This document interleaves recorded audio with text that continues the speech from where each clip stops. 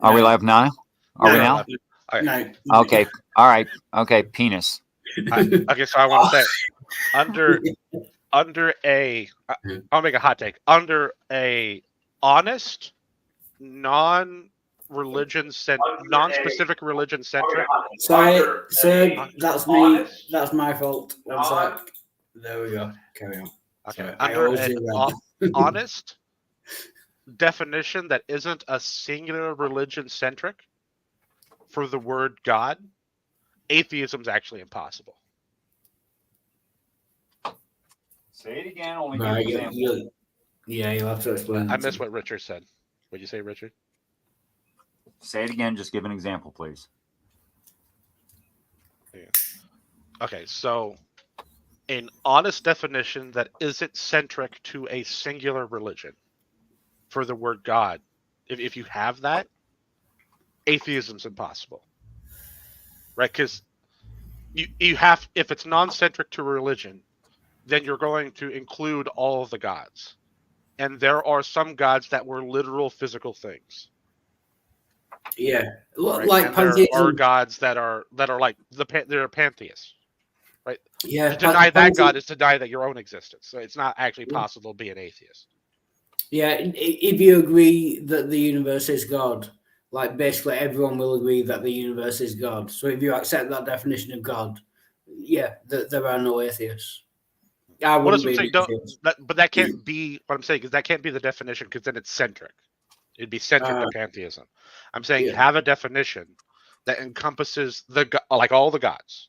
So you identify exactly what the title God means.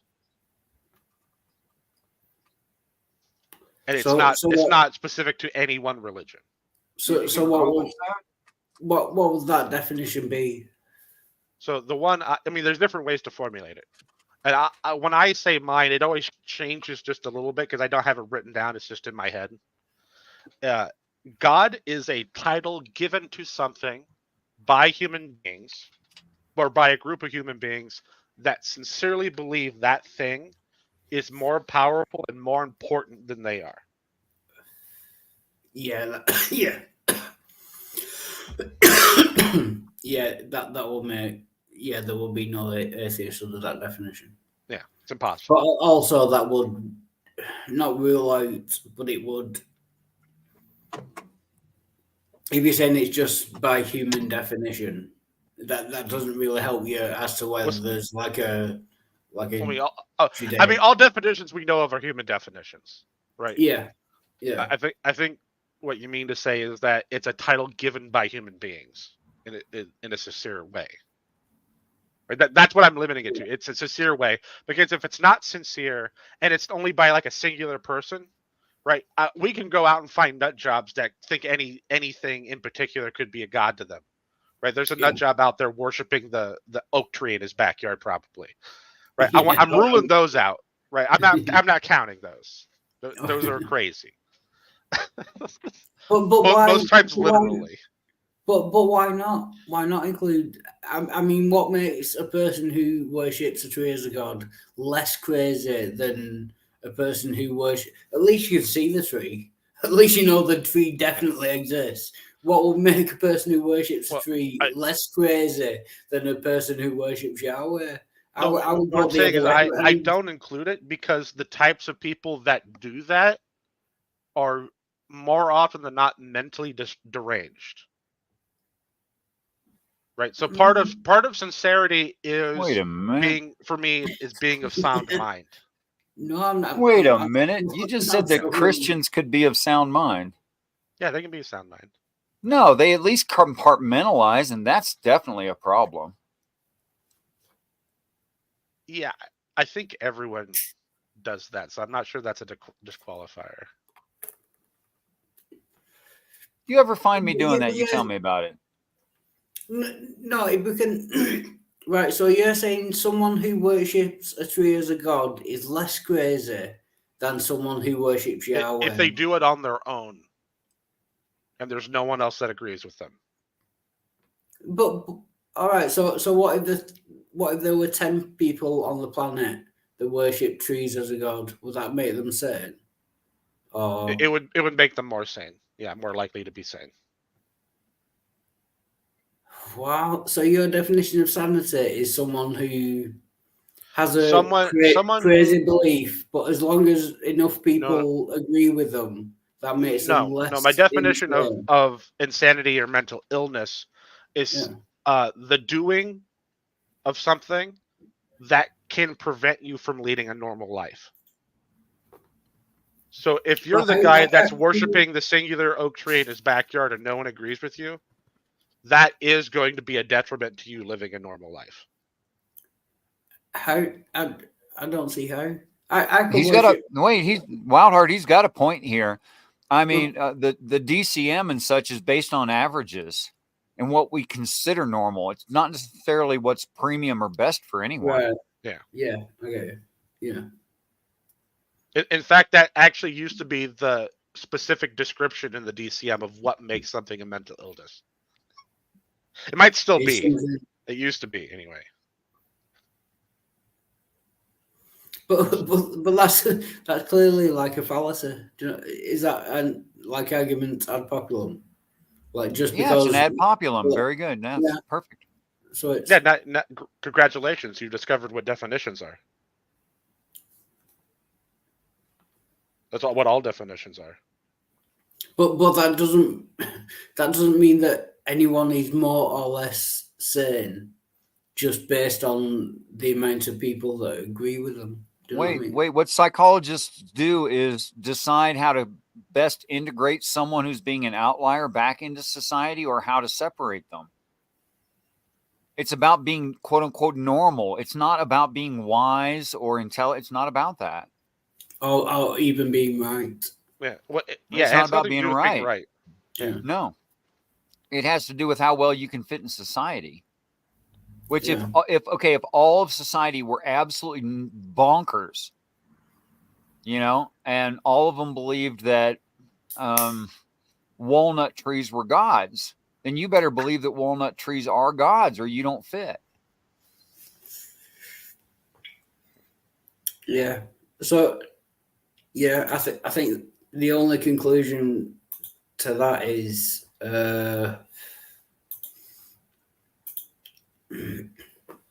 yeah, we shouldn't. See, Yeah, you think worshiping walnut trees is crazy because you live in a society where that's very abnormal. Yeah. But if you lived in a world where that wasn't abnormal and Yeah. you didn't believe that walnut trees were gods, you would be mentally ill. Yeah, that's. I just remember what I was going to say. So we shouldn't say that as any indicator of whether it's true or not. I'll tell you something on, crazy. I'll tell you something crazy. Person who expends actual physical labor, expends calories, respirates, all that stuff to add to someone else's project, to help someone else on their project. So they gave out real work, like they lifted things and put them back down, but they get paid in a fiat currency that has in itself no value.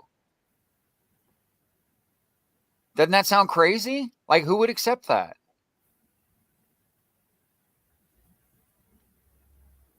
Well, I would have to disagree with that, but that's beside the point. Because it spends like it has value. That's the only thing wrong. The only thing wrong with my objection is it spends like it has real value, but it doesn't. Oh no, what gives it value is taxes. Well, future income guaranteeing that. Yeah, I get the idea, but everyone needs it. A need is what value is. Yeah, but we only need it because it's a standard. It's an enforced value, right? It's not like an intrinsic value. Yeah. Right. It has no intrinsic value, right? The friggin' piece of paper with fancy print on it. Yeah, maybe you can keep yourself warm a little bit. You burn a dollar bill, maybe, which 100 isn't going to give you, a noticeable increase in calories, by burning it over $1. They're about the same thing, actually. Yeah, well, this kind of and I know Richard, you criticised me in the past for being a Matt Dillon kind of mouthpiece, but You know what I'm saying?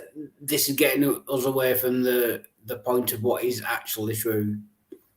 I mean, the DSM might Okay, think but that you understand that the word God and any definition you could possibly have is entirely human invented.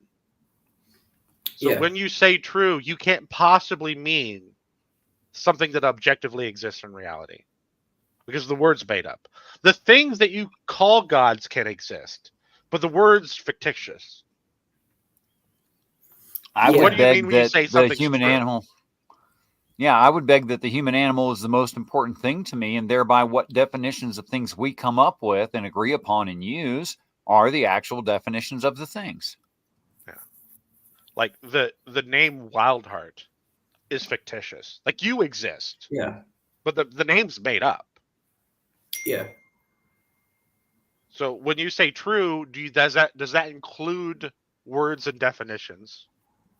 Yeah. Like if someone said, for example, God is a being that exists outside time and space and created the universe. I mean, that would be a definition, but would it be true? Well, the definition could be true, but the thing that it's supposedly describing could be false. That's Oh what yeah, I'm trying to get at. yeah, okay, Like, yeah. The definition will be because it will be a true definition. yeah, It's what they think is a god, but yeah, okay. yeah, Yeah. because the way words work, it's almost weird to call them true and false because they're all ad hoc. Yeah. But we need them. We need them to communicate things.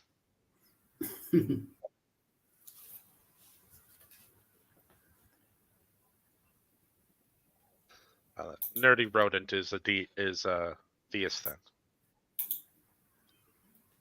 Oh, one second. Sorry.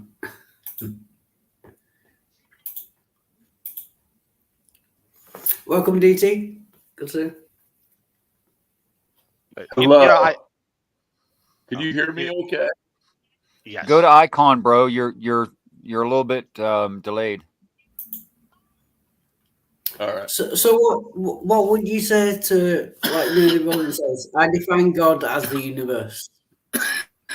Like I agree the universe is God, but I disagree with calling the universe God. I agree the universe exists. So is that true or false? I mean, it's a true definition. If you like what I was saying. If it's true definition and it's true that the universe exists, then what's false about it? Yeah, what would be false about it is me disagreeing With the about definition. the definition of God. Yeah. Yeah. Remember when I went through this conversation with you forever ago about why you should have a definition and all that stuff? I don't I think it would be best if we had a we use a non-centric definition most of the time. But I'm not stupid enough to think that that's going to be something that catches on. Yeah, that's So never gonna just have a coherent definition. Yeah. That's all I ask. Let's have a coherent definition. When you say words that include the word God in its definition, don't speak gibberish.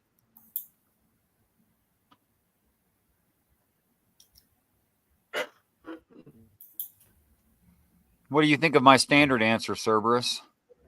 Is it coherent enough? I don't think I've ever heard you give me just a succinct definition of the word. Oh, it's a moral / ethical set to guide angels in their interactions with mankind during end times, and by name are wisdom, knowledge, counsel, understanding, fear, power, and conservation. Oh, but that would be for a big G God. That'd be for the only God I recognize. Okay. Big G, little G, don't care G. Gee whiz. Okay, but I think that works fine if you're describing a particular god. Right, Okay. but would you say if Zeus was real, would it be a god? Zeus is real and is a god, just not the way that the American mind thinks. But I don't. How does it fit your definition? that it's part of the prophecies. Zeus. It's Okay, but you it's bring- it's a bit of the interactions that I'm talking about. Okay, but you're saying God is the moral set, and last I know, Zeus wasn't a moral set. Well, In fact, he was rather unmoral. That moral set demands that angels do certain things to this earth to alert us the time is near and at hand. And part of what they do is Zeus. Okay, so they'd be the actions of angels. So Zeus is a set of repercussions of that more basic thing. Yeah. All right, so but it wouldn't be Big G God. It would be something the angels do.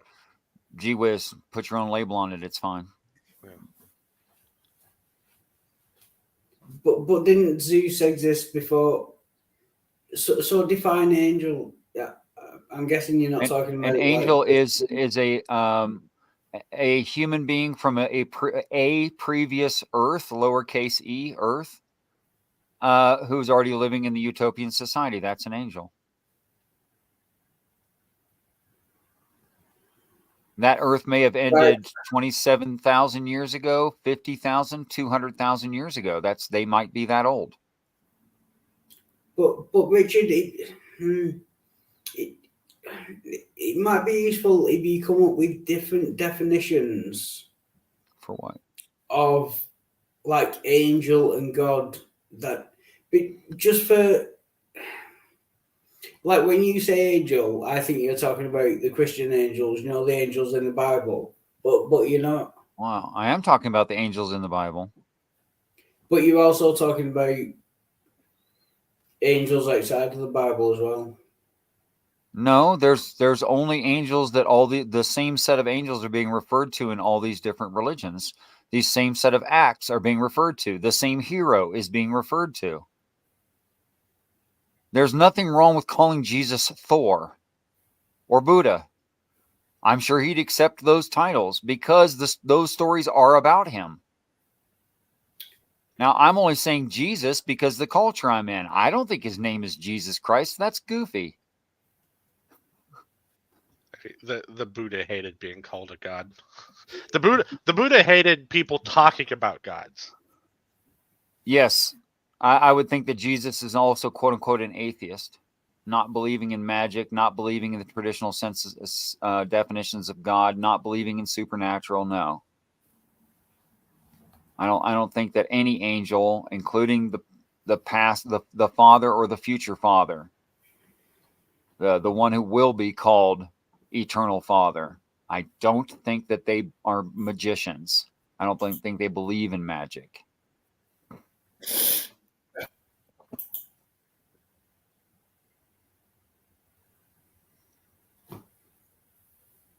I'm perfectly comfortable with my view and quoting.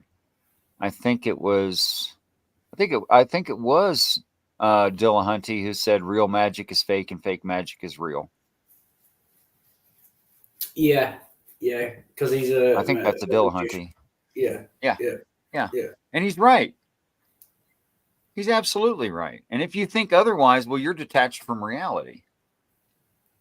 But Richard, just on a different kind of, do you think that the way you describe things, talking about God and angels, and do you not think that kind of doesn't help your case in understanding? Like when you're talking to Christians and you say God and angel, I mean, obviously they're going to understand it as you're talking about the Christian. Do you not think that does you more kind of harm than good? Well, when I'm talking to say a Muslim, yeah, I use differentiations like I'll use words like Injil and Magi and I'll use their terms. But that's my point, because you're not talking about the Christian God or Christian angels or Muslim God or Muslim angels, whatever. Jinn. Yeah. Yeah. Do you not think you would be better off coming up with a term that is specific to you so they can tell the difference? Yeah, that way no one can know what I'm talking about. But it does get confusing. Do you know what I mean? I'm sorry. I mean, I just don't.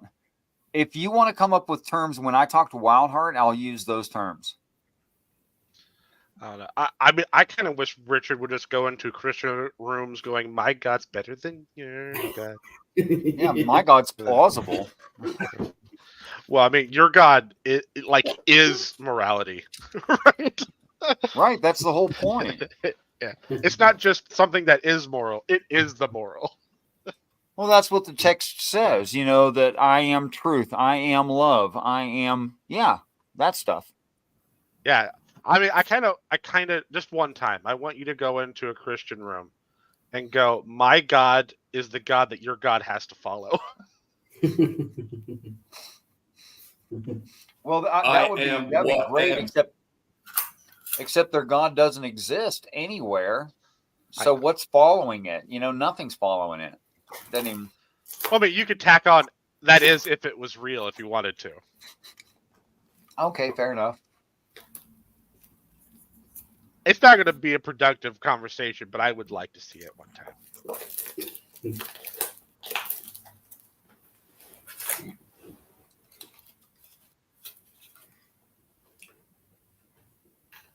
Oh, hello, Brandon. Go see you, man. Hello there.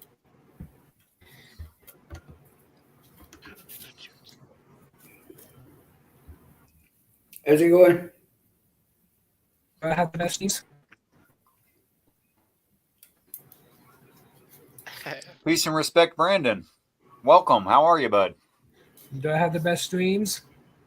Yes, you do. Yeah. Did you ever have a doubt?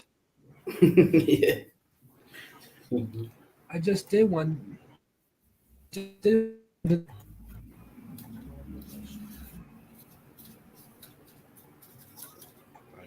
I am on my family's book server that I didn't know existed until recently. Yeah. There is a category in here called watch list. And I clicked on it to see what was in it. And it's like the IRA's training manual, or like the Mujahideen's training manual. like all this crazy shit that if you were in a country that wasn't America, you'd be in big fucking trouble.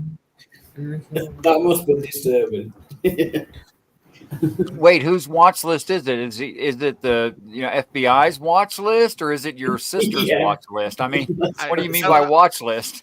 I think it's tongue in cheek because it's just like a category. Right. Like actually, I did that joke myself one time. We had on an industrial site something they called an eye wash center, which includes pressurized, purified, water and gauze and catch basins and all this stuff. So I referred to it as the eye wash center, meaning it's something corporate requires you to have, but no one will ever use. It's just eye wash.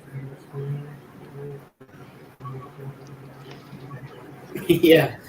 And fun fact, if I haven't said this before, and I'm pretty sure I am actually on the terrorist watch list. Pourquoi? Yeah, no, I actually am. Because I do streams about religion, and the British government doesn't seem to recognise the difference between being an atheist and being religious. They said it was due to radicalisation or something. Well, I guess you were screwed to always remain in Britain, never traveling. Good job, Wildheart. Yeah. I actually told my probation officer that I did religious kind of streams, and they immediately put me on a kind of terrorist watch list. Yeah, so you're all being surveilled right now, by the way. Just to let you know. Okay, I don't mind if England's surveilling me. They can surveil my asshole if they want to. I'll boon them. I don't care. Well, Wildheart, you're the one who lives in the UK. We live in the land of the free and the home of the brave. Yeah. Yeah. We don't live in a country where our monarch on a whim can dissolve the government. Are you No, yeah, you don't live in that. But we don't live in that. My sub country count either. is 2745 now. I dare you. Nice. Yeah, no, we don't live in that country. Can the Queen actually dissolve the government? I don't Well, think it's the king now, but the King, yeah, the King. Yeah. But I don't think he can either. Yeah. Yeah. there's a whole procedure. Like he can do it on his own, but there's a whole procedure in your parliament to go ask them to do it. Right. Yeah. Because I thought the monarchs had no political power whatsoever. Yeah, that's not true. Your whole government's based on having a monarch. Yeah.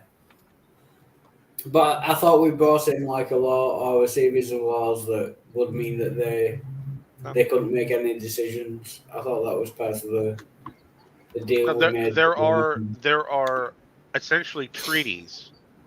Yeah. They're not treaties, but they're basically treaties where the monarchy has agreed to not really make a bunch of laws.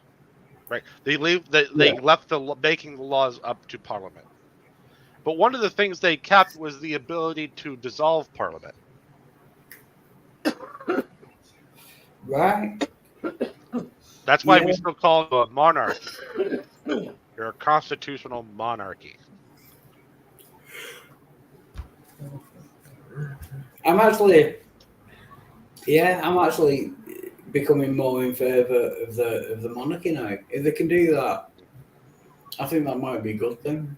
You know what I mean? Nah, I mean, admittedly, the British monarchy's become fairly. It's not really a problem, really. Your sister's a constitutional monarchy. Yes.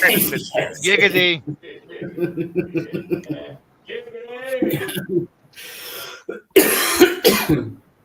Yeah. Your sister takes it up the ass twice a week. Yeah. But there needs to be an amendment that very specifically allows me Escalated rather quickly.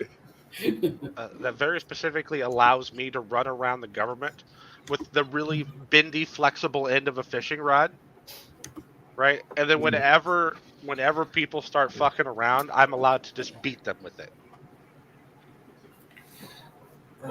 You was on my, I believe you was on my panel. I was on your panel. Welcome. Yeah, sorry. Welcome, Cheeky Chops. Good to see you. And Nerdy Rodent, and Spooky Better, and Bond. And yeah, same kind of jaws to me. Yeah. Yeah. Wishing for the good old days when we ruled America. See, you have to look at your language on the advice, right? They're being advised to. They have the power to on their own. Yeah. So they're being advised to not that. Yeah. But now I'm being very specific because technically the government is the people running it. Right? I'm not saying they're saying, hey, no more parliament. I'm saying that they can just remove the parties. You would need to elect new parties, but they can remove the parties. Right, so they couldn't take over. They couldn't remove the parties and then take over as a monarch again. But they can remove the parties and then say, no, you got to find new parties. Yeah. When you say parties, do you mean individual persons or do you mean entire political parties? Yeah, they can remove individuals or whole parties. Oh, wow. Yeah. Well, I didn't know that. Yeah. But there's this other thing. My girl wants to party all the time. Right, aside from that, called the House of Lords. Which is literally the Lords that can veto anything. Doesn't Lord mean something like owns a large tract of land?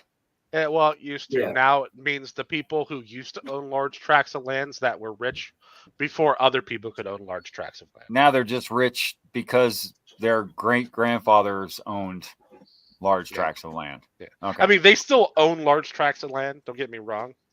Right? They still do that. But it's no longer a special right that only they have. Okay. And no, like people in the House of Lords, you get a lot of like the clergy, like bishops. I don't think it means you have to own land or anything. It's just basically, if you give a lot of money to the party at the time, you can become great a lord. system. You just buy your way in. Yeah, It's a basically. title I think bestowed upon people by the monarchy. Yeah, Traditionally, you became a lord because you were handed the ownership of a large tract of land to oversee. yeah. But nowadays, I think there's a distinction between your House of Lords. The Lords there is not the same Lord that is a land baron. yeah. It has changed over time. Yeah, because feudalism doesn't exist anymore. Yeah. Right. Most of the people that are lords now are descendants of those people. Can you say hello to that's what I meant. Can you say hello to Oceanic and Bond and Spooky if we must? Yeah, but carry on. Sorry, I just want to get that out. But I don't know, when was the last time the House of Lords vetoed anything? I don't think they do it very often. Yeah, it's a very complicated system. I'm not sure I understand it, but the Houses of Parliament have to vote on something, and then the House of Lords votes on the same thing, and they can veto some things, but like I say, it never. Well, yeah, I say veto, but yeah, I guess you're right. They do vote. Yeah. But it's not like in the US where they like the bill can go back down and like get it renegotiated or something. It's just if they don't vote for it, then it just doesn't go. Yeah.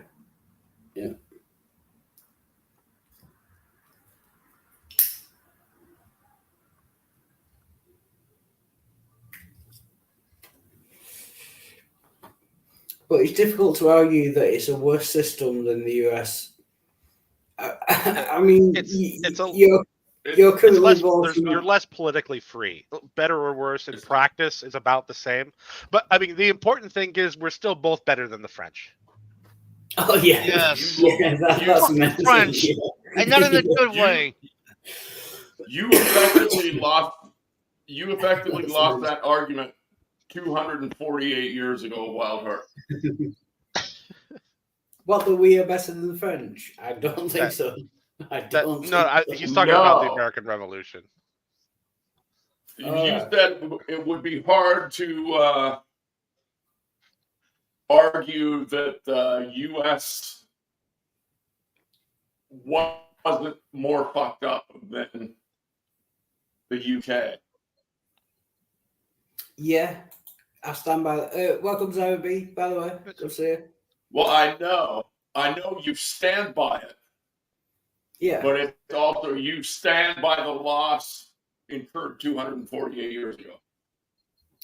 No, but that's just the Americans deciding that they were better than the British. I'm saying what I was trying to say was, given your political system, in the next election, you will basically be arguing for which kind of 80-year-old kind of mental kind of degenerate. What's the word I'm trying? We'll be arguing.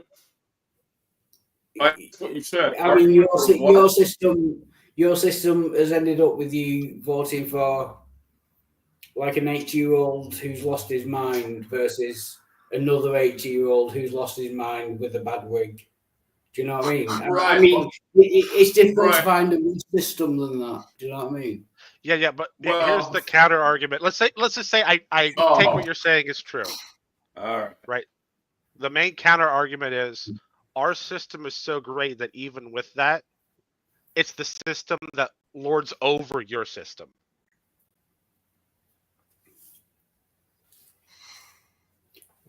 Right, lords over our system in what way? All trades, especially large monetary trades, have to be converted to U.S. before converted to whatever. Oh, that's and dangerous. on top of that, if America doesn't want the trading to happen, it can very much so make the trading not happen. Yeah, but that's different. The monetary system is different from the political system. No, well, you have the monetary system that comes with your political system. So, sorry, Danny. Let me know what I was going to say. Just let me know when I can go. Because go ahead. If every Go time I try and jump in, I'm 2 seconds late. Yeah, that's because you live in Canada and you have a. We know. We love you anyway. Just go ahead whenever you want. Yeah. Right, but you understand on my end, I didn't really get that whole 2-second delay thing because I don't hear it. No, I get that, and yeah, we love you, DT, and I'm not having a go at you. It's just we understand the problem, is what I'm saying, and just jump in whenever you want. We'll try to accommodate that. Yeah. What I wanted to say to you when you were critiquing the U.S. and how can you say your system's better when you got Biden and Trump to choose from?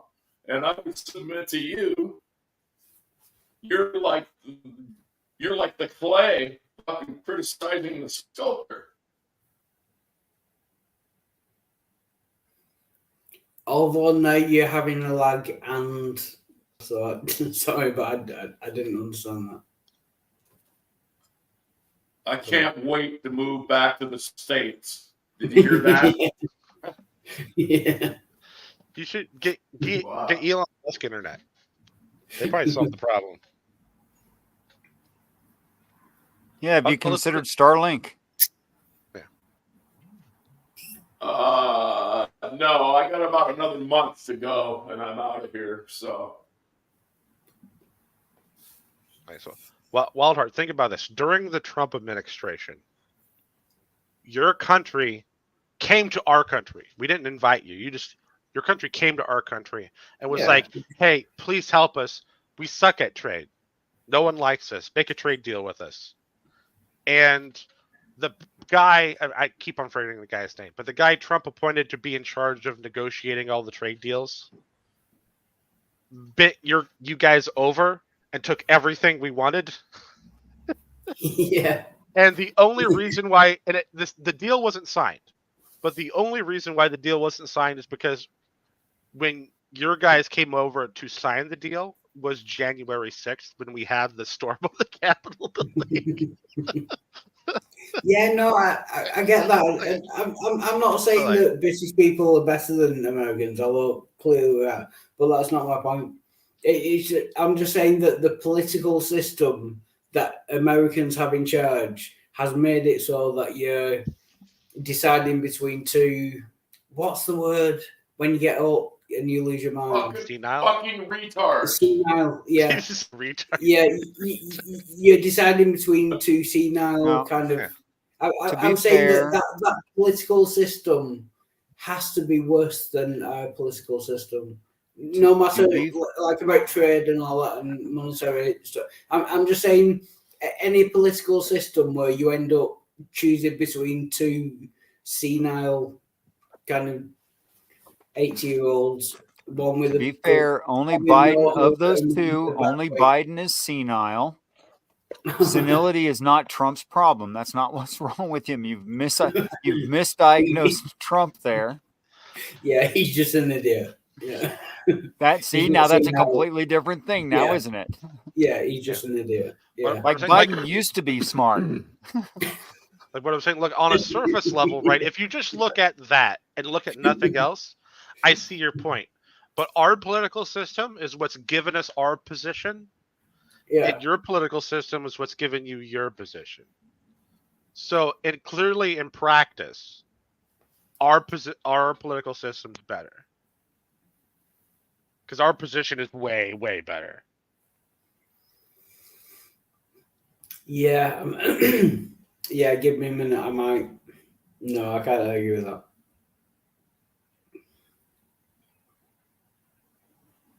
we basically have you in reverse cowgirl wheelbarrow right now. Yeah. Your legs are the wheelbarrow handles. Yeah. And that there's more context to that story about that deal, right? You guys came back like 3 months later. Was it 4 months later? I forget. It was like right after Biden took office to sign the deal. And then Biden was like, you know what? This deal isn't bad enough for you guys and made it worse for you guys. And then you guys was like, no, and said, fuck it. And then went back to England. But there's more negotiations coming up here real soon. So the deal is going to be negotiated again. It's probably going to be even worse. Because Yeah. America's we like being an asshole for some reason when we don't have to be. Yeah. Yeah. I get you, but yeah, I can't argue with that. I mean, we used to be in control of like 2/3 of the earth and all that, but yeah, let's go. But So, one of the major things in the deal was something I thought would never fucking happen. There was an agreement to move your whole entire banking sector, basically, not the city of London, but the real city of London. Right? Basically move all of those institutions to America. That was part of the original deal. And I thought that was like, I don't know what you guys are doing to think that was an okay deal to sign. Because that's basically what your whole economy is. yeah. It's Yeah. like you guys were just agreeing to become the unofficial 51st state. It was very weird. Yeah. Yeah, it's kind of ironic how things look out. I mean, we used to own you. Then we had that disagreement about tea and how Americans don't like tea. You pulled all the tea into the or something like that, and then you made your own country. And now we have to agree. Yeah, it's funny how things work out. Do you know what I mean? All because you don't like tea. Seems weird. Yeah. And it had more to do with you were taxing us without allowing us to have any say in it. That was the main thing. Yeah. Although I would give the British credit. They were trying, you guys were trying to tax us because we more or less started a war that you ended up paying for. Yeah.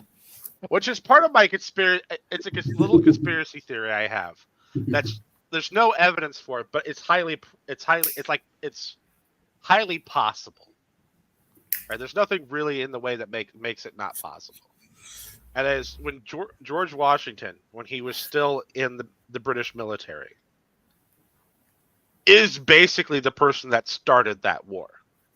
And it just so happens that like him and his friends are the ones that then come along and then peel America away from the British after we basically bankrupted you. Yeah. And it seems really convenient. Yeah, it gets worse. Yeah, so it was British people and the British Armed Forces that set up America, fucked us over, give you all the money, and all. Yeah, fuck me. But I have to take a short bathroom break, so I'll be right back. I hope everything comes out all right.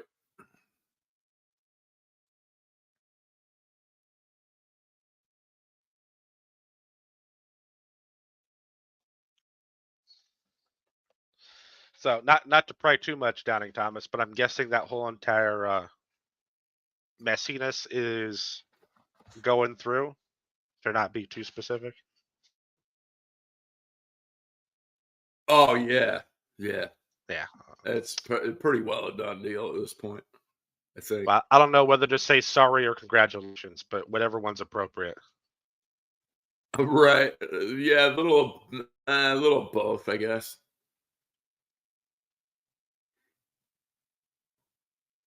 Yeah. Yeah, my foundation is been rocked recently. So That's okay.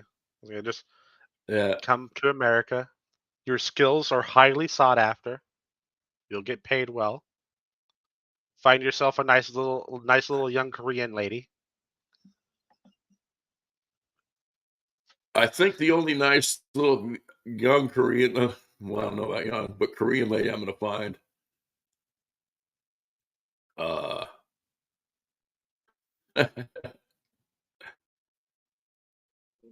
I don't know how else to put it. It'll be a prostitute. Well, when you have a permanent girlfriend, right? This is a girlfriend. Honestly, that's basically a prostitute you just like to watch movies with. What kind of, yeah, in a roundabout way. I'm sure no woman would like to be described like that, but it's just like it's prostitution with a friendship on top. Right, but it's probably been 15, 20 minutes since we said some really sexist shit anyway, so. And I don't think Sandy's here. I want to tell. I don't know if she was being serious or not, but she was talking about, well, we hate her enough already. I don't hate Sandy at all. I like Sandy. I am perfectly fine with her being in the side chat calling us stupid. Yeah. So yes, understood. Yeah, I like Sandy. Sandy's a strong woman, and she's been through a lot of shit in her life, and she reminds me of one of my aunts who I had great affection for. Serb, I have a question for you that's completely out of left field. Oh, okay. I'm ready. Or for everybody. Like I just read something yesterday or the day before that I think it was the city of New York. It might have been the state, but I think it was New York City. They are no longer allowing people to do Airbnbs. And it was something like you can no longer rent out a property in New York for less than a month. And I was wondering what you thought about that. I think so. In most circumstances, I think it would be a terrible law. But in the very specific circumstances where landlords found out that they would make slightly more money and have less liability if they just turned their apartments into hotels. In that situation, you can't allow that to keep on going because you're just going to lose all of your apartments. No one's going to have anywhere to live, and the places that are left are going to be too expensive. Right, and that's essentially what's happening, I think. I'm fine with places like New York doing that. Right. Right. The little towns near me, there's nowhere near enough business to even really have more than 1 or 2 Airbnbs in the city. So having that law here, I think, is stupid. But in New York or Chicago or LA, I totally get it. Well, yeah, initially I thought, well, that's unconstitutional or whatever, or why aren't they fighting that? But then I realized it's basically probably just a city ordinance. And cities are pretty well within their rights to draw those lines. Like once they're not set in stone, in other words, they're subject to change. Yeah. And being a landlord is set up like legally, it's set up like owning a business. Right? That's why there can be all this involuntary regulation. And it's held up in court multiple times that you can regulate the renting of things. Right? So it would just be included in that. Right? So even if it was a state law, I don't think it'd be unconstitutional. if that would be unconstitutional, then more or less all renting regulations would be unconstitutional.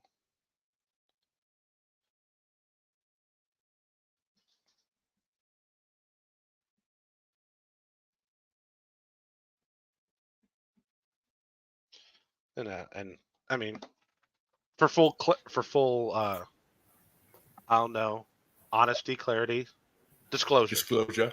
Yeah, for full disclosure, like the couple houses I have that I rent, I don't rent them as apartments or houses. I rent them as hunting cabins. Oh, And property that you own, you mean? yeah, there's a couple smaller houses on the property that aren't lived in by my family. I just rent them. I rent them as hunting cabins. Right. Now, people live in them full time, but I rent them as Right. hunting cabins because if they don't pay, like I know the people that live there. Like It's a business. the people that live there have known me my whole life, right? They're people I know, so I would cut them Right. slack if they couldn't pay. But I am so not down with you not paying me for the third month that I still have to wait 6 months to get you kicked out. That's not that. I don't play that. Right? Like in the contracts for the hunting cabins, there is a room that they're allowed to use, but that room technically isn't rented to them. Right? They rent the rest of the house, but that one room, and that's because if they don't pay me, I don't feel like going through the court system and the sheriff to get them kicked out. I have that there so I can move in the most dangerous guy I can find. I will go, hey, you look psychotic. How about I give you a free place to live for the next month? And I move them into that room. And I don't have to kick anyone out because they will leave. Right. I like that. Yeah, we have an Airbnb here. That's where I'm at right now, actually. And actually, technically, the way it's worded, the only thing they're renting is their bedroom. Right? They have Right on. use of the whole house. And it explicitly says for hunting purposes during hunting season. I just, off the contract, I go, I don't care if you live here. Just go ahead and live here if you want to live here. Right. Yeah, and Bond what's your number? Yeah, so you can move into one of your places when you're space. No, because you're not crazy. That whole strategy counts on the person being insane enough that when I call the sheriff to remove you, they'll actually remove you. Right? I put you in to make the other people leave, and then if you don't leave, then I call the sheriff, and of course, because they're so fucking crazy, they're probably going to try to fight the sheriff. Yeah, so and then I don't have a problem anymore. Right? Yeah, then the problem takes care of itself. Yeah. They just get shot and then no one before. Hey, whatever happened with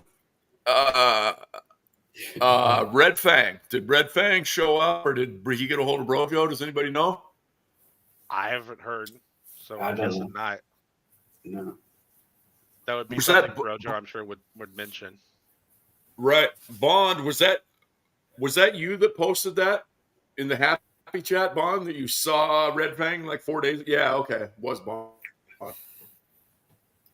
Oh yeah, Red Fang's alive. Oh, okay. Good. Yeah. Only now I'm upset a little bit, maybe. Why? Because I've had Red Fang's back through this whole thing, and I've been worried about Red Fang. Like when he didn't show up 6 days after that thing with Brojo, which now it's been 21 days, I think. I was... You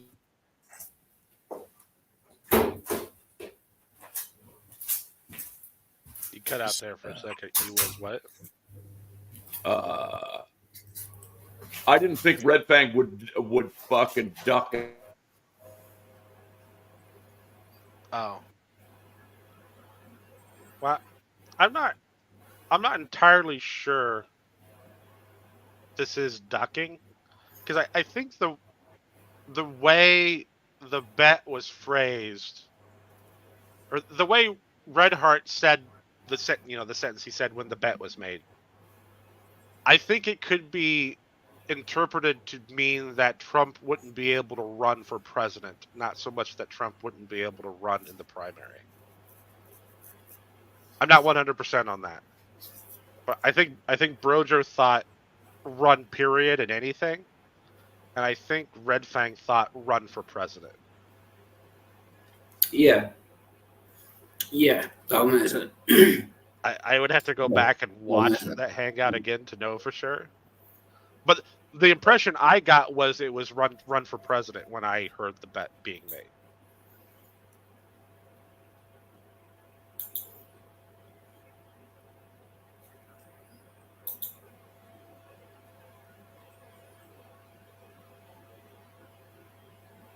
Because I could be wrong, but if Red Fang made the bet that he wouldn't be able to run for the primary, like in the Republican Party, if he made that bet, he is stupid. just idiotic. The party is perfectly 100% behind Trump. There's no reason why he wouldn't run in the primary.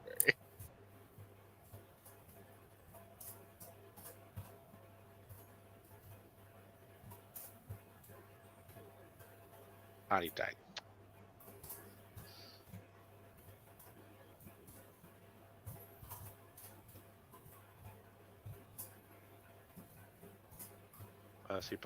Like what was Red Fang's actions? Because Red Fang's not around all the time,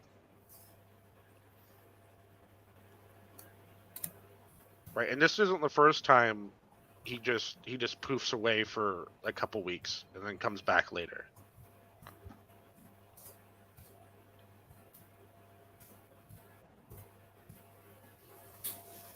But sorry, you see.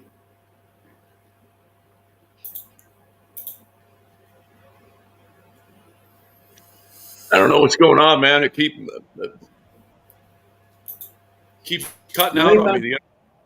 It'd be fine. Yeah, you're fine. No, it's just Canada's internet issues. Well, yeah, you understand? It's probably more where he is in Canada.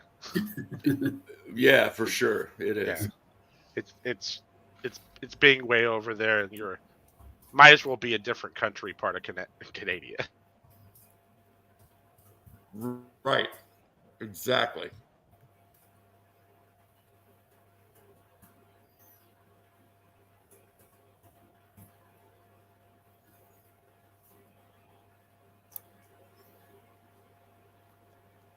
Well, I don't know if you heard me while I was going on my little spiel. But I think Brojo should go back and look to double check before, just before we get to the Red Fangs ducking everything.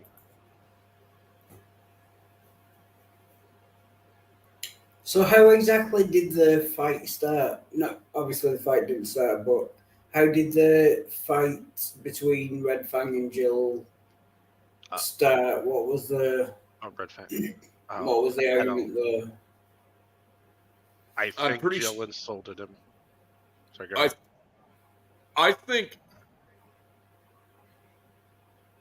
I'm pretty sure Jill challenged him to a fight. Yeah. And yeah. I don't know where the $1,000 came from.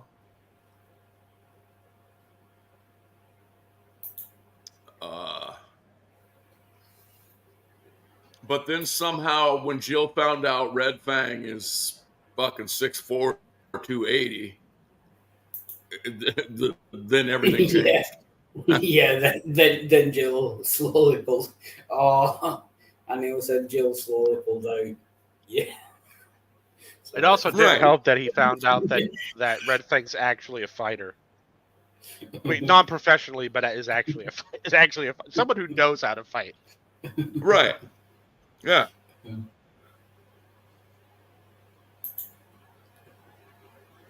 And it's Jill was in an unfortunate situation there, but I've been in similar situations, and you basically just have to surrender your balls to the other man or get your ass kicked.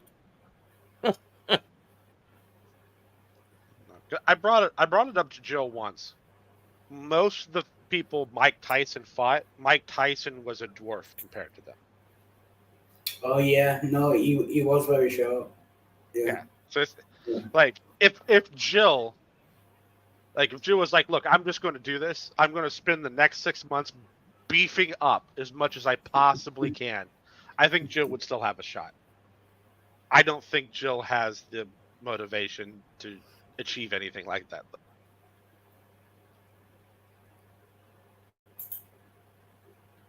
Jill would have to like go into freezers and start punching sides of beef. Like get on that level. Yeah.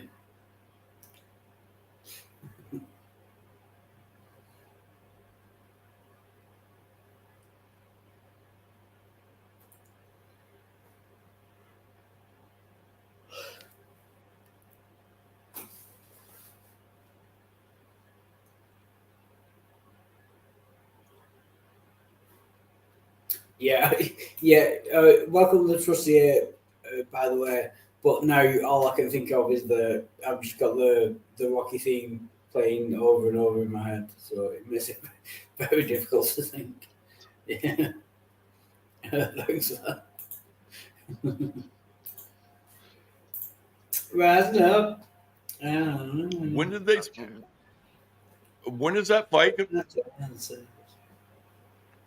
So.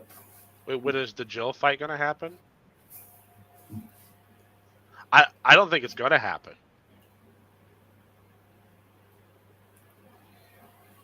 I think Jill backed out of it. No, Tyson. Is that Tyson? I don't remember. Is he still alive? I thought Tyson. Yeah, Tyson must be dead now. He's still alive. Yeah. He's not really that old. Yeah. He still has probably another good 20 years. He's younger than He's younger than me, I think. He's mid-50s. Yeah. Yeah, but I mean, like biologically, he's probably older than you because he's been punched in the face a lot. Yeah. Oh yeah. I wonder. I still wouldn't want to fight him. I was gonna do something last night, and I forgot what it was, and I just remembered I was gonna look the odds up in Vegas because I might want to put some money on Tyson if the odds are, if it's gonna pay, right? Yeah. I bet you're not going to make very much, though, betting on Tyson. I'm going to bet the odds are in Tyson's favor. Yeah, that's what I was curious about.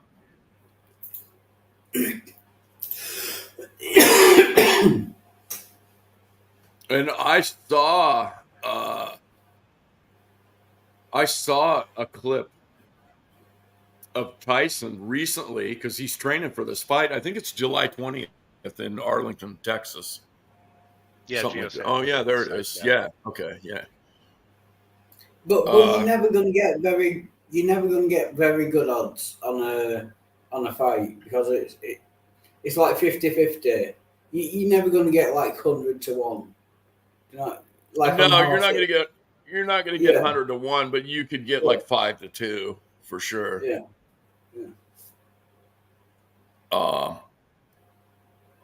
Yeah, but has Jake Paul? I mean, I know Jake Paul's boxed other people, but has Jake Paul actually ever boxed a boxer? He says Bond says Tyson was terrible in his more recent fights.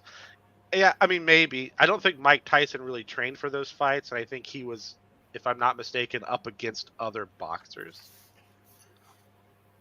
But I don't think Jake Paul really knows what it's like to be punched in the face by an actual heavyweight boxer. Yeah, I'm guessing that. Well, yeah, But- yeah. Well, is No, he a sorry, heavyweight, Trusty, Paul? No, I don't think Paul would count it. How he might. I don't think he does.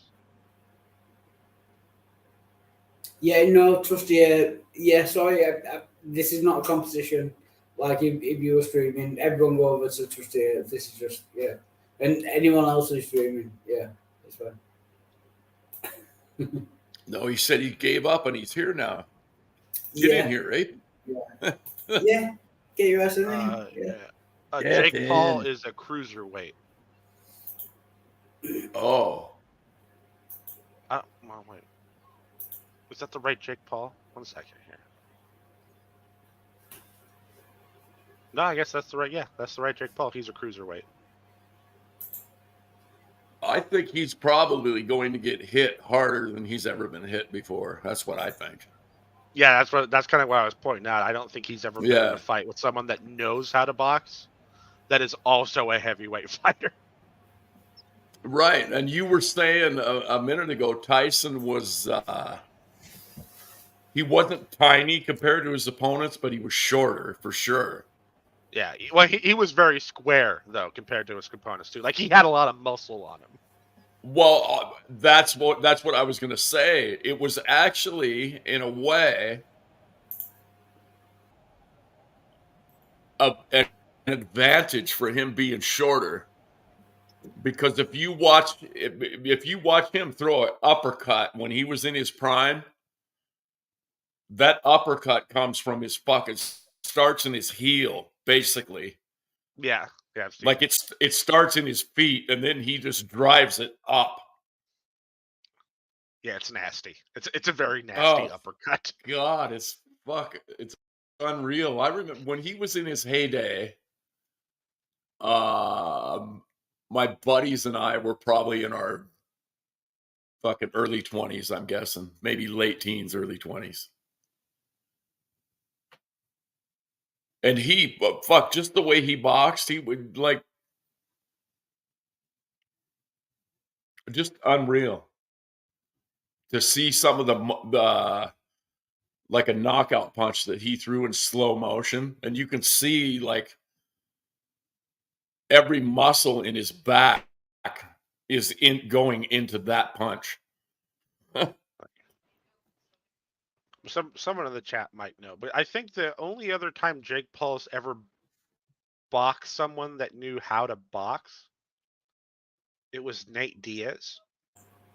And I think Nate Diaz at the time was a lightweight, maybe a welterweight. Jake Paul had like one or two, like a couple weight classes on Nate Diaz. So like this is and I don't actually remember who won. I'm assuming Nate Diaz won because Nate Diaz was kind of a badass. Yeah, I remember that name. I can almost picture him, but I definitely remember his name. Woodley. And I just want to try something out. I don't want to interrupt the conversation. No. Just All right, go ahead. You're just getting a copyright strike. You know that, right? yeah. Okay. But I want to play like this song in the background while you continue to talk about it. Will that work or not? Like if I just play this, but you carry on talking over the top, just to have this playing in the background. You know what I mean? That's way too loud for background. It's gotta be way quieter in the background.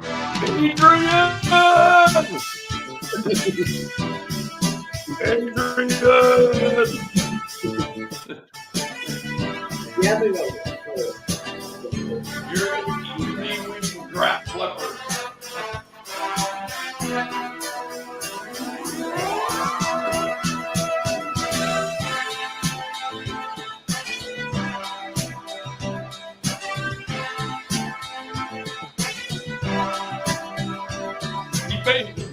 Control.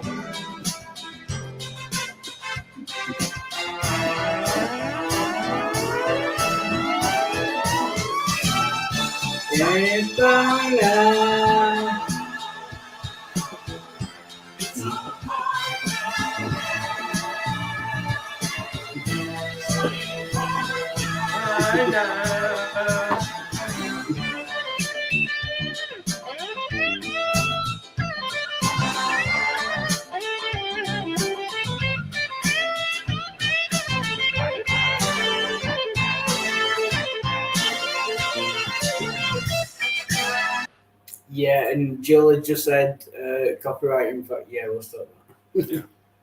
Yeah, I can't help but to notice that, like as soon as Jill comes in the room, Nerdy Rodent's like right on top of him.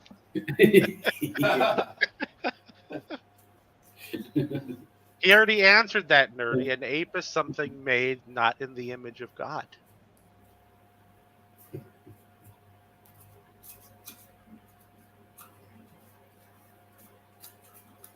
I had a great conversation with Jill yesterday. You liar. Yeah. I'm not lying. I am No, not. that's Everybody that's fucking impossible. keeps saying that to me. No, fuck you. You're wrong. No one, as far as I'm concerned, could ever have a decent conversation with you. I'm telling you. I don't want to admit this publicly, Wildheart. I really don't. But I actually had a very pleasant and cordial and informative conversation with him yesterday. Wow. Off air at after talk. Off air makes off air makes sense. Yeah. So he wasn't. Yeah. Okay. I think the first 10 minutes he was talking to me off air, he didn't know it was me. Yeah. that could also have helped. Well, yeah. And he did say, and he's accurate, he did say, like you're a completely different person when the camera's not on, or something like that. Yeah. See, I would have to disagree with him. I don't think you really are. I'm not, but I definitely turn it on when the camera's on, and I turn it on very specifically to attack Jill. But then I realized there was something more to him yesterday than I had ever really given him credit for, I think. Yeah. So previously you understood him to be a closeted homosexual kind of weirdo Christian nut job, and now you've learned something new about him. What was the new thing you learned about Joe? I'm interested. He's just another dude. Yeah. Basically, he's just another dude who believes shit that I don't believe. See, I always assume the people that are in the room with Jill when other people are arguing with Jill, that just the ones that kind of sit in the background and just every once in a while jump on something. And then lots of times those people are chill in the off air, right? But I always take that to be that they're really only jumping on Jill because of something that something stupid he said that was forced out of him by someone else. Right. We're all fair and everything else is more chill. There's less of that to go around. Right. And what bothers me about that when people do that is, like, if you're going to go after him, and I did in Jill's defense, I made this comment today or yesterday, because somebody started attacking him, Cerberus, because he used he said, "Let me ask you a question." and the guy that he was talking to, and I don't know who was winning or losing. They were both making points about some Christian belief or non-belief, right? But as soon as Jill said, "Let me ask you a question," the next 10 sentences out of the other guy's mouth were making fun of Jill for using the word act. Oh yeah, that's a cultural thing. Yeah, but you just welcome back, by the way. But you just we're gonna have a musical interlude now. You just reminded me. Did we just have one? Oh, we just had one. But Yeah. Let me finish first, Wildheart, if I may. Yeah, go on. Sorry. Yeah, and I used to, maybe the first couple times Jill said that, I would make fun of him. But then if you really think about it, the guy was no longer had anything to say about Jill's argument. Yeah, no, it did, no. And to be fair, I used to make that kind of mistake as well. I thought Axe was a sign of like unintelligence, but it's like a cultural thing. You know what I mean? It's like mainly black people use that, but it's not a good argument. But I used to make that mistake as well. Oh no, it was. Oh no, I know what you're talking about. In Aces, it was Dave, the news unit, who came in. Yeah, I was kind of cringing as well. Yeah, when he said that. Oh, was that the news unit that did that? Yeah. Yeah. It was And early on today. Yeah. well, and kind of, I think, kind of the Sturb's point too. That was happening right there. Like news unit, there were 2 or 3 things I could think of right away that the news unit could have gone after Jill for. Yeah. But instead, he just went on and on about Jill staying Axe. And then what Jill did, which was awesome, was keep using the word Axe. Yeah. Now, I'm not a big fan of the grammar police, but it doesn't bother me that happened to Jill, because Jill spends about 20% of any argument not on the argument, insulting people. So I'm going to say Jill probably deserved it. Yeah. Yeah. Agreed. Anyone remember?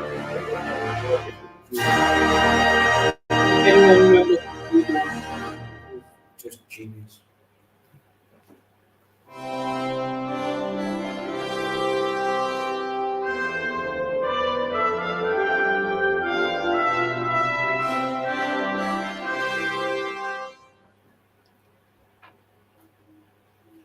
Concentrated stupidity.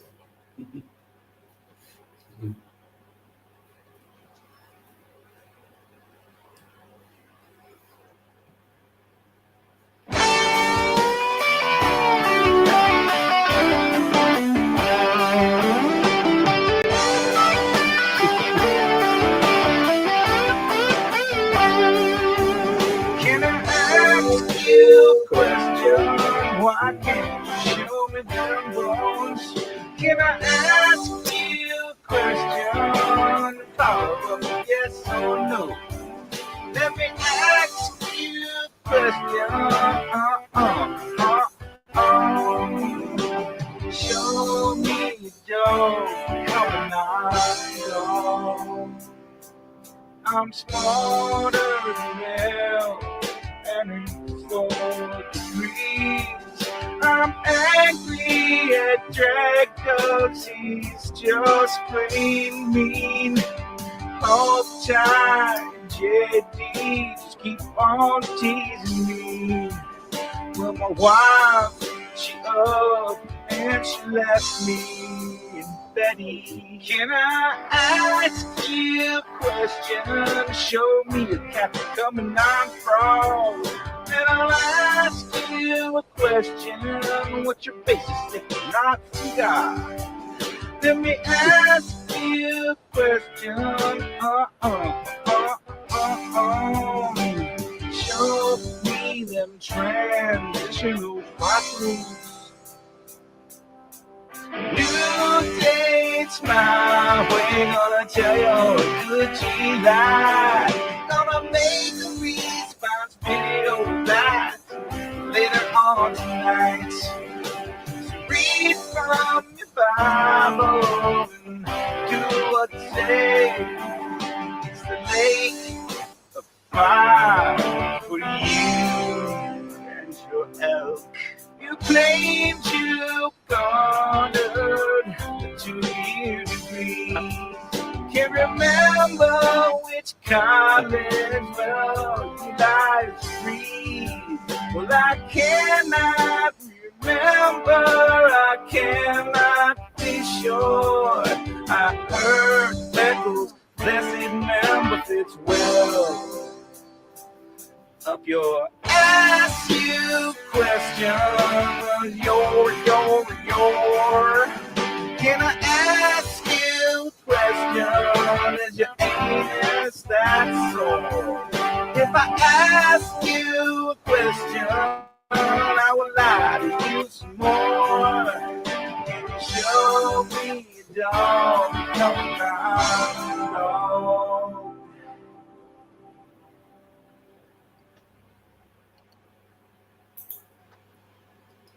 I can objectively dance better than that. Yeah. I think even I can. I'm not saying something. Yeah, it became very unfun for me to argue with G-Man when people started calling his work and doing all sorts of shit like that. Yeah, that's fucked up. Yeah, it was pretty fucked up.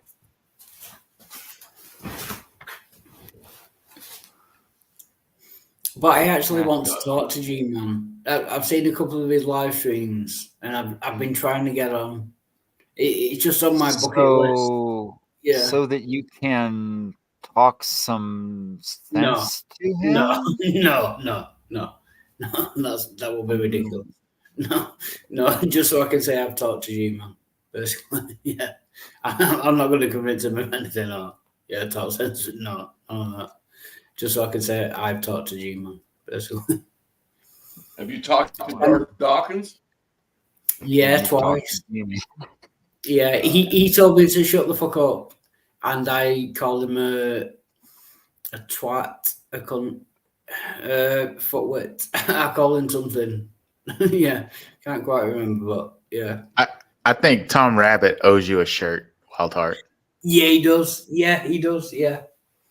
Yeah, Tom Rabbit made a video of me talking to Darth Dawkins. I never got the shirt. Yeah, he does owe me a shirt. Oh, wow. Yeah. Wait. He's handing out shirts. Yeah. No, he said if you... I feel left out. I got Darth Dawkins to say on camera. Well, not on camera, but live. That reality wasn't real. That's an awesome statement. I know. I thought it was amazing. He didn't get why I was laughing, but he kicked me. Right. But doesn't that prove God? Like, isn't that a foreshadowing of what you got Jill to say? That God is non-existent. Isn't that like a prophecy or something?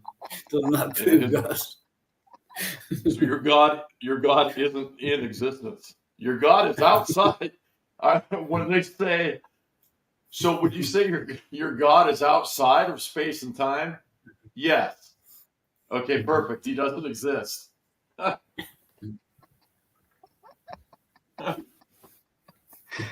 Well, all that's based on them not having a telescope, 3,500 years ago.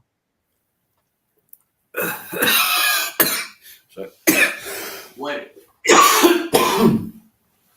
Have we developed a telescope that can see God?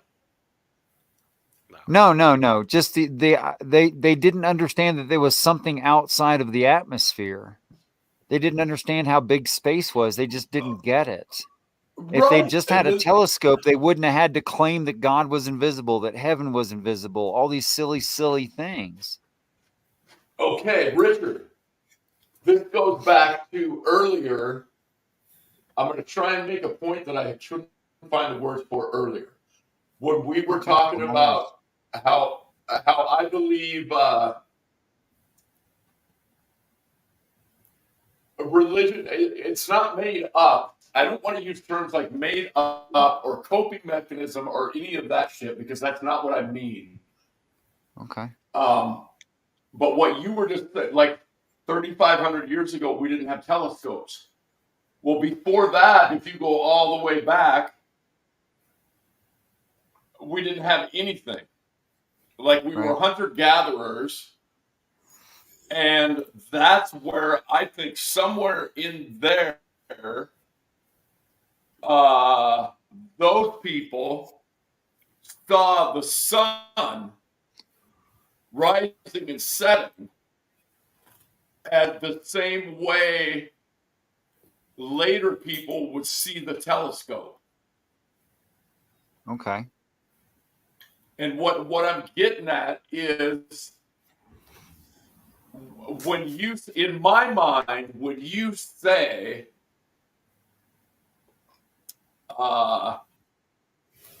we didn't have a telescope 3,500 years ago, but we do now. Mm-hmm. To me, that just furthers the point that what we've been looking for all along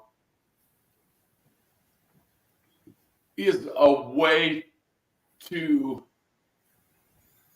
deal with our humanness. And so we place God into a predetermined box. Yeah, I'm gonna have to write this shit. I'm gonna have to write this shit down. I can't. No, It's okay. I don't have to. if I I don't have can, to. sorry, DT, if I can Go ahead. reframe the question. Yeah, if I can Yes, go reframe the ahead. question. I think, and I agree. I was going to say this anyway. Is that, Richard, if you're saying that if we had telescopes, then the people who wrote the Bible wouldn't have written what they wrote? No, that's not what I said. Okay. Yeah. Carry on. I said people wouldn't have interpreted it the way they did. But that, what I'm getting at is, if it's the inspired word of God, it wouldn't matter whether we had telescopes or not. It would still be true whether we had telescopes or not. You're saying they wouldn't have wrote what they wrote if we had telescopes and they understood. No, but if it was that's the not what I inspired said. word of, okay, so No, I think the word works great for any level of technology, but how people view it does not. Like, it describes a physical heaven, a physical arrival, physical reactions in the atmosphere to its arrival, all this very physical stuff. But because they looked up in the sky and they couldn't see heaven, they thought, oh, heaven's invisible. Well, if they'd had a telescope, they'd have realized how big space is. There are entire galaxies we can't see, and we're aware of it because of gravitational lensing. but that's what. Sorry. But instead, they had to posit Inviso God and Inviso angels and Inviso heaven. Yeah, but that gets away from, if God is inspiring this word, which a lot of Christians believe, then it wouldn't matter our level of technology. I believe it was written from heaven. Go ahead. Yeah, but it wouldn't matter our level of technology or anything like that. If it was from God and it wasn't, so you're saying that it came from heaven. Yeah. Well, it was interpreted through the technology we had at the time. Of course, we always do that. So how do you tell the difference between something that comes from heaven and something that is just interpreted by humans at the time? I'll give you a proof that has not yet happened, that I think the Bible is describing, is plausible in physics, that we are only on the cusp of now proving. Yeah. And that is that a planet, namely Mercury, can be dislodged from its orbit electrically, not gravitationally, and not by physical impact pushing it out, but by changing the electrical forces that hold it in place. Now that would be cutting edge stuff right now. Yeah, but that wouldn't be a proof if it hasn't yet happened. I didn't say it's something that already happened. I said it will be a proof. It will be a proof. Yeah, that's fair enough. Yeah. Okay, so that, I mean, under the reading frame that I've adopted, that's what it is. that is what his calling will happen. And perhaps, I believe, in my own lifetime, in your lifetime. But how is that different from like, oh, what's his name, Harold Camping, saying that in 10 days the world will end and Jesus will come back in clouds of first, glory. only the Father would know that, and people shouldn't say such things. Now, Yeah, but until it happens, you could claim that it's a future proof and it's going to happen. But how but I'm asking nothing that- from you but to wait. I don't want your money. I don't want you to sell your goods. I don't want you to become irresponsible. I don't want you to start, I don't know, letting your fingernails grow to extra long. And I don't want you to do anything. Yeah, but the end result is the same. There's no way to test it Unless it until happens. Yeah. Yes. Well, yes, the future's like there that. is. There, yes, it's a prediction, and the way to test it is wait until what Richard is predicting. Yeah, but I'm asking how is that happens. different? I mean, Harold Camping said the world will end in like 10 days, and that's a prediction. And all he could say is, yeah, just wait till that happens, and then you'll have proof. But the point is, it didn't happen. I see what you're saying, Wildheart. But Yeah, so it's Richard, entirely possible that I'll die an old man disappointed, and you'll say, well, Richard was a bit of a screwball, but a heck of a nice guy. And that'd be fine too. Okay? Because I'm not asking anything from you. Yeah. Yeah, that's fine. And I'm not trying to be overly harsh or anything. It's just, do you know what I mean?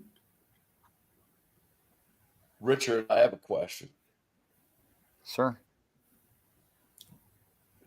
Are you,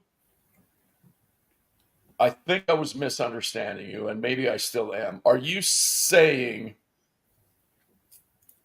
that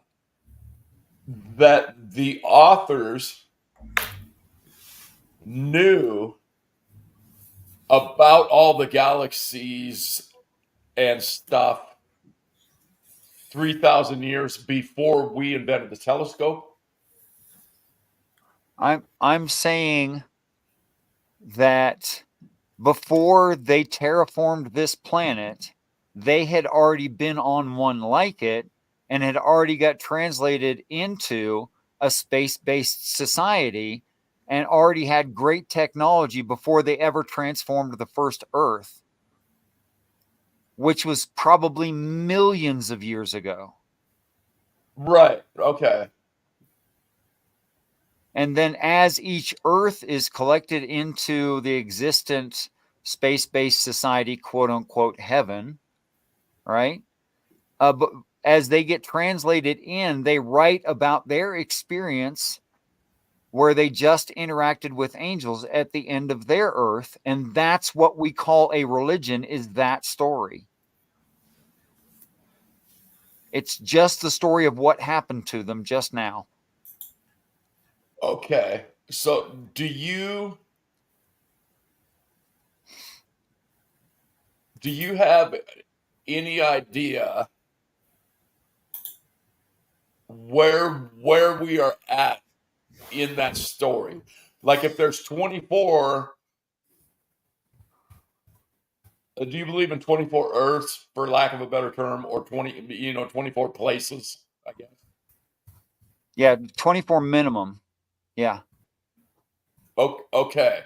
Do you or have you discovered or whatever? Do you have any idea where we're at in that story? Like, are we on the sixth planet? And I'm not trying to trap you. I don't care if you are trying to trap me. I'm just going to be honest. Yeah, that's true. I know. Yeah. Well said. So what I believe is we are either, it's one of two choices. We are either the 24th being referred to, or the one they just completed was the 24th and we're the 25th. I'm not really sure about that. Oh, wow. Okay. Fuck, I thought you were going to say, and I don't know why, but I thought you were going to say you couldn't tell yet. Well, I don't know if the next Bible for the next Earth and all the different religions for the next Earth. Yeah, If the next Bible is, if I don't know if the next New Testament, I suppose it's going to read 25 elders, not 24. 25 previous Earths, not 24. Or if the 25 is included in that count. I really can't tell. And is there? Do you think there's any limit to that? Like it could be 28 or 31 or whatever. I don't think it ever ends. I think that's why there's always a new heaven and a new earth, because if humans take up space, having flesh, and they need room to live and work and stuff like that, you have to add on to the existing structure heaven. So that's why it says new heaven, because when they collect one, that adds to the population. They got to make more room. And then it says new earth because that's what they're going to do next. So you'd always have a new heaven and a new earth. And where would that stop? I guess you'd have to run out all the resources of the universe before that had to stop. Well, right. And then what about the metaverse? Yeah. I mean, I can't even imagine us using up the knowable universe. Never mind the actual universe. I don't even know what that means. Right. I mean, I can grasp conceptually the idea of 16.3 billion light years across of a bubble of space with all this stuff in it. But that's not even the size of the universe. That's only the size of the part we can see. We don't know how big it is, frankly. I would say, I don't know. The way I've always seen it is that is the size of the universe, not the cosmos. No, it's the knowable universe. Oh, you're saying universe versus cosmos. Okay, cool. Okay. Yeah. Yeah, the cosmos could be like multiverse and all that. The cosmos, just technically better than what I said. Yeah. Yeah, it's just basically all that exists. The cosmos, the universe is, like you said, the known universe. And that's not even accounting for maybe the possibility of multiverse theory. I don't even. Yeah. Or multi-cosmos theory. Right. I don't know. Yeah. Exactly. Okay. So, but there is a story enumerating the beginning of human in the universe and what their situation was, and that the first one was made male probably because it was easier to control than a female would be, and then I'm sorry, that's just true. Have you ever raised children? Boys are easy. Girls are tough, man. Right, I'm just trying to work. Girls are like free thinking and independent from the time they're small. Like boys are easy. I know if you made a brand new animal, you want it to be male. Trust me. Human beings, like on Earth, have known this since like before writing, right? Because one of the oldest stories we have is Gilgamesh, and in Gilgamesh, they know exactly how to tame Enkidu. They gave him a woman and they gave him a beer, and that was it. And a beer. That's right. Easy. Yeah. So the first one was male, and then of course it gets lonely, and it's intellectually superior to everything that preceded it. So they have to make a brand new kind of a thing for it to be its female, which is understandable. It looks at the animals around it and goes, no, that's not for me.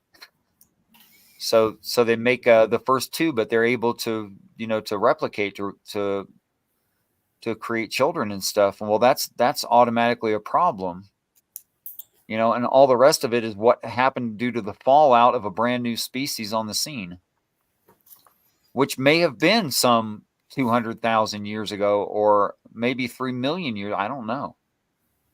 But on a different point, can we take just 5 minutes to dispel the myth of pantheism?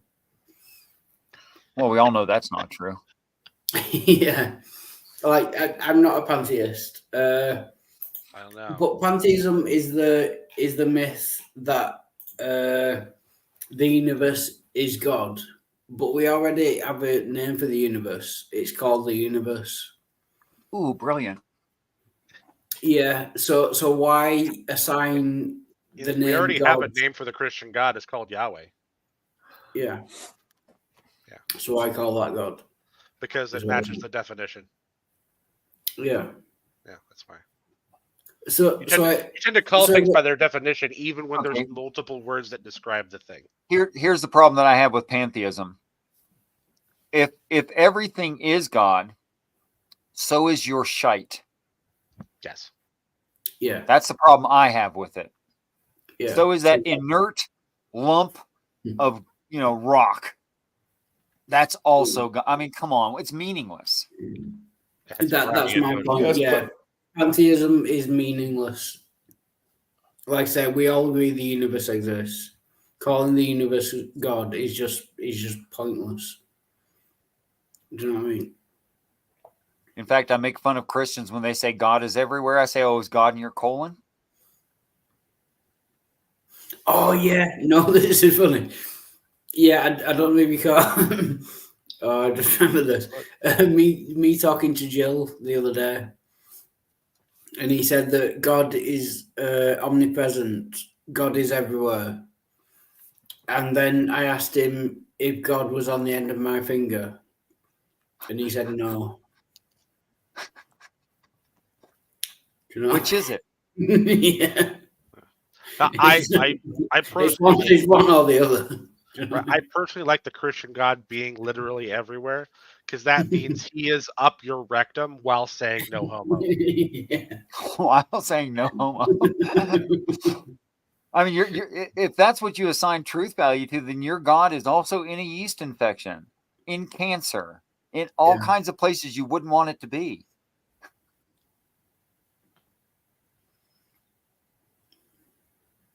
Well, but to be fair, on the flip side of that, I've heard many Christians say to a pantheist or a non-believer,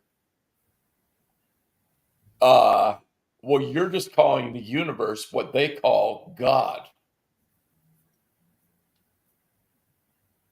Well, then they're a pantheist. So they're trying. Well, no, kind of. But what they're trying to do is put their God into your worldview, because if you describe the universe as I guess you could kind of describe the universe itself as all-knowing in a way.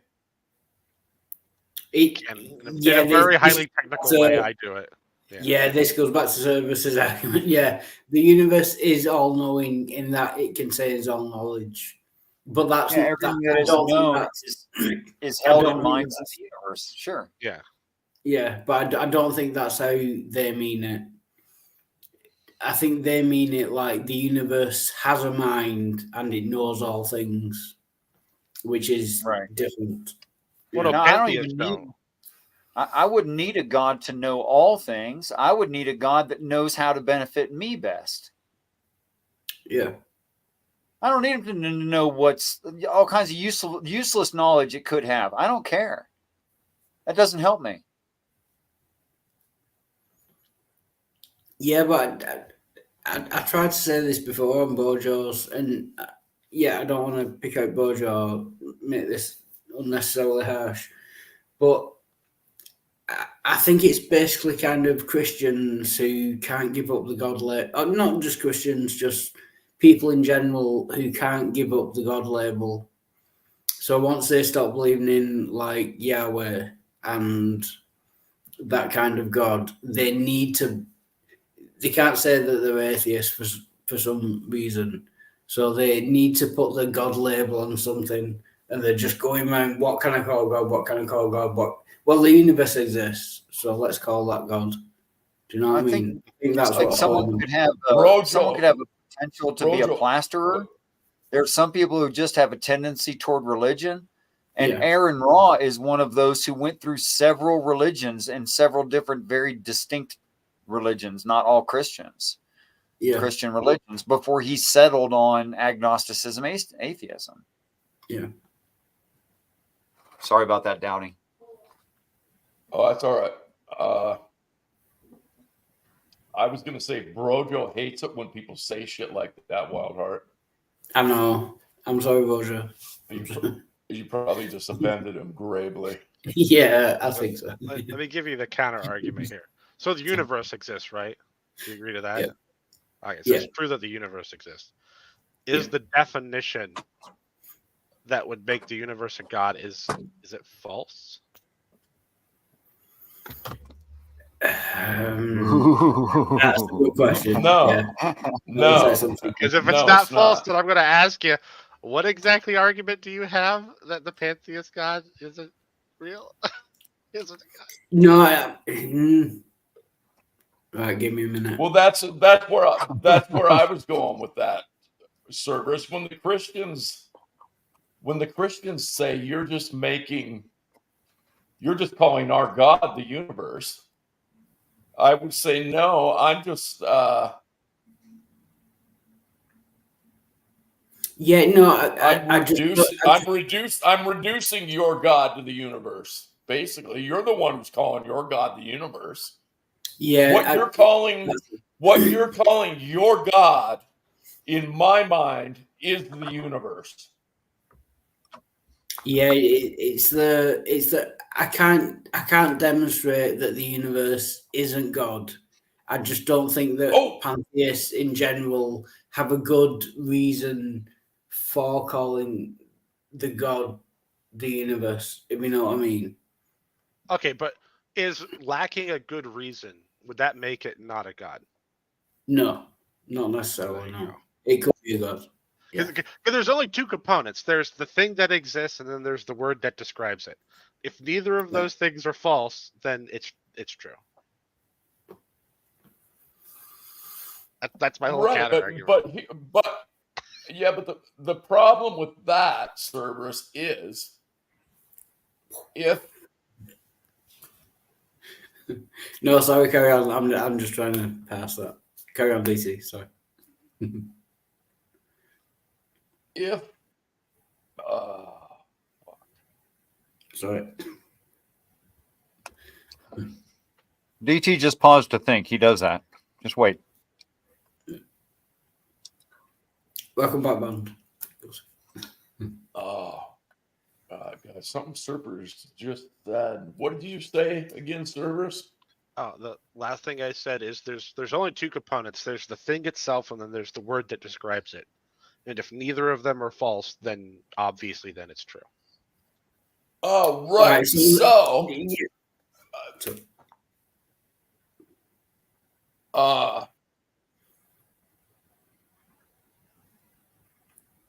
so the thing that is the universe, and the thing that people describe it as is the word. Is God. Is the word. Yeah. So the universe exists. No. Yeah, I'm trying to work it out as well, to be fair. Sorry, DC. Yeah. Here's the thing. When you say that, then they have to be true. I think that's the term you use. To be fair, he said if they're not false, then they're true. I agree with that.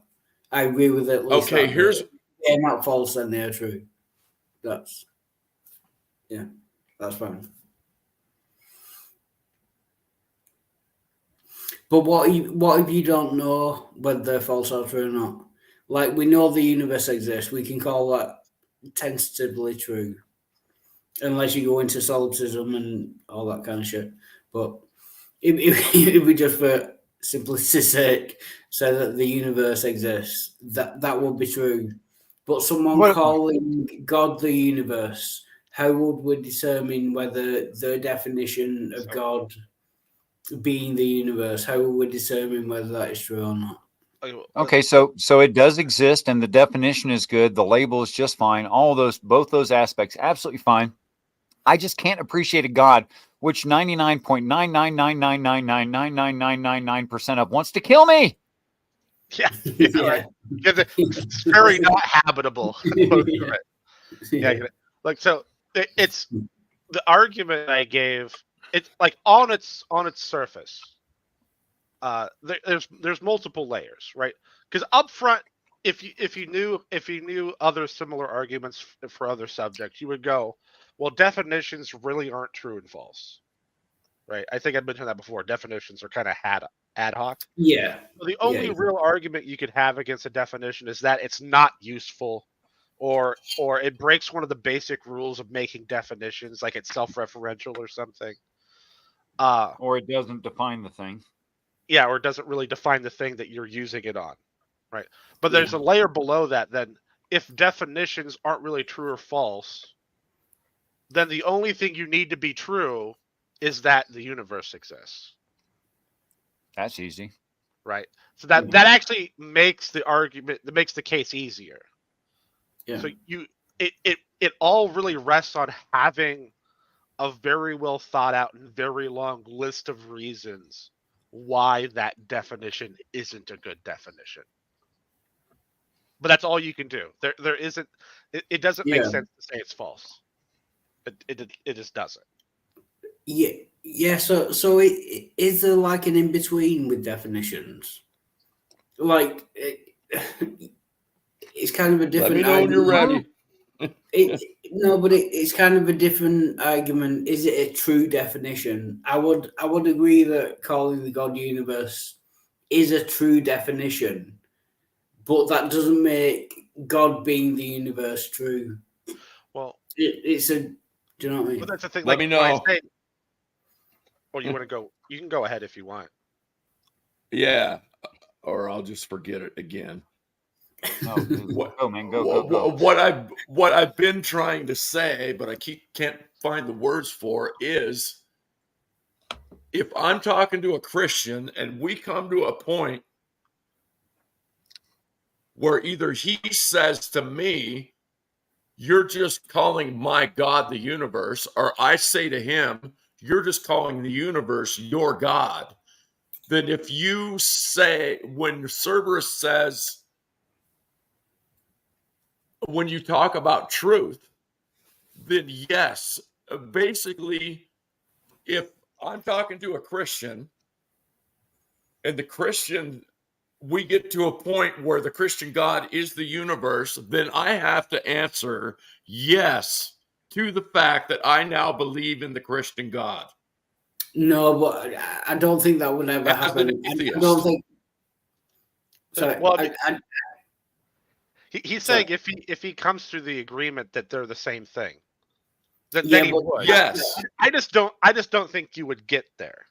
Yeah, the Christian God could never be like within the universe, and the Christian God, by most definitions, is outside of time and space, outside of the universe. He created. You could never get to the Christian God is the universe.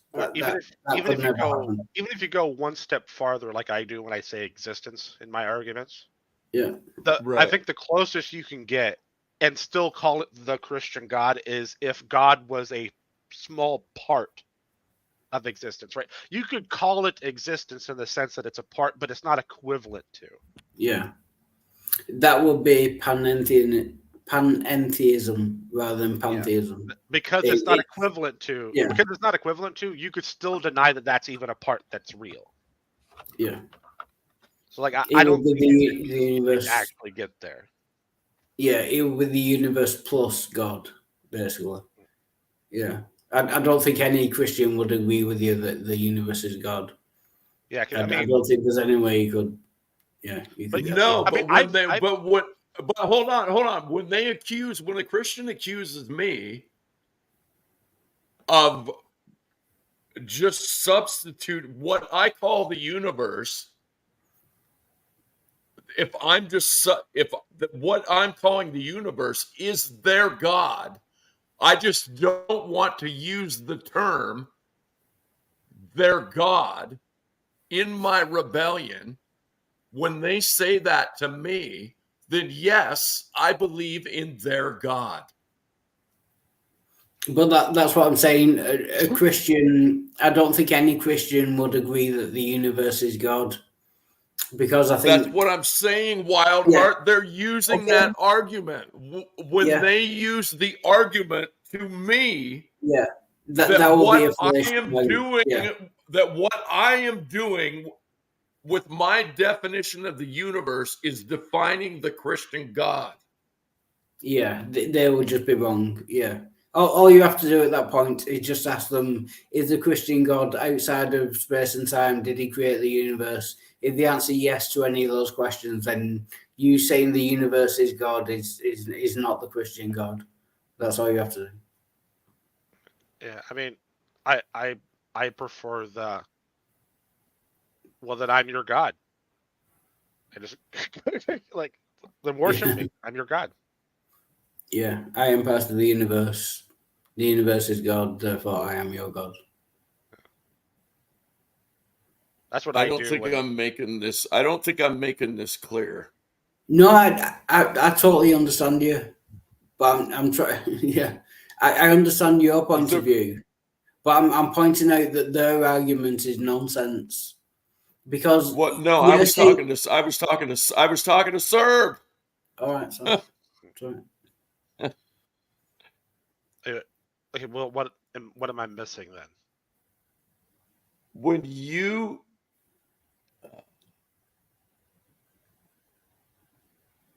and I didn't mean to yell at you, Wild Heart. I just wanted to cut you off before you started arguing with me when I wasn't. Yeah. No, you're fine. No, it's fine. Go on. You're fine. Oh, Serb, you said then all you would have to say is turn around and worship me, right? Yeah, I mean, it's a play argument. It's And just here's meant to upset them. Well, right, because I would just say to that, like, look, you're the one who defined that. You're the one that says my definition of universe fits into your Christian God.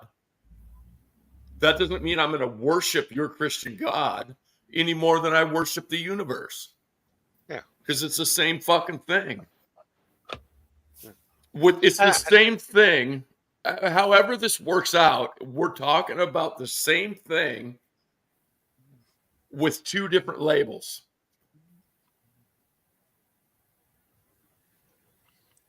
Yeah, I just, like I said, I don't think you could. There's too much from the Bible you could pull that would go, look, these things are clearly not equivalent.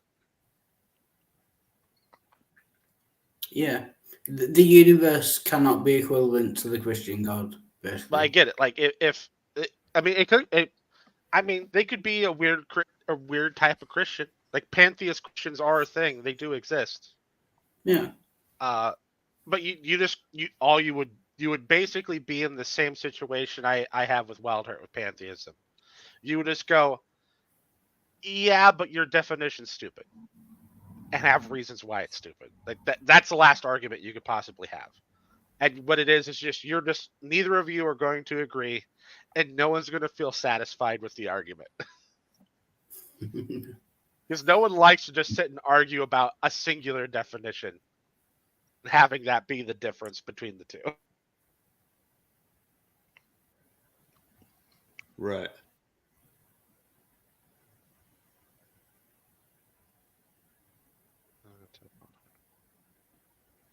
Oh, when you were talking about the definitions being false. When I said it's weird to call a sentence false, it's also weird to call a sentence true, because they're phrased like a proposition, which is something that is true and false. But they're not. The definitions aren't claims, which is really what a proposition is. A definition is just saying that these words together are qualitatively equivalent to a singular word. Yeah. And yeah, I get what you're saying. You're saying a definition is. It's not true or false. It's literally just been defined into existence. Yeah, you're saying it's true as a definition. It's a true definition. I agree with that. But that's different from the definition of something being true. Like I could give a definition of unicorns. A unicorn is a horse with a horn. That is a true definition. But that is different to unicorns being true. Unicorns existing. Do you know what I mean? Yeah. Yeah. Or you could say a horse with one horn is a unicorn by definition. It's true. You've heard the term true by definition? Yeah. That doesn't mean that it's true in some big T truth reality sphere. Yeah.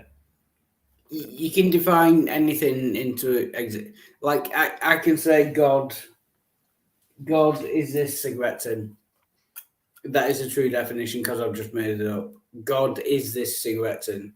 Therefore, God exists. Yeah. But that's different to saying God exists. You know what I mean? So it's a true definition. That doesn't make God exist. When we say true by definition, basically all we're saying is that there is a thing that matches the description of a word. Yeah. Right. It's. I mean. Do you mean obviously the thing's true because it exists. Otherwise, it wouldn't match the definition of the word. But yeah. Sorry, Space Cadet. No, that's okay. I was just trying to clarify. You mean because the name of the thing describes what it is? Is that what you're talking about? If you're talking to me, yeah. Yes. Okay. Yeah. Just checking. Well, the definition of the word of the thing that it is matches it. I mean, it can't match a word because a word by itself really isn't a description, but it matches the definition that's attached to a word. I get it. I like like automatopoeia. You know how like certain words sound like what they are, like boom, and stuff like that. Yeah. Oh yeah, we learned a lot about that in yeah. Sorry, you just took me back to my childhood. Onomatopoeia. Yeah. But these issues. We learned a lot about that in school. Yeah. Right. If you ever watch me argue this stuff for fun with atheists or Christians, right? You might notice that I try to get them to agree to a definition or at least some properties ahead of time. Right. And that's to avoid the whole entire, but I don't like your definition. Yeah. Right. Well, even definitions are just our human way of referring to something, right? Like we don't know if there's like some larger universal definition for things. We just know what we say. Definitions are not objectively true or real. Right. They're all made up. And that's what makes things complicated, especially when talking to like theists and Christians. Like you can't just use words. Do you know what I mean? Like if someone says I believe in God, then you have to ask them the definition of God. Or they say something like you say God doesn't seem to be all merciful, and they say, well, it depends on what you mean by mercy. Yeah. It depends on what you mean by all, you know. Yeah. Define definition.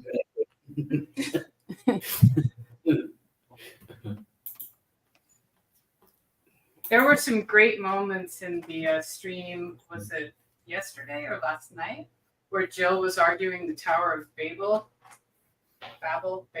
and he was arguing that God destroyed the tower because the inhabitants of that city built vertically instead of horizontally because God told them to fill the earth. And to Jill, that means spread out.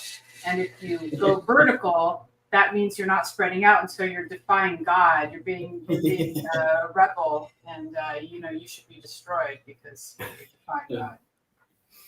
Yeah, that was classic. Yeah, it was. Yeah. He pivoted several times in that too. Like first he said it was about being vertical, then he said it was about not being physically on the earth. Then he said the tower was an idol, and that people were prideful and trying to quote make a name for themselves, which was also defying God. And I'm like, where is that described? That making a name for yourself is defiance of God? Does that mean that you think you're important, and because God's also important, you're being like God? Like, how is that being defiant of God? Like, I don't get it. That's why Jehovah's Witnesses don't celebrate birthdays.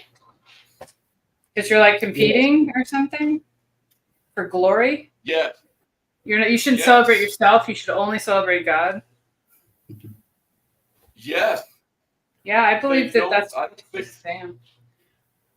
I don't think they give Christmas presents either. I don't think. No, I think you're right. You're right. Yeah, like I have a sister, and yeah, you do. Yeah, she's very nice by the way. Yeah. Yeah. We hear a lot about actually, her. I have. Yeah. Actually, I have five. I have 5 sisters.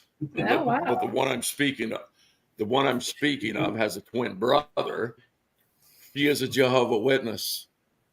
So on their birthday every year, I wish my brother a happy birthday, and I usually check in with my sister to see how she's doing. Oh, that's nice of you. Like, I don't wish her a happy birthday, but. And on my birthday, or usually around my birthday, she will send me a message like, "How are you?" Right? Interesting. Well, I'm glad, that you guys have some little ritual that isn't, going against her beliefs that you can still kind of enjoy. Right. Yeah, I don't give her my address. You don't want her coming by with some pamphlets? Just kidding. Yeah, because she's not beyond, and it's almost like I think that's what she has to do. She should be doing if she really believes everything she professes. Then she should be sending out the fucking JW hit squad after people.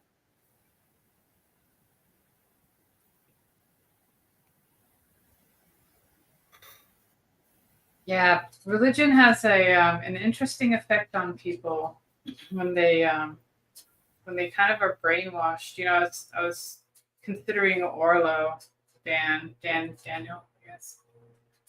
And that's just like his entire existence now is all about being Orthodox. That's like the definition of him now, and he thinks that that's the way it should be.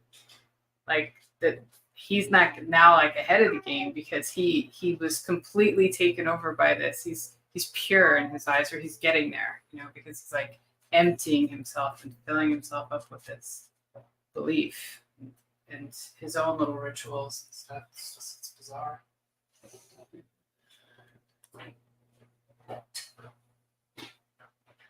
My brain is fucking bent right now. Bent in the right direction. I think so. Say what you just said again, Housey. About if you can. About Daniel? Or about what did I say? Oh yeah. Yeah. Here's the kind of shit that goes through my mind.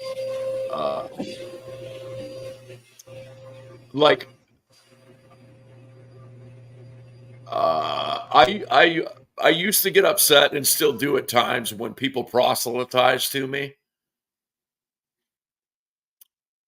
But I also understand on the same note, by my own standards,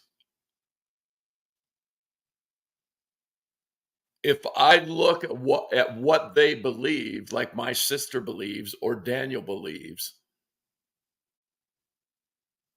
then there's certain things that they should do. And if they believe, like if my sister believes I'm going to hell, she should do everything in her power to stop that from happening. Even if I see the root of what is driving her behavior, like I think is imaginary, maybe, whatever. I don't even know what. But if that's what she really believes, then she's acting consistently with her beliefs. And the thing that really bent my brain even more was when you were talking about Daniel. Mhm. Out of all, I was thinking, out of all the things Daniel could have picked to turn to, Mhm. This is it not was too bad. Eastern Orthodox. Yeah. Huh? Yeah. Were you thinking to yourself that this is not the worst choice that you could have picked, or were you thinking about something else? No. I'm thinking it was an insane choice, and he's on the borderline of some sort of psychosis, in my unprofessional opinion. But not, I mean, I don't know. He's fucking whacked out. Yeah. Is what I see, right? But He's on a it's like he's on a bender that isn't stopping. You know what I mean? With gorging himself on this specific right. for a religion. But I think possibly there's a reason for that, and he's on the right path. Because the more people that I encounter that believe batshit crazy things, is just the universe exposing more of itself to me. And instead of thinking people are fucking nuts, maybe we're all nuts. Just different levels. Like, what's the kinds of nuts? Well, yeah, and why? I can't really say objectively that Dan's belief system is any better or any worse than mine. Mm-hmm. I can. I mean, for me, it just kind of limits. I mean, like, I don't know if the guy can just have a normal conversation anymore. You know, about stuff Right, that isn't related to that. You know what I mean? Like, that's the only thing that I see limited. Is that it's gonna, you know, and that's not my business. You know, like if he wants to limit himself and his interactions with people to that kind of interaction, then that's, you know, I just think it's a little bit. It's kind of too bad. You know, that you can't just talk to him as a regular person anymore. But oh yeah, that's kind of fucked up. I would agree with that. But it's crazy. See if this works. As crazy as I think Dan is, right? Dan thinks I or we are equally crazy. Or lost. He thinks we. Yeah. So who is correct, and is there any objective way of telling? Is there any objective way of telling? Yeah, I'm not sure about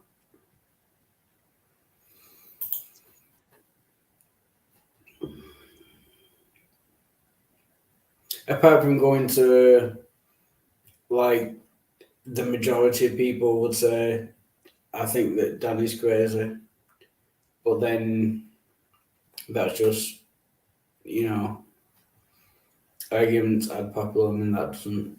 Yeah, I don't know if you could objectively say that one is crazy and not the other. It's just opinions at the end of the day. Were you around earlier when Odin was here and we were talking about psychologists or therapists or whatever, what makes a good therapist? Yeah, in Brojo's. I don't remember Odin, but there was a similar conversation in Brojo's. No, that was that was in Togstream earlier today, I think. Oh, yeah, so many streams. Yeah, they all kind of merged together. I'm not sure. I missed Odin. I'm sad. So Odin was basically saying, what makes a good therapist isn't that they can fix their patient. They need to lead them to different tools that they can then use to maybe help themselves. Yeah. Yeah. Yeah. They help them gain access to the parts of themselves that they need to examine. You know? Yeah. It's like people say with. It's like people say with children, like you don't teach them what to think, you teach them how to think. You give them the tools so they can. It's like teach a man to fish, he'll fish for give a man a fish, he'll eat for a day. Teach a man to fish, he'll be able to fish himself for the rest of his life. That kind of thing. Yeah, if you give them the tools to know how to think, they'll be able to work it out no matter what the situation. Yeah, I get what you're saying. Okay, so see if you can wrap your head around this. Then the only thing Dan is doing is using the tool of religion to make some sense out of what is going on here. Yeah, but in that circumstance, I would just say religion is a bad tool. Do you know what I mean? Like you could give him the tool, right? But if the religion is the tool that helps Dan, yeah, then I don't really see it as a bad thing. Yeah, I get what. Yeah. And I don't see, I don't see what Richard believes as a bad thing either. Yeah, but there's a difference there between what helps you as a human being as to working out what is true. Like religion could be a good tool to help someone in their personal life if they have like issues and something. Religion could help them in their life, but that's different to like giving them a tool to work out what is actually true. Those are two separate things. Do you know what I mean? I don't think religion is necessarily. Oh, sorry. Go ahead. I don't want to interrupt. I was just gonna. If religion helps someone to not self-exterminate every day, and I'm not saying that's what's going on. What I'm saying is, if a religious belief is the only thing that keeps somebody on this planet, then I think religious belief is the right fucking tool for that job. Yeah, I would agree with that strongly. Yeah, but that's a different thing as to being a good tool as to work out what is actually. I agree with you. Yeah, that is a good tool for them in this moment. I agree with that, but that is different to being a good tool, like in the broader sense, as to work out what is actually true in reality.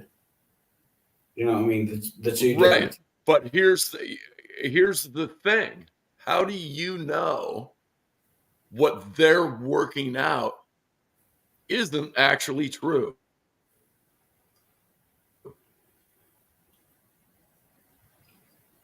Yeah, I would go off. I would go off the tools. like just because a tool helps you in your life and helps you feel better and maybe stops you, like, how do you put it, like self-exterminating or whatever, that's different than a tool that helps you work out. No, that's not answering the question. Sorry. That's not answering DT's challenge. Yeah, Richard. DT's challenge is something more like, and tell me where I'm wrong, DT. DT's challenge there is something more like, since we can't show that they're wrong, yeah, how do you know it's not telling them the truth? Yeah, I don't. I mean, except where you can show they're wrong. Yeah. Yeah, and thanks for that. I suspected I was wrong like halfway through my response, but I couldn't demonstrate that he is wrong. Like the Orthodox Christian faith might be true. I have no way of demonstrating that is incorrect.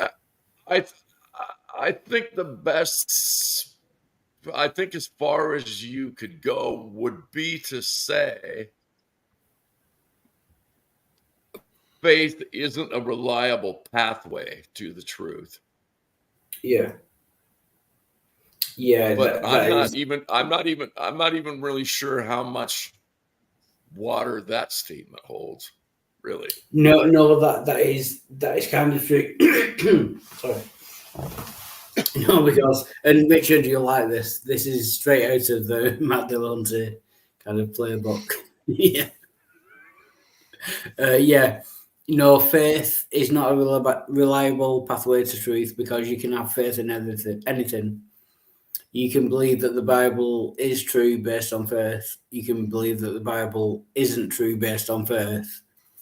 You can believe both things, and there's no way of knowing which is actually true.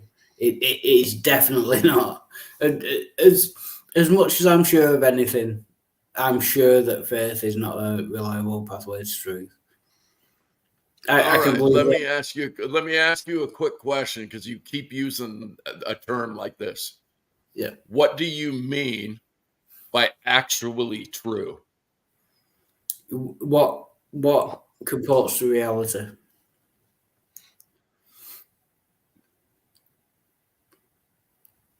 Truth is what comports to reality. I can believe that. Okay, so what? And I'm not trying to be a dick. No, it's good. So what do you mean? What do you mean when you say something comports with reality? It matches up with reality. Like there is one reality. Something is either true or it's not true. So when something comports to reality, it means that it is true, whether we know it or not. Okay. So do you know, David, what that reality is? No. I have my beliefs. Then how would you? If you don't know what that reality is, then how would you know if something comported with it or not? I wouldn't know whether it comports with it. But going back to the faith thing, I know that if I can believe that the Bible is true and base that on faith, and I can also believe that the Bible is not true and base that on faith, then I know for a fact that faith is not a good way to work out what is true, because I can believe two separate things, one of which could be true, one of which is true, or one of which is not true. But it's a separate thing. I can't know. Yeah. So. Well, we can say, because of classical logic, that certain things are impossible, and we can eliminate those. But we can't say what is, and then we can't say everything that is possible within what is. So we don't have complete knowledge, but we can dismiss certain things. Yeah, that's it. Yeah, we can dismiss faith as a reliable pathway to truth, because if you can believe anything on faith, then it's just useless.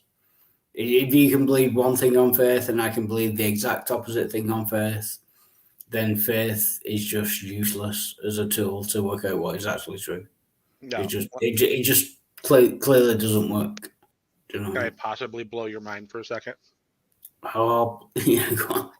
Right. So it used to be considered true in classical logic, way back in the day, that iron didn't float. Yeah. They had a whole syllogism for it. It followed the laws of logic. Everyone thought it was true. But now we're in modern day. You can get iron to float. Well, no, you can't. Yeah. Iron floats all the time. No, it doesn't. I saw some today. No, you didn't see Well, iron when floating. When you mean iron, go ahead. What you saw was pressure differentials separated by iron. Yeah, floating. Well, the iron doesn't float. No, there is a way in which it does. Is what I'm getting. It's called displacement. Is it still floating as floating is defined? Yeah, I think so.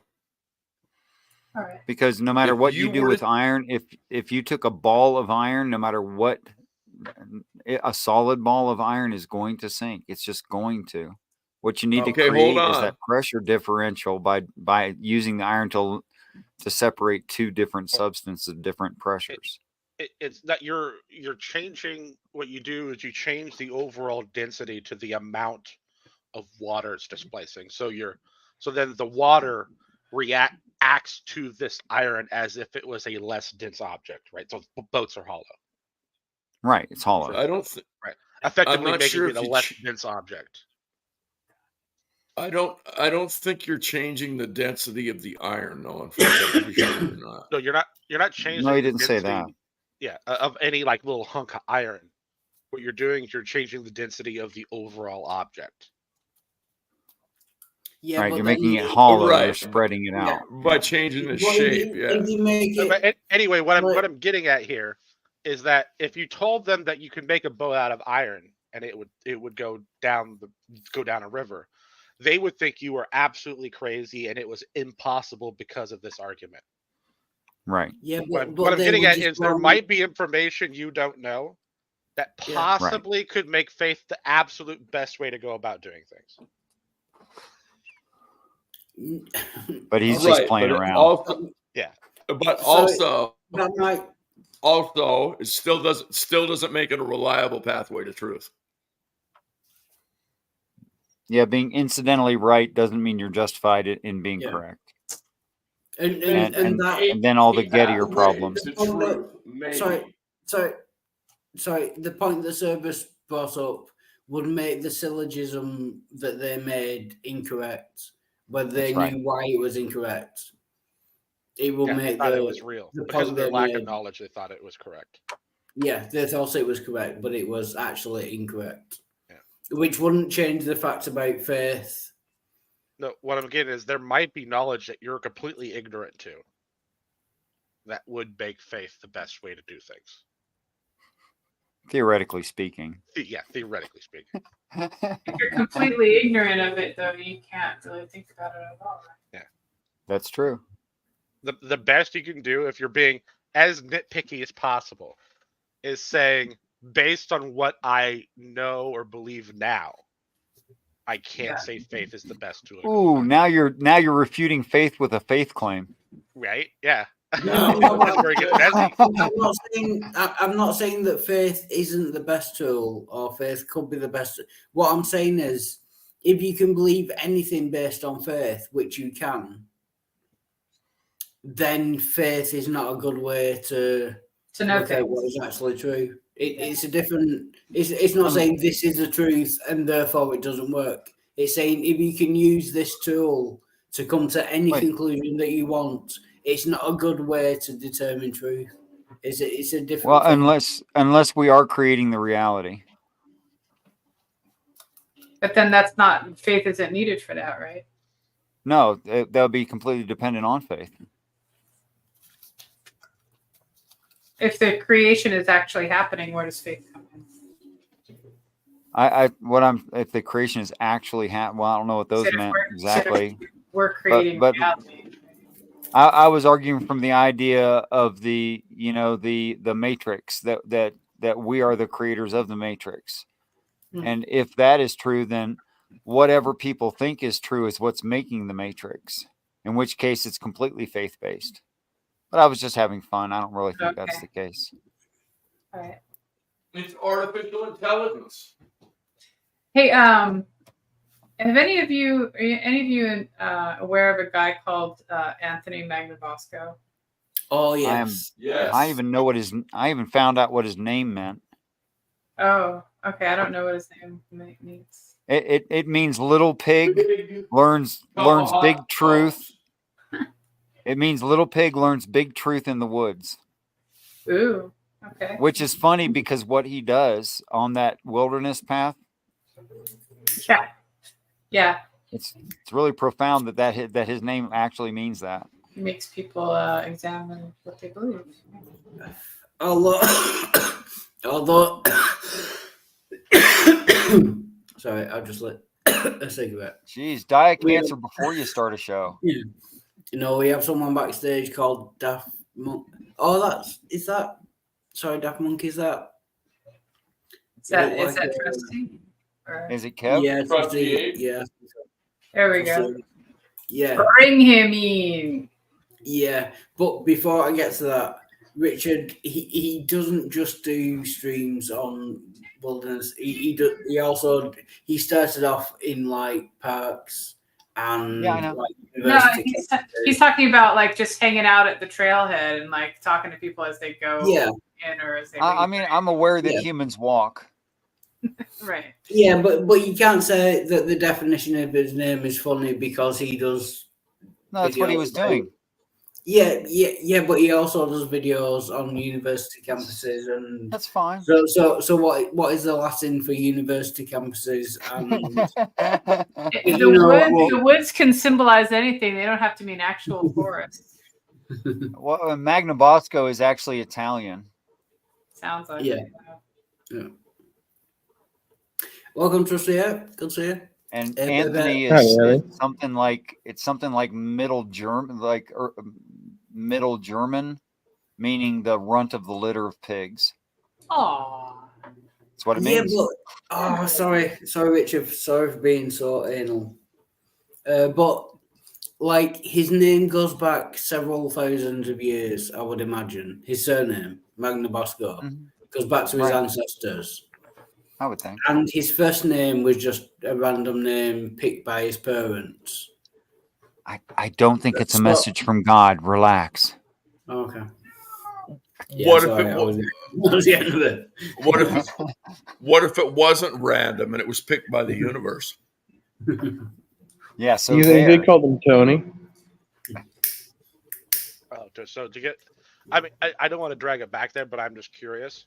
I had to get up a few minutes ago, and I was gone for like 7 or so minutes. Did we cover did we like finish the conversation where Wildheart's actually a theist? And the only argument he had against it was, I don't like it. Stop doing you made me a theist like 3 or 4 times now. I'm getting kind of tired of it. You know? I want to know why Space Cadet brought up Anthony Magnabosco, because I kind of distracted from that, and I apologize. Oh, because of a question that Wildheart asked was very similar to one that he asks sometimes. And if he didn't know who he was, I was going to suggest they check him out. Yeah, no, I do know who. It's pretty cool. So. Yeah, the biggest problem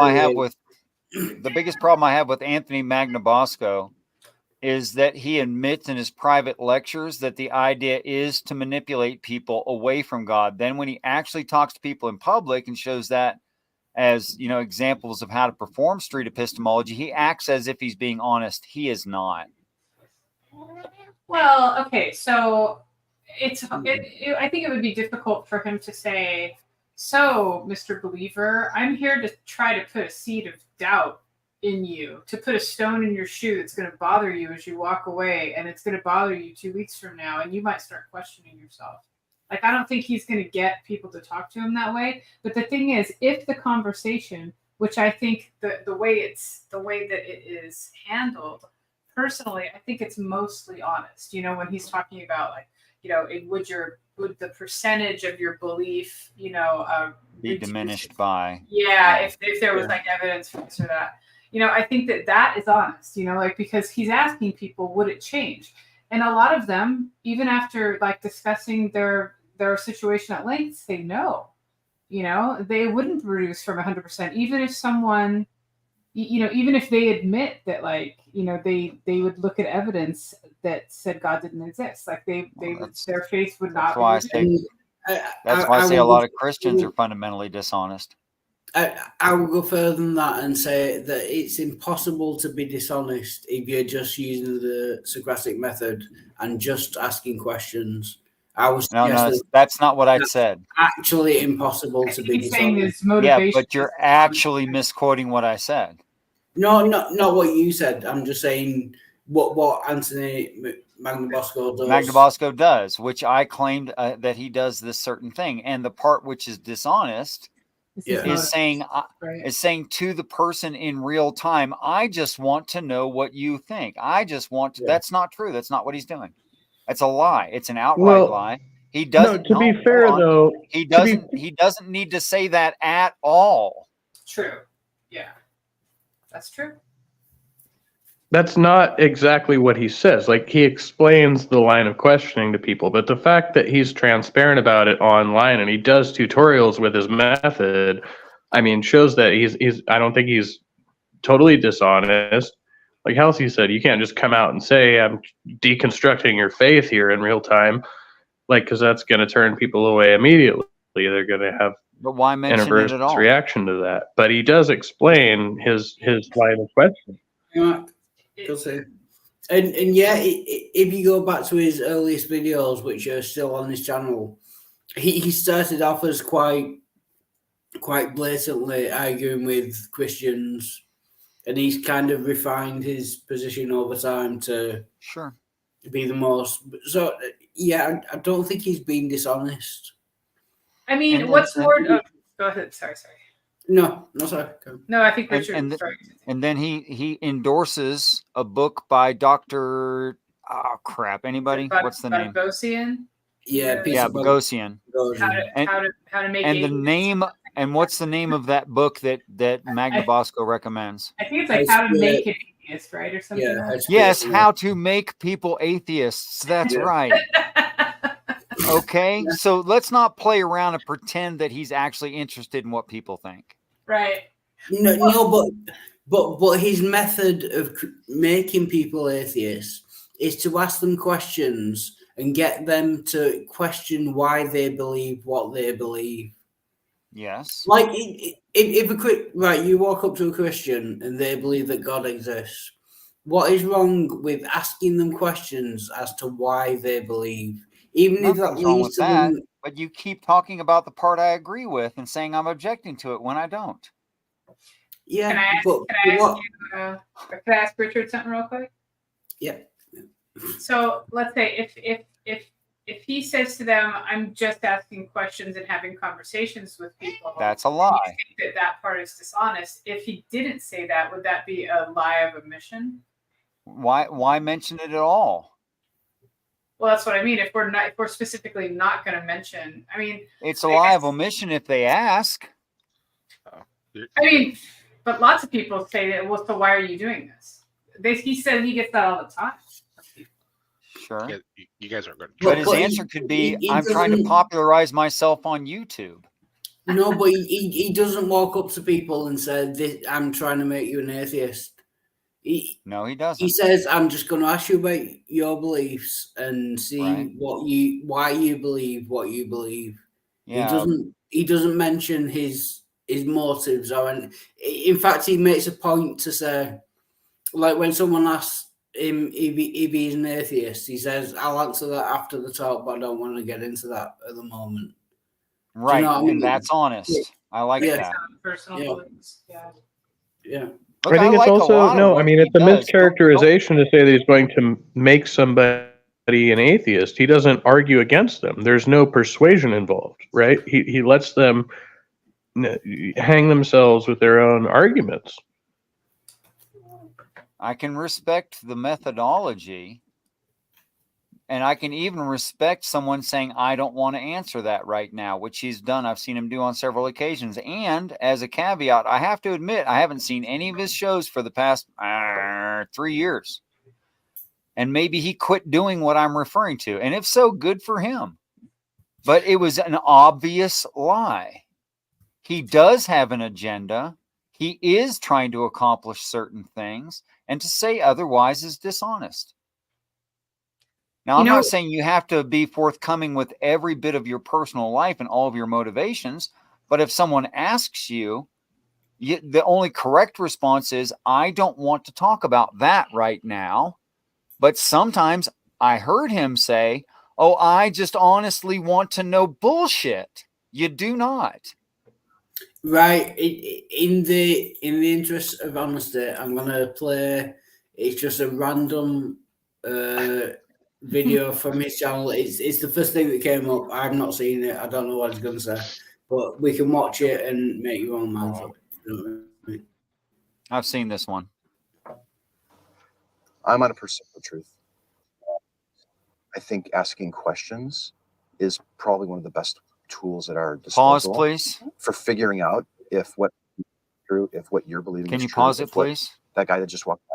Did he just say, I'm on a pursuit for truth? Is that what he just said? We can go back. I'm not sure. I mean, does he mean truth for the other people or truth for himself? Oh, that's a good question.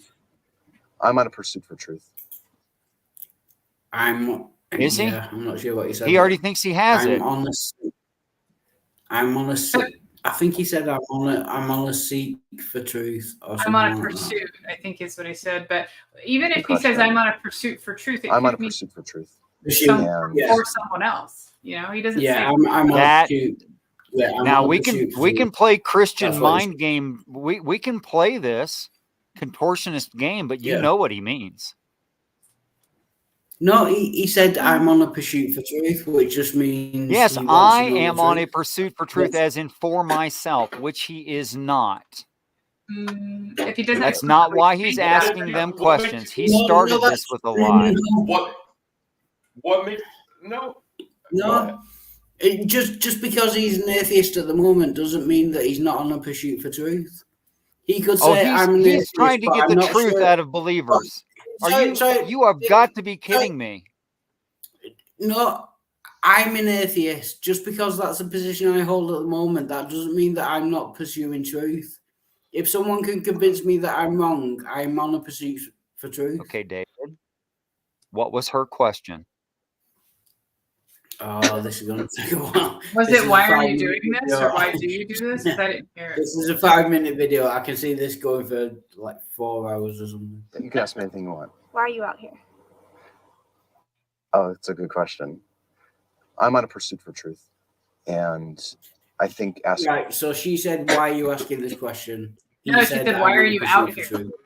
Why are you out here? That was her question. Why are you out here? Yeah. Like I have to agree with Richard. Like there is a certain level of plausible deniability that he might mean it the other way.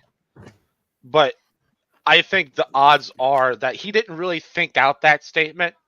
And when he says it, he means that he's claiming he's out here to figure out what's real. Street epistemology. That's what he claimed. Yeah, street epistemology as a technique is not there to change your own mind, it's to change other people's minds. That's correct. Yeah, but if in that pursuit of that, the other person change your mind, I can't see how you can say that he's not. What I'm saying is that's not his goal. It might happen, but that's not what he's doing. Right, so that's not his motivation. He just claimed that is his motivation. That is an outright lie. I think the both of you are absolutely wrong, as if you have some access to his intent. But I said I think you're pretending you don't know his intent. I think there's I know plausible you deniability, do. That but was I'm clear saying from the the gate. odds In fact, are. you stated as such. Wait, I said there's plausible deniability, but I'm saying the odds are that he didn't think through that statement. He is just making the claim that he's out here trying to figure out what's real because that keeps her here. Sure, It that keeps it keeps it neutral. open. Yeah. Right. Okay, so I have a question. I see. Yeah, but doesn't Okay. that further his pursuit of truth? No, because he's not Yeah. out here doing He's the not thing. out there to learn truth. Yeah, he's out there to You change keep- other people's minds, not his mind. You No, keep he- saying I'll tell you that. what. You keep Yeah. saying Just go that. That's go all watch you're some of his doing. lectures. But the thing is, guys, if someone has an argument or a belief that has something in it that makes it able to be torn down and fall to the ground, like I think that basically like what he's giving them is like a drop on top of that structure that might upset the structure, but they can reinforce it, right? They can like reinforce it with their own beliefs and their stubbornness of keeping those beliefs and not budge at all, right? But I think that he just like drops something onto their situation and sees what happens with it. If it starts to grow doubt right there in that minute, or whatever. If it starts to grow doubt 3 weeks from now and the question comes up again for some reason or whatever, like I don't know if because like that person, he says I'm here to seek truth, right? Or I'm pursuing the truth or whatever it says. He could mean the truth in general, and I want to expose it to you. Like if he thinks he has the truth, which is your argument's gonna fall down. Your argument doesn't have legs. Maybe that's his only argument. You know, let's tear down your argument if it can be torn down. It doesn't deserve to stand if it can be torn down. Let's see if I agree with that.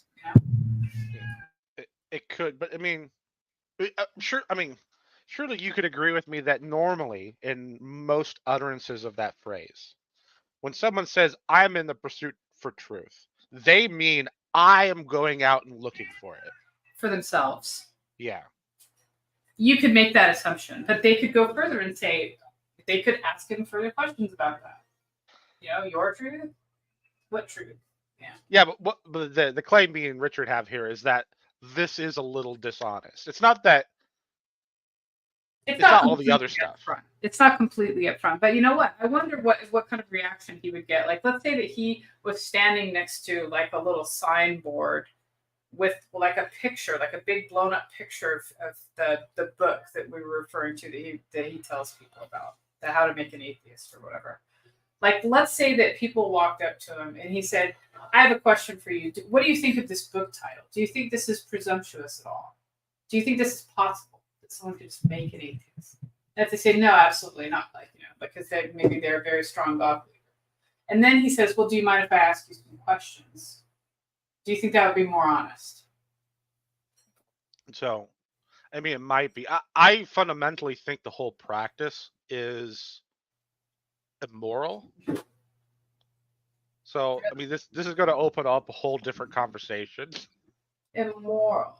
That's an interesting. Look, I'm all about destroying bad ideas, especially those in religious people who believe in superstitions that they don't understand and they suffer. I'm on his side. Right. There's one big thing that Cerberus and Richard are missing here, I think. I want to be open to that. It's possible that here's what I see. Actually, the reason I think somebody would be outdoing street epistemology is they have a lot of doubt themselves. And while you guys are saying he's out there trying to strip down other people's worldviews, the only reason he's doing that is in the pursuit of his own truth. Okay, that's fair. And I can't know what he's feeling and thinking, what his deep motivations are, because he doesn't talk about them in public. On the flip side, because I can't know, I assume you can't know, which means we can't confirm your hypothesis. Right, but I'm Well, wait, also no, not that's he does though. He has a deconversion story. He's a former believer. Yeah, he is a former Christian. Yeah. Well, then he doesn't have a lot of doubt, then, does he? He just in his current position. You don't know that, and that's what I was going to say to you, Richard. You said something about you can't confirm my hypothesis. I'm not the one who's putting intent into him. You and Cerberus are. Wait. I'm But not what- basing that on why is- assumptions. I'm not basing that on assumptions. You can watch any of his lectures that he's given around the world on how to do a street epistemology, and he starts out by suggesting that you're not completely forthcoming, even misleading if you need to be. But what is wrong, Richard, with even if he's doing what he's saying, he's trying to convert people to atheism. Obviously. It's like you're saying his motivations are wrong, but his method is right. You agree Yes. with the method that the Socratic method is a good Absolutely. method.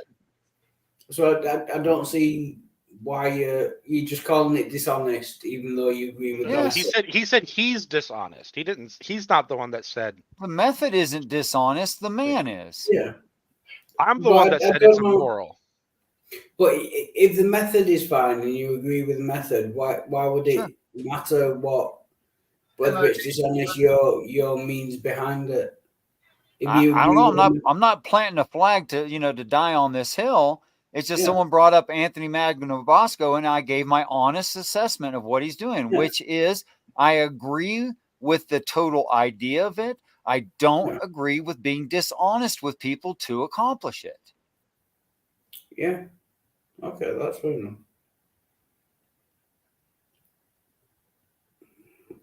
I mean, So- we have. Well, Go ahead. No, sorry, first.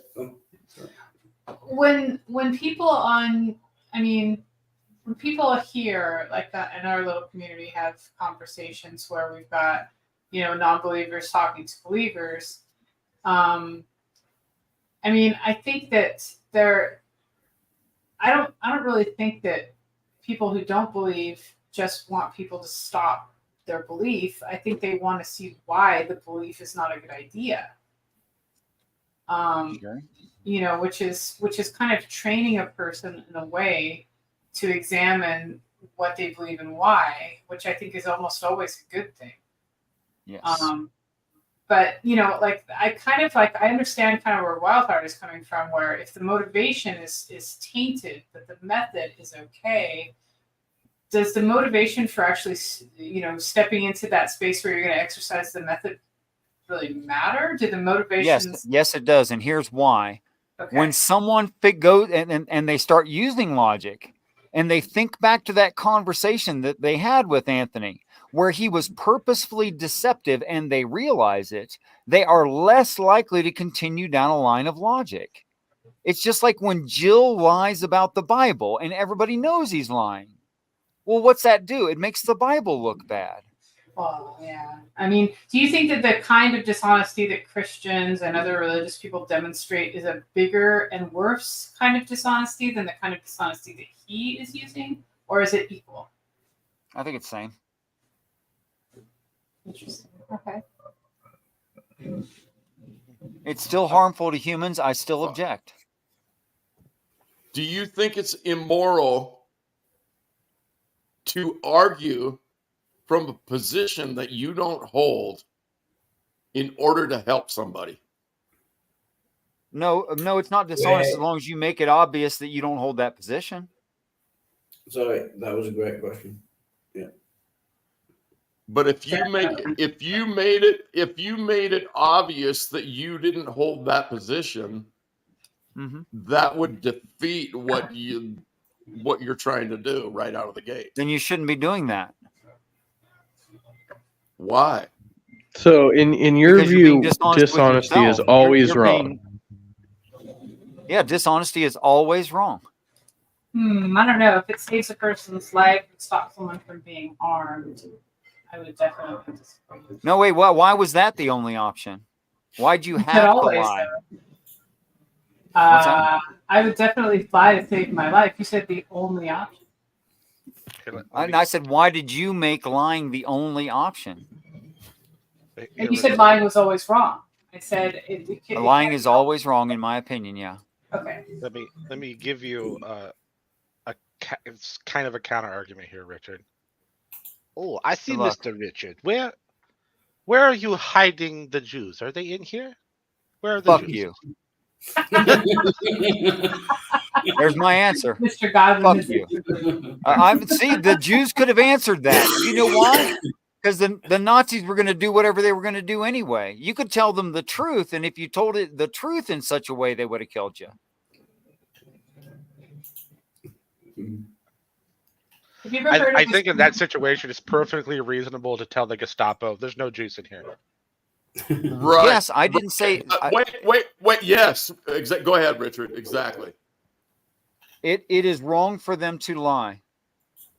I can Yes. understand their motivation for lying. It's still wrong.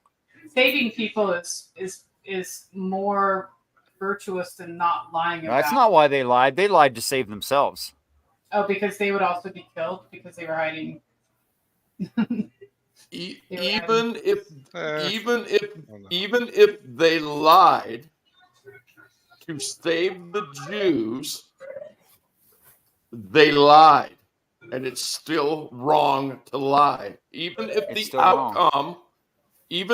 outcome of that lie was a quote unquote good thing, it is still wrong to lie. Right, because they could have told the truth and got the same outcome.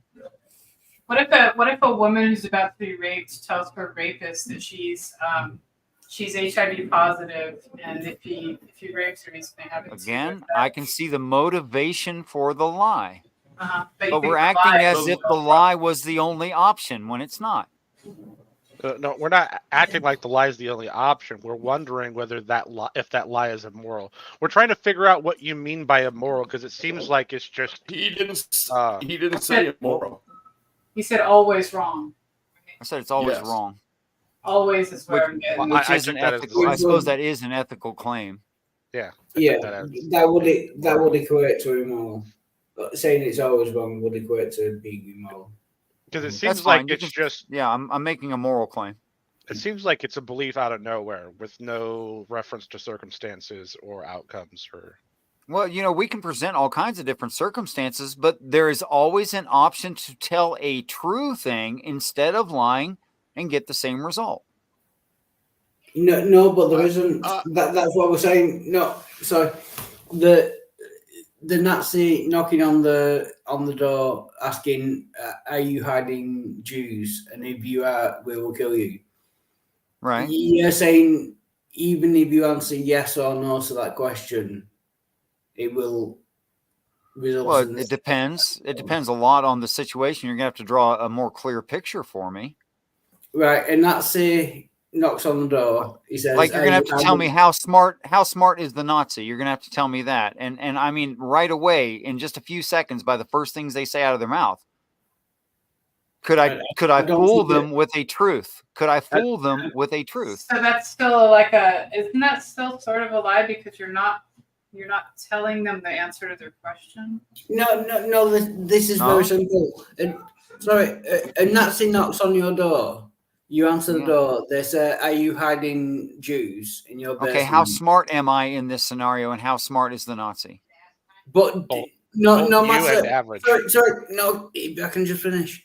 No matter how smart they are, if you answer yes, I am hiding Jews in my basement. It doesn't matter how smart they are. Do you get what I'm saying? That is no. If you answer the door to a Nazi, they ask you, "Are you hiding Jews in your basement?" and you answer yes. My answer might be, I have a college. My answer might be, I have a college degree and 3 children. Just how stupid do you think I am? That might be my answer, and it might be true. Yeah, and Stupid enough to It doesn't maybe mean I hide have to answer Jews. their would question then- the way they want me to. No, just keep they it would going. they would then go on to ask you, are you hiding Jews in your basement? Yeah, maybe it's stupid enough to hide Jews, Mr. Richard. So are you? I think they're hiding going to Jews? look, and I think you can only do so much. And I don't think that always lying. I do think that always telling the truth is better. Can I point something out really quickly? Richard, your Might last be couple hard. of statements, you are behaving exactly like Anthony Magnabosco. No, I would be avoiding the question, not Whoa. answering it dishonestly. That's gonna hurt. Well, you did That just is not say the same thing answering. in my view. But Sorry, that's you just did not just the say- same thing. So Richard, you seem to be obfuscating the question rather than answering it. You're not Well, first, answering yes if- or no. Okay, can we be realistic? Is that moral to obfuscate the question rather than answer it? Let's be direct? realistic about this, okay? If I were a German citizen knowingly protecting the lives of people that I consider lives worth protecting, Yeah. I might have had more than 5 minutes to think about this scenario. But Yeah. right now, in this situation, I do not have a great answer for you.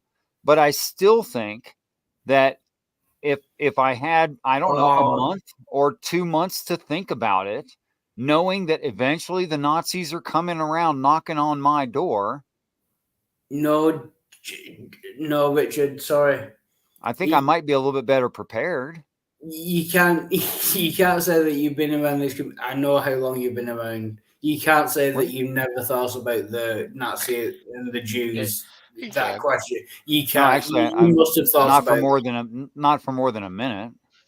I mean, I've heard the arguments, but I've never really thought about it till now. I'm just trying to get at when you say it's always wrong, or when you say something or anything's wrong, what do you mean? Like, how are you determining that thing's wrong? Oh, that's interesting because my immediate response would be something like, what's best for humans is what's right, and what's not best for humans is what's wrong. What do you think Jews being found and killed are good for humans? Sorry, Airborne, good to see you. Not for the ones that get killed, obviously. Yeah, and if the only consequence.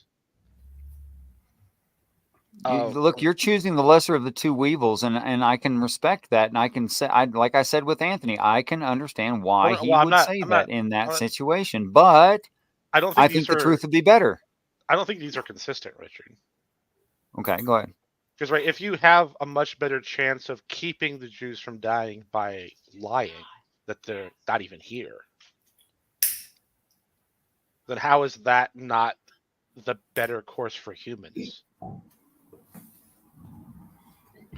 I think lying is injurious to the person who does it. Okay, because they know how they is it lied. in this case? I don't know. I guess we can always come up with Gettier situations, and maybe the Nazis and the Jews is one of those, and maybe it's a gotcha, great. But I still think that generally people are better off not lying. Yeah, no. Yeah, I would say generally. That's fine. Yeah. That's fine. People, I agree with that. People I generally. mean, there's probably an exception to that somewhere that I would agree with. No, but your claim was I think it's still always wrong. It's always wrong to lie.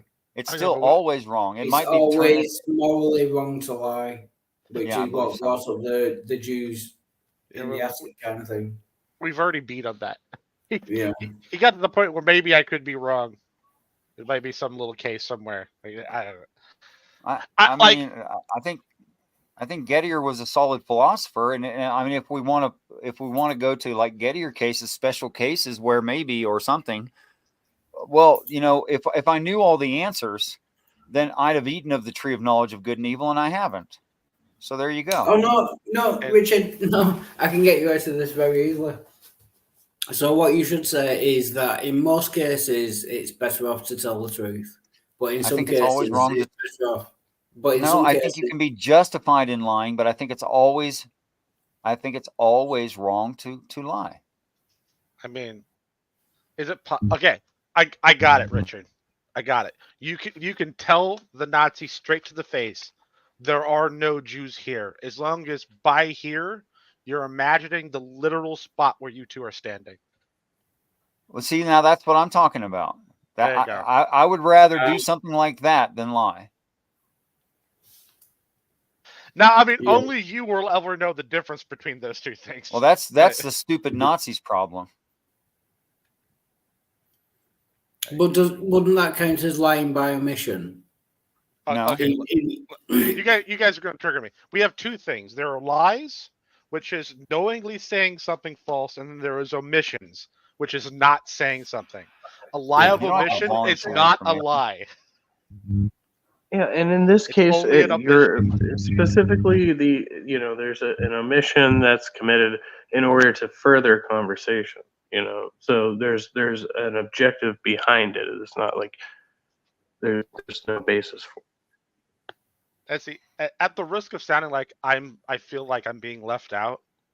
Like all Richard did was say, "I think this man acts dishonest," and I'm the one over here saying this whole practice is immoral, and you're picking on Richard. But clearly, I'm the bad guy in the room. I don't see how it's immoral. I'm struggling with that. Well, all I said was he is sometimes dishonest, and I can prove that he's dishonest. Like in the random one that he brought up, he's dishonest in his first answer. But wouldn't you agree that we're all sometimes dishonest? Like with your example with the Jews saying, yeah, there are no Jews here. If you define here as like right here in this exact spot, well, but I'm not going to point out to you that that's what I define as here. Wouldn't you think that that's slightly dishonest? I don't know why an appeal to majority is any kind of measure of what is It's right not. and wrong. No, it's not. No, It's honesty. It's honesty with a very light dusting of like fake dishonesty. No calorie sugar. Like you said, haven't we all? And I've been a liar in the past. Absolutely. I used to lie constantly to get what I wanted. Now, would it make you happy? Now, like, say if you were to rephrase I'm persuaded that I shouldn't do that. Like, if he were to say, "I want to know what you believe to be true," would that satisfy you? He does want to know that so he can disprove it. Yeah, that would be like 100%. That would be so honest. It's literally right on the nose. That would be great. And he did use phraseology like that sometimes. I heard him do it. You guys have to understand, I must have watched like 30 of his talks. And I reviewed what he teaches. And I reviewed what he recommends in Bogosian. And I reviewed Bogosian. And I reviewed a little bit of Bogosian's book. So would you? So you're not disagreeing with the methodology of what they're doing? No. You would agree that it's good to get people to question their beliefs and why they believe them. You're just questioning the motivations behind it. Shoot, I'm so adamant about this. I use other people as a dipstick to measure my own reality and my own sanity by asking questions of people in everyday life on their observations of our natural surroundings. So you do the same thing as Anthony Magnabosco? I use it against myself. I so agree with it. But you're saying that it's slightly dishonest because of his motivations? I don't think there's such a thing as slightly dishonest. So you're saying he's wholly dishonest? You're either honest or you're not. And in that situation, even in the video that you brought up, we can say what we want on what he might have meant. But in obvious context, he just lied.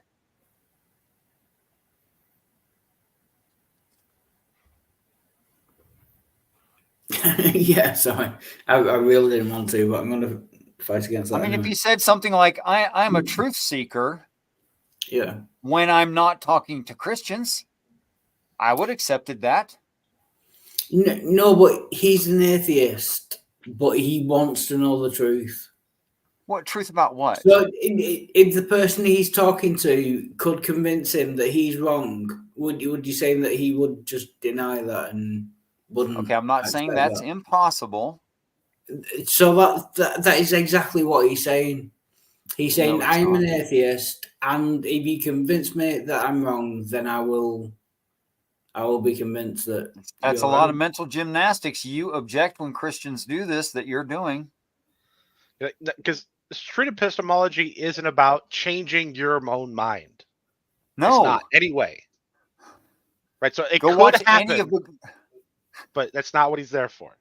go watch But any is of that- Magna Bosco's lectures teaching this. Go watch any part of any one of them. Go ahead. I get what you're saying. I get what you're saying, but does that exclude, even though, like, I'll agree with you, he's an atheist going out to prove Christians wrong, but is it impossible that also, if a Christian convinced him that he was wrong, he would change his mind?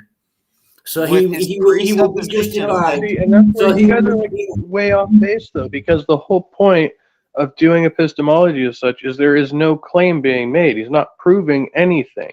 It's all their own argument. He doesn't argue against anything they say. Yeah, which goes back to my original point, which just by asking questions, you cannot possibly be dishonest. If you just ask questions, you He's just not dishonest use in the questions. Yeah, that's what Never I'm saying. said he was dishonest in his questions. Never said that. Yeah. Great point, Ape, by the way. Yeah. But anyway, But you can lead and street epistemology is about leading a person down a line of logic by asking honest questions. And we should all ask ourselves those kinds of questions about everything that we hold true, and we should keep doing that forever. And I believe in that. But it gives the critical mind, the skeptical mind, a bad name when you do something like start a conversation with when you could have told the truth with something that is just not true. But I don't see the conflict between him being an atheist and him saying that I seek the truth. I would agree with. I'm an atheist. I'm an atheist. I don't believe in God. That is my point of view. But I am seeking the truth. If you can convince me that I'm wrong, then I will accept it. I don't see the conflict there. First, what you just said is speculation that he would change his mind if he heard and recognized the truth. That's speculation. You don't know that. Yeah, you're claiming that you are granting him a deep honesty that he may or may not have, and I don't know. Yeah. Okay, so we can't claim that. Is it plausible? Sure, it's plausible. He's a human being. Yeah.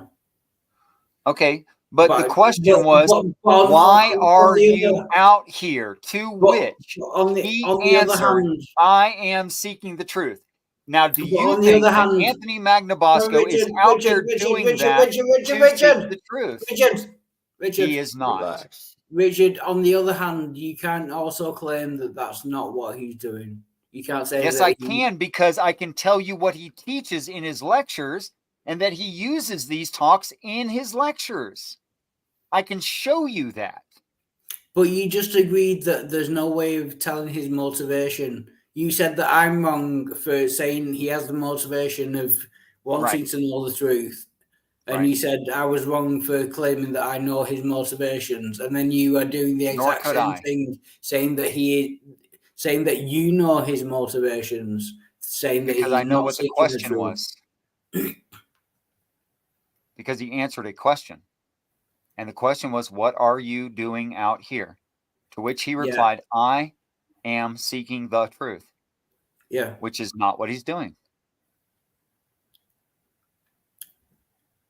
No, but he can be an atheist with his own views. And be seeking the truth. Just I'm missing that. I don't know why you keep changing the subject. That's not changing the subject. Yes, you are. How is that changing the subject? I'm not sure I can describe that. Okay. What Anthony Magnabosco is doing is interviewing people in public. And whenever he gets one where he thinks the street epistemology goes well, he shows it on his channel.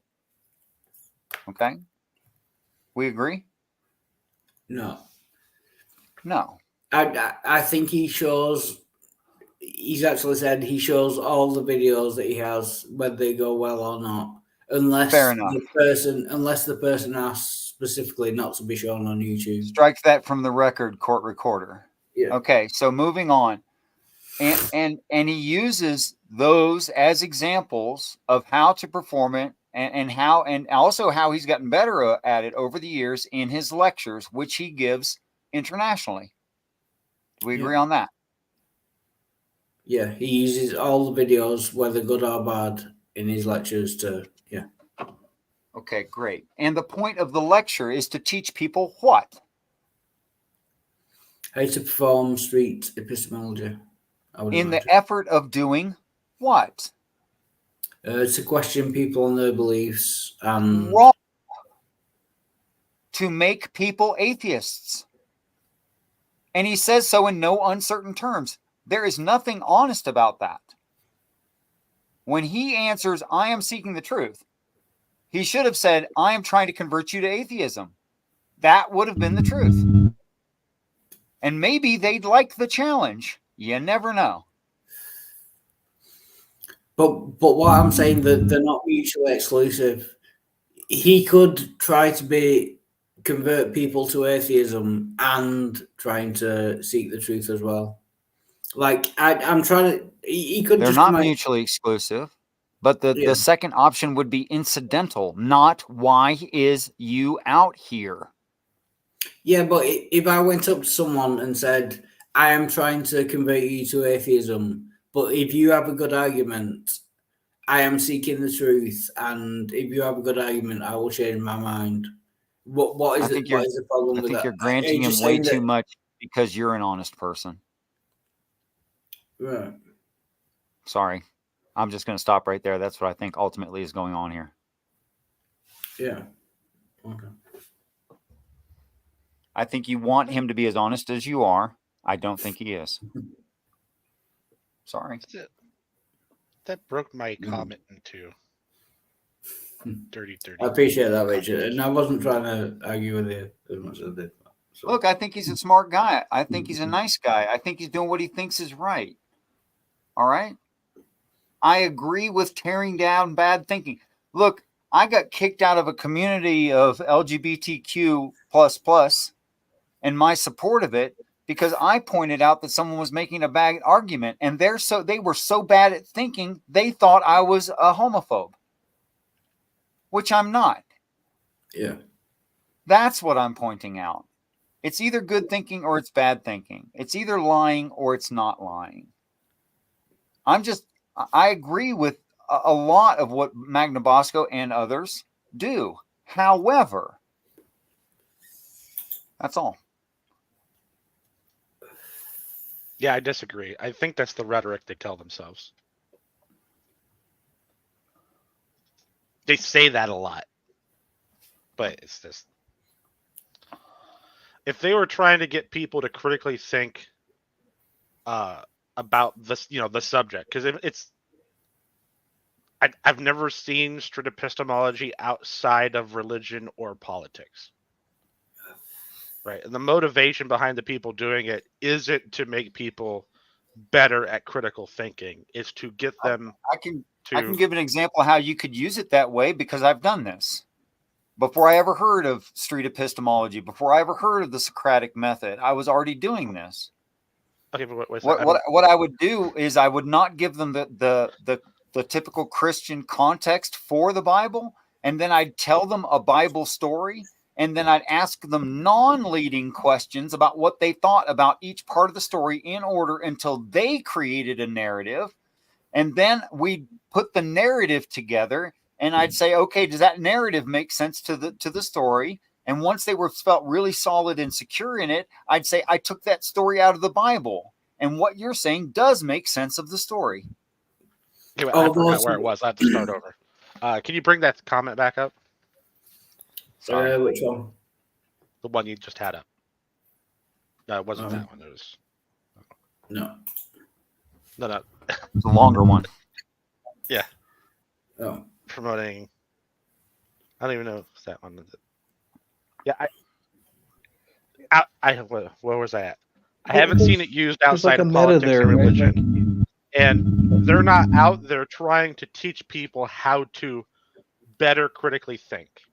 First off, that the things that they do are not teaching people how to critically think. It just isn't, and their motivation isn't to get people to critically think better. Their motivation is they think the people they're talking to are incorrect. They think they're correct, and they're trying to get them from where they are to where the practitioner is. Right? And they're doing this in a way that's very specifically targeting people that are not informed. And they're taking no effort to fully inform them about, let's say, for example, how all the ways that the practitioner's position could also be wrong. Right, like I said above, it's basically open. It's basically brainwashing out in the open. But Richard, if I can bring up That's counter to the point. Like Magna Bosco specifically goes to religious universities, so those people are studying theology. The people he is talking to, most of the time, that's where he does his work. So and that makes them easy. I mean, for me, that would make them easy biased targets. That would make it easier for me to argue with them that they were studying theology. But Richard, if I can bring up a slightly different point, and it's not to have a go at you, or I'm but okay. You do seem could to even have have a it go on problem. purpose. Yeah, no, yeah. To be fair, yeah, I am. As soon as you're done, I want to address what he said to me.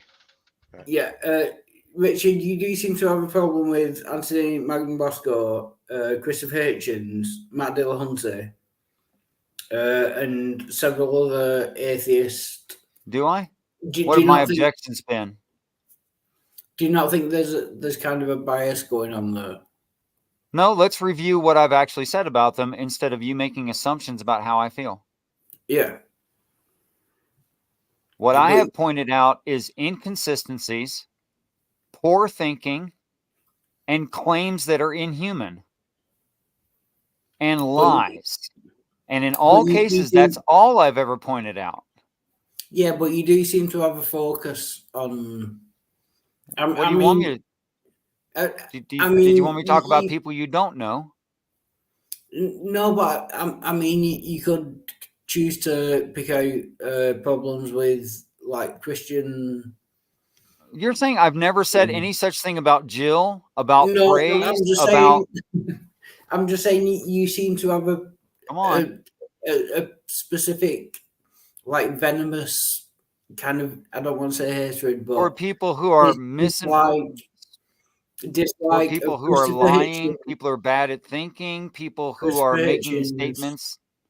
Christopher Hitchens, Matt Dillahunty, Anthony Magna Bosco, Peter Boghossian. Do you know what I mean? Just because you know those names. There's a common. No, there isn't. You're making a false correlation fallacy. I do the same things with Christians who exercise bad thinking, dishonesty, outright lies, blah blah blah. I do the same. I do the same thing with LGBTQ, with my siblings, against myself, against you, everyone. There is no bias there. Okay.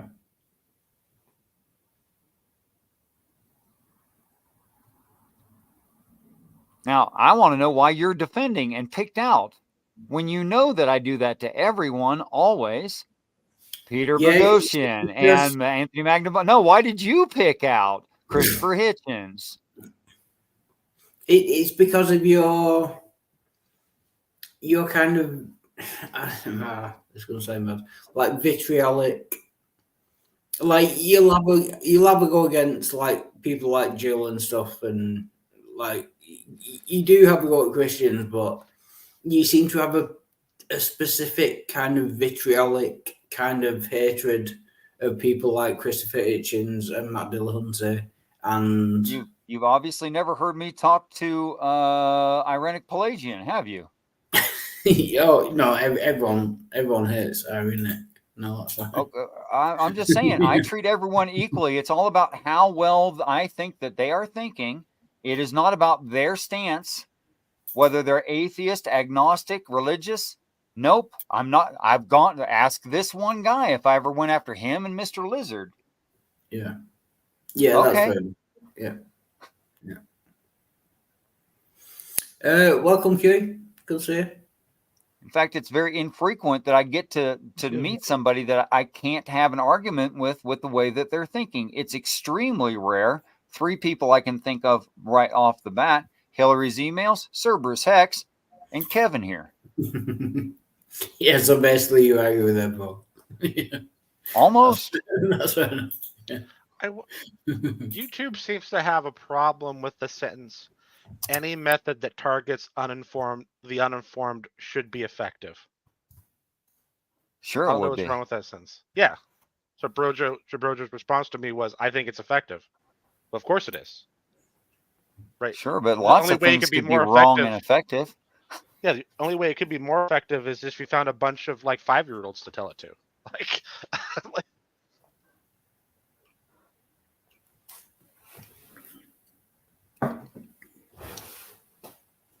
But it's a compliment when I go after someone, because that means that I think they are capable. So I forget who it was that said it. Someone said that this guy goes to, I guess, a religious university and tries to do this. Is that what was said? Yes, that's one of the things. I don't know why, Kev. I'm sure you're unaware, but every time you talk, there's this sound that's like wah wah wah wah that goes with your voice. It's really hard to understand you. I didn't even know he talked. I thought he just had a hot mic. No, he's talking too. Like just now, he did say something. Hey, bros, try to unplug your microphone and plug it back in and see if that works.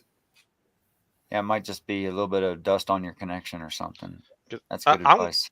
I want to say, unless maybe this was seminary, just going to a religious university doesn't mean that the students that you're talking to are actually studying religion. Mac, in your defense, I would have said you, but I've never heard you make very many claims about what you believe.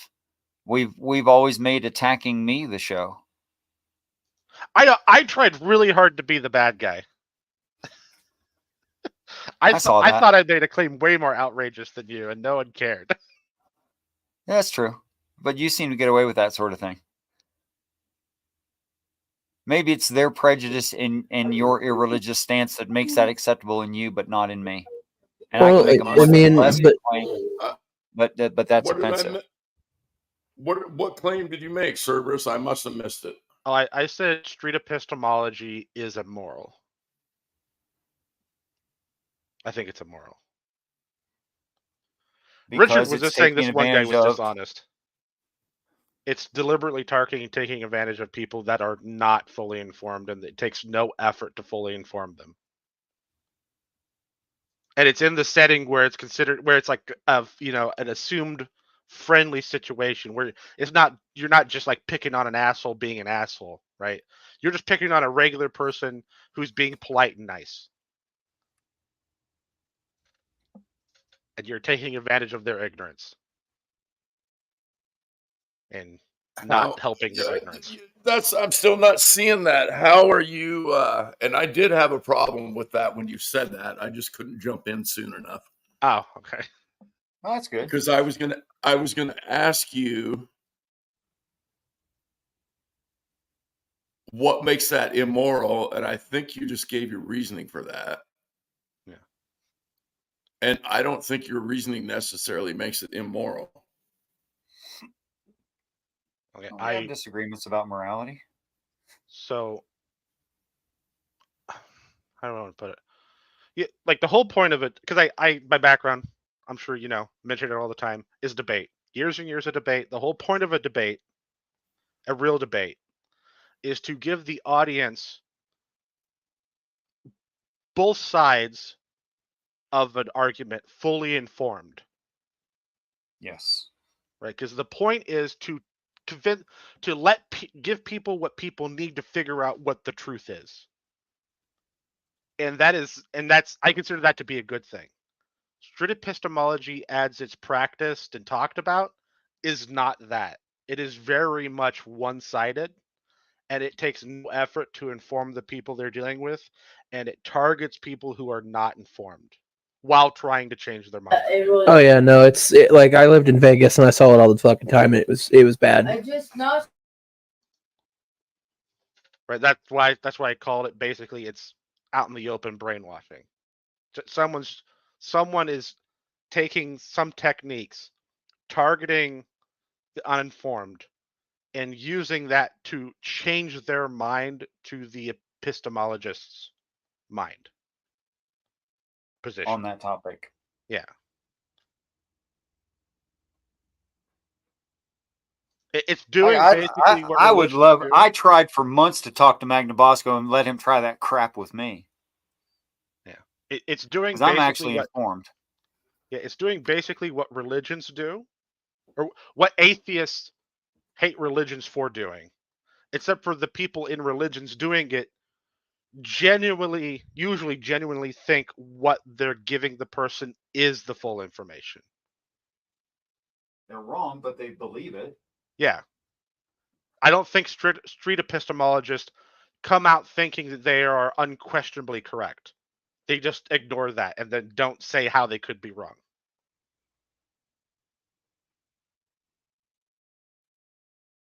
Oh, Kev chose to start typing in the side chat wisely. We can actually read that. Oh, there you go. If you're wondering what he was trying to say. Wait, oh, okay.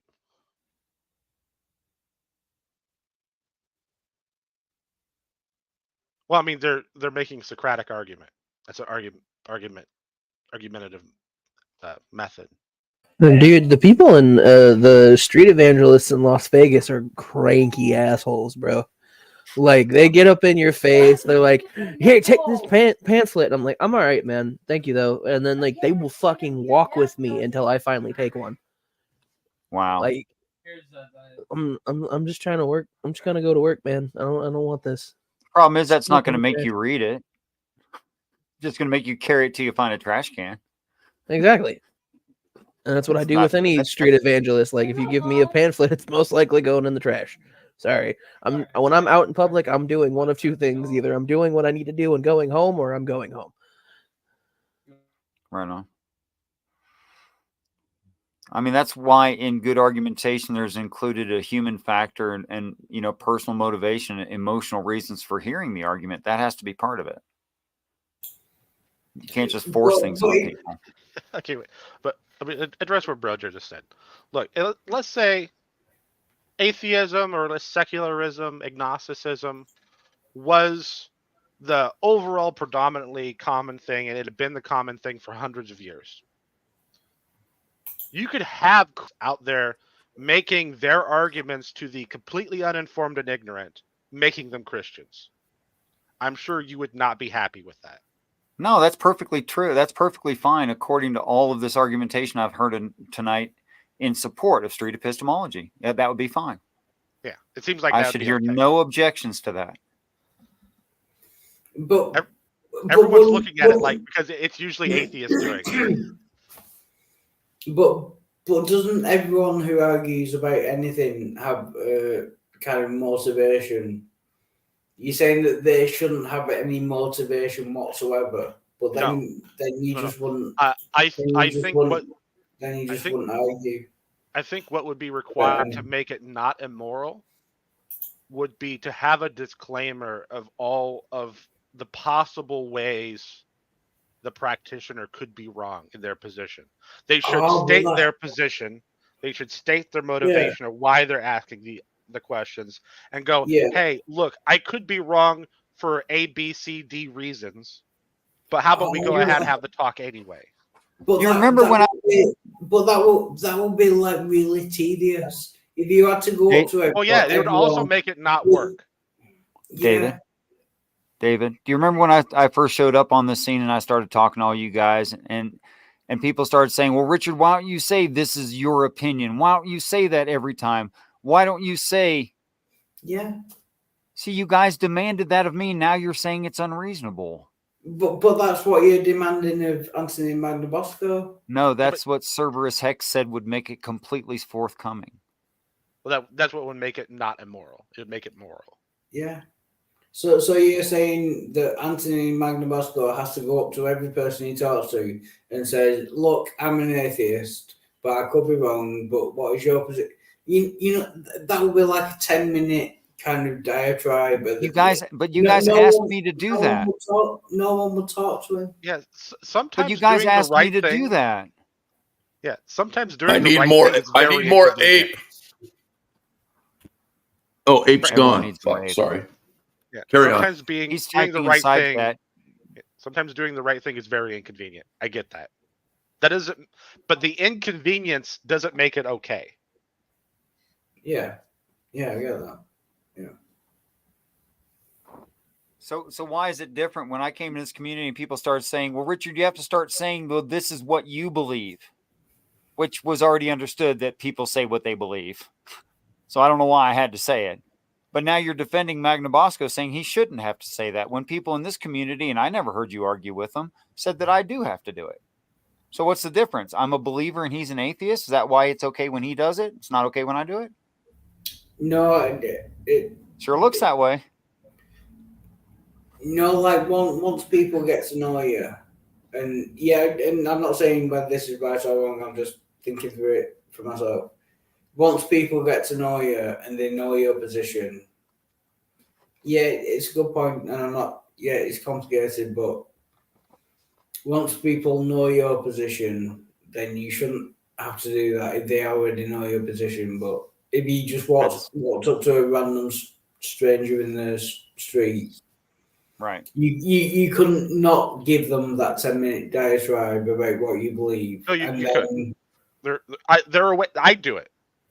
There are 3 ways I talk to people online in these little argumentative spaces, right? If someone's just being a dick, I'll fuck with them, right? I'm sure you've all seen me do that.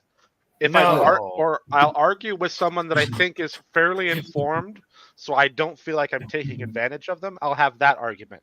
But like earlier this hangout, I had the little argument with you, the back and forth, about how definitions are true and like why this argument works and why it doesn't work. And I told you how to actually argue against that argument because I didn't think you were informed and I didn't want you to take my position just because you were ignorant.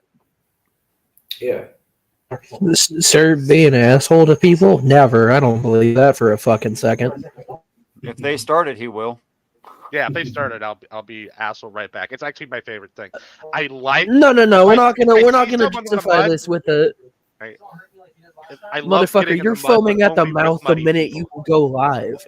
You're just fucking rabid when you see someone you think is stupid, and then you just pounce on them. I've seen it. I've seen it. It's assholes. It's assholes. Yeah, sorry. People that are being dicks or have been dicks for a long time. I don't think I've ever seen not to be an asshole, Richard, but my big thing with you is sometimes when someone's like, "Hey, I don't want to have an argument with you," you kind of pressure them into doing it anyway. Oh shit! I didn't notice he was gone. And Dog points out something right. You're right. I don't fuck with dicks. I fuck with assholes because I'm a dick. And I hope we all know the pussies, dicks, and assholes speech. Yeah, there's a difference there. Yeah, there's a big difference. And, dude, I also don't know how to talk to people in real life. That's why, like, I walk out in fucking public. If I'm able to, I'll pop 2 headphones in and just fucking walk. I ain't trying to stop and talk to nobody. I'm not trying to do shit. I'm trying to get my shit done and go home. I mean, you've never once felt the urge just to. You saw that one guy going down the road, and he looks annoyed, and you've never felt the urge of just taking your headphones out and going, "Sir, have you heard the great news about Jesus Christ?" No, because where I was growing up, I didn't want to get shot, and I didn't trust anybody where I was at. So I just said, "Fuck it! I ain't trying to start no issues. I'm just trying to do my thing and go home." No, but Sebast, have you ever seen that?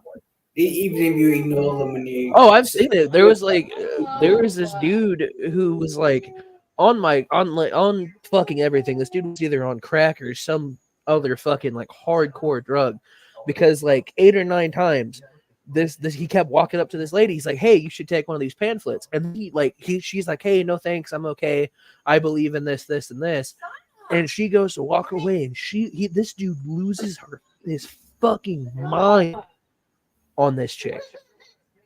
Like, I'm talking full screaming, fucking pacing back and forth, still screaming at a woman that's probably 2 miles down the road. Fucking insane, dude.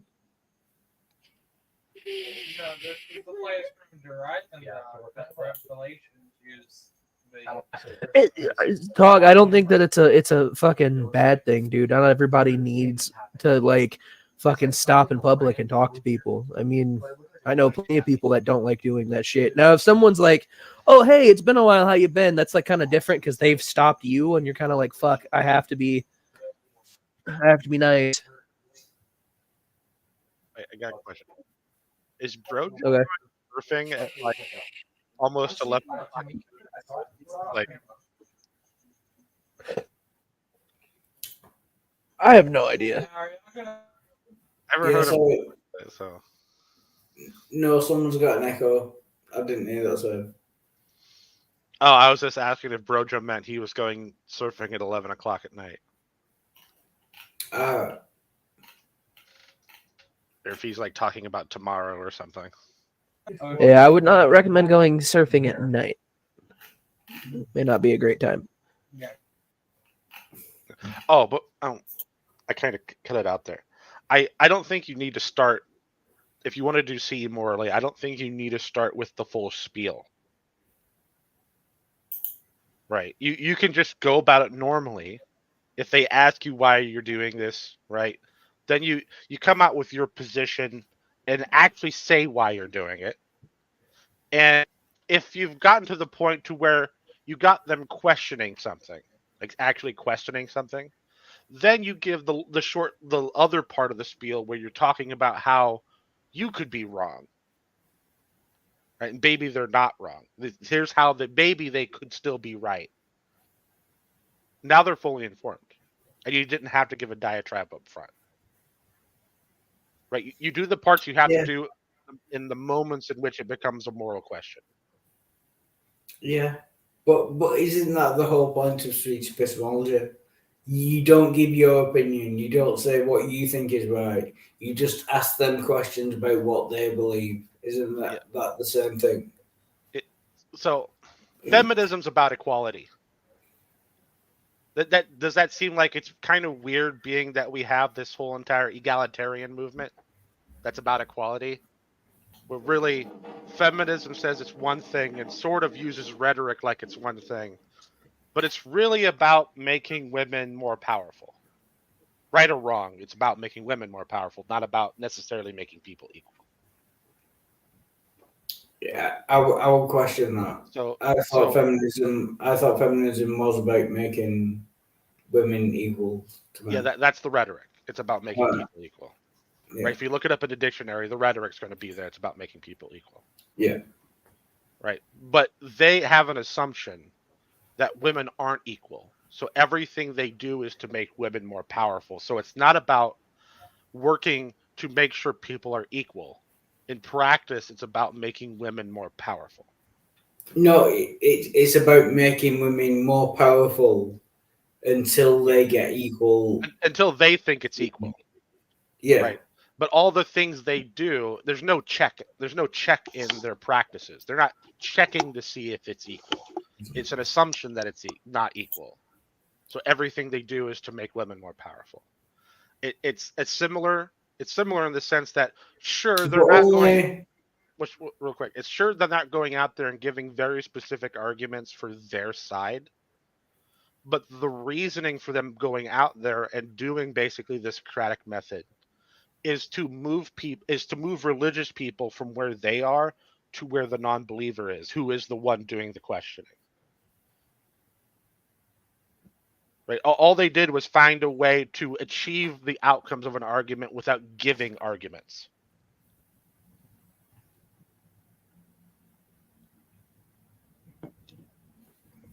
I'm not sure about that.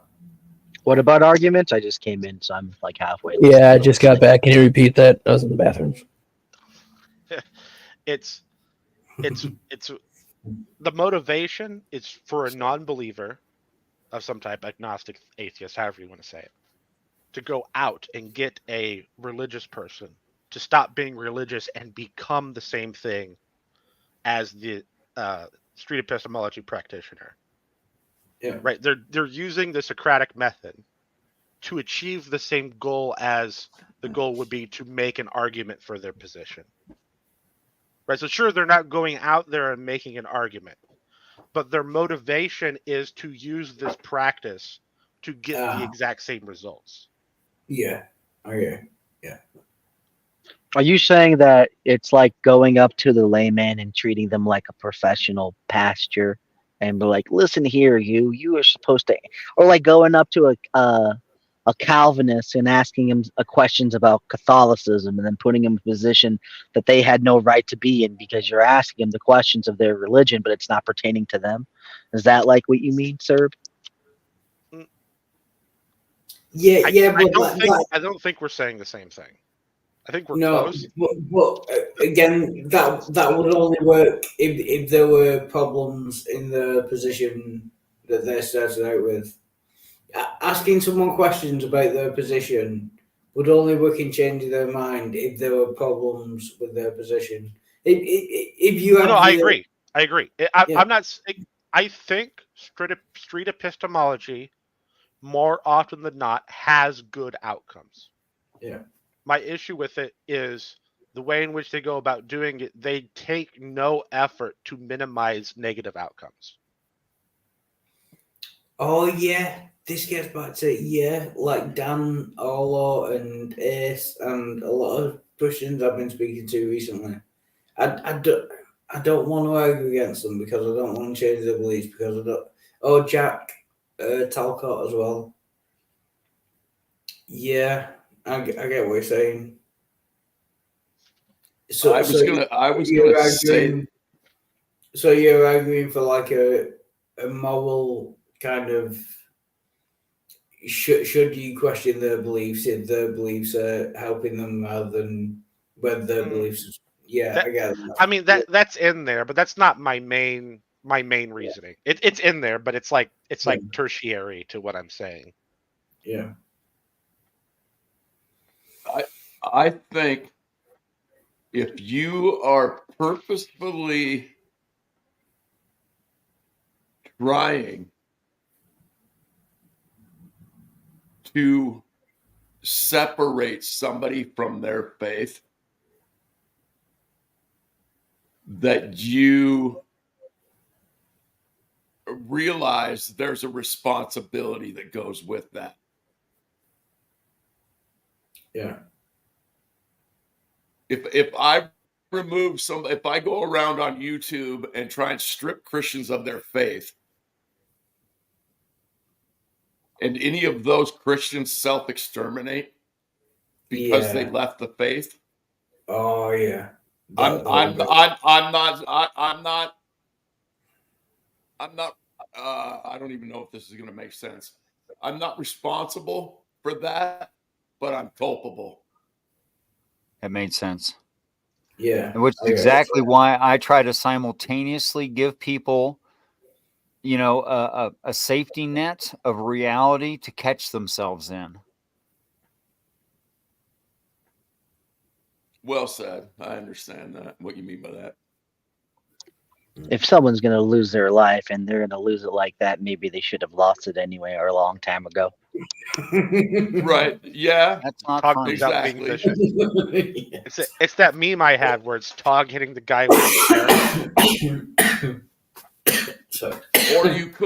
Or you could say if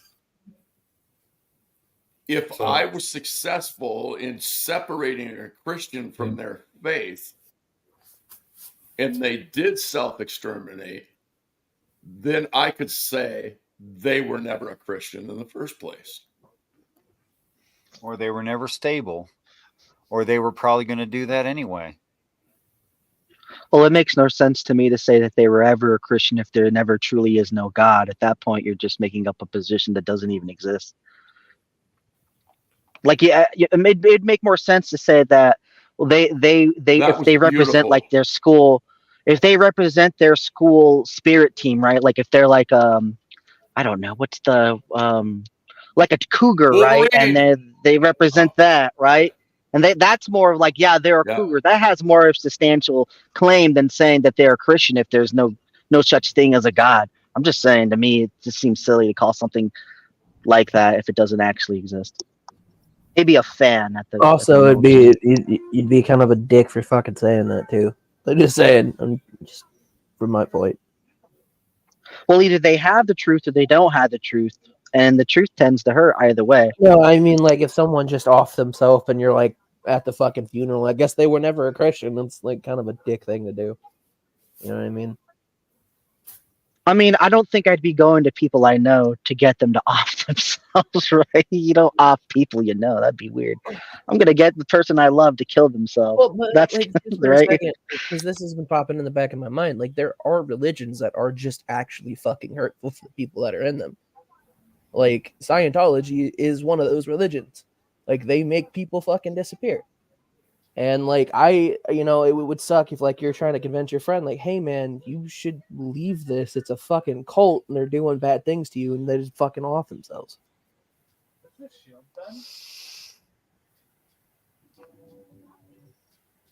That's why they need the safety net.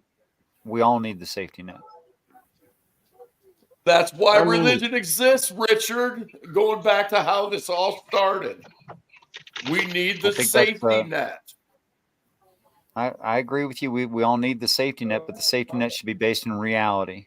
I think the safety net should be if someone's like, hey, I don't want to have this discussion, just don't have the discussion. Right. More But like also, a I safe think that word.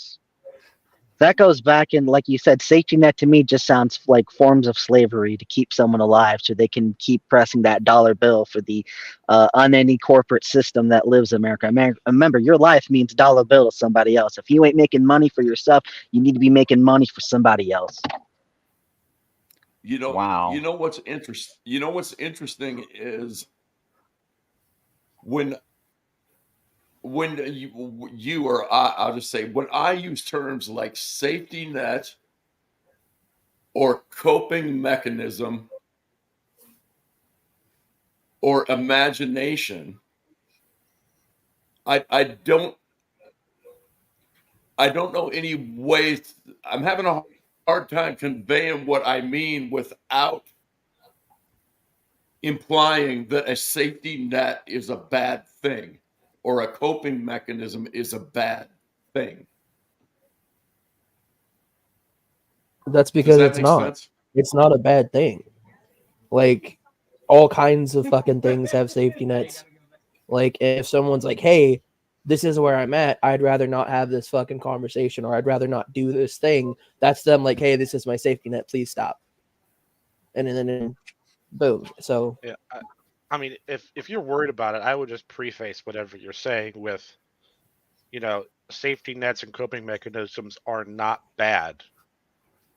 Unless unless you don't actually need them and you're still holding on to them. Or else they cause you failure later. I don't want someone to have a safety net that causes them failure later. Every time I hear like safety nets, I just think of like those suicide nets that are like in Japan or China for all the corporations to prevent that from they're stuck that's why you in said the. that. Yeah, because that's and you guys are kind of tying back into that. Like, again, you go to work, you're stuck in your day-to-day job, and then that's all that life is. And then again, why else would they have those nets? You're not there those nets aren't there for you. They're there for the company. I'm telling you. Not being funny. I don't Do you think need to talk to somebody, anyone bro? here was thinking that. Like, not making a hee joke. Like, you need to talk to somebody. You good? No, I'm making a point. Okay, just checking on you, man. Well, it's not the way I meant it. Richard, I have a question. When you said if their beliefs are going to lead to failure later or something to that effect? Sure. Did you mean by that? Because where my mind went immediately is, are you talking about the afterlife? I suppose I could be. After all, if someone had some fundamental misunderstanding about heaven, like say for instance the belief that is on some ethereal plane and it never shows up physical, but heaven showed up physical, they might reject heaven because it's physical, just because of their prior beliefs that weren't accurate. And that would be very detrimental to them. Now, for how long they reject it, well, now we're talking about a singular individual and we have to talk case by case. But there is going to be some percentage of the mass of population that for that very reason will reject heaven at first. And that just breaks my heart.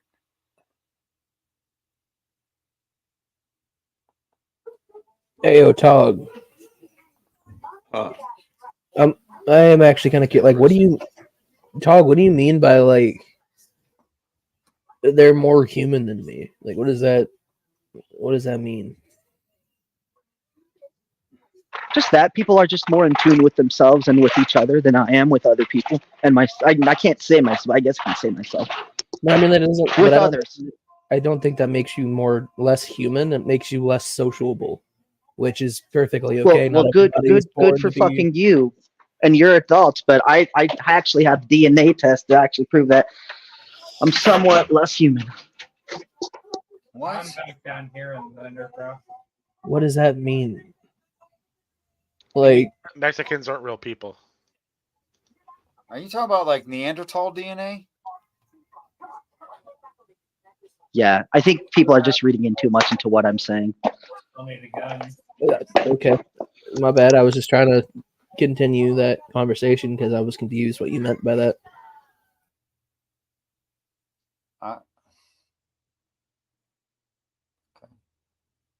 There's some that hold that,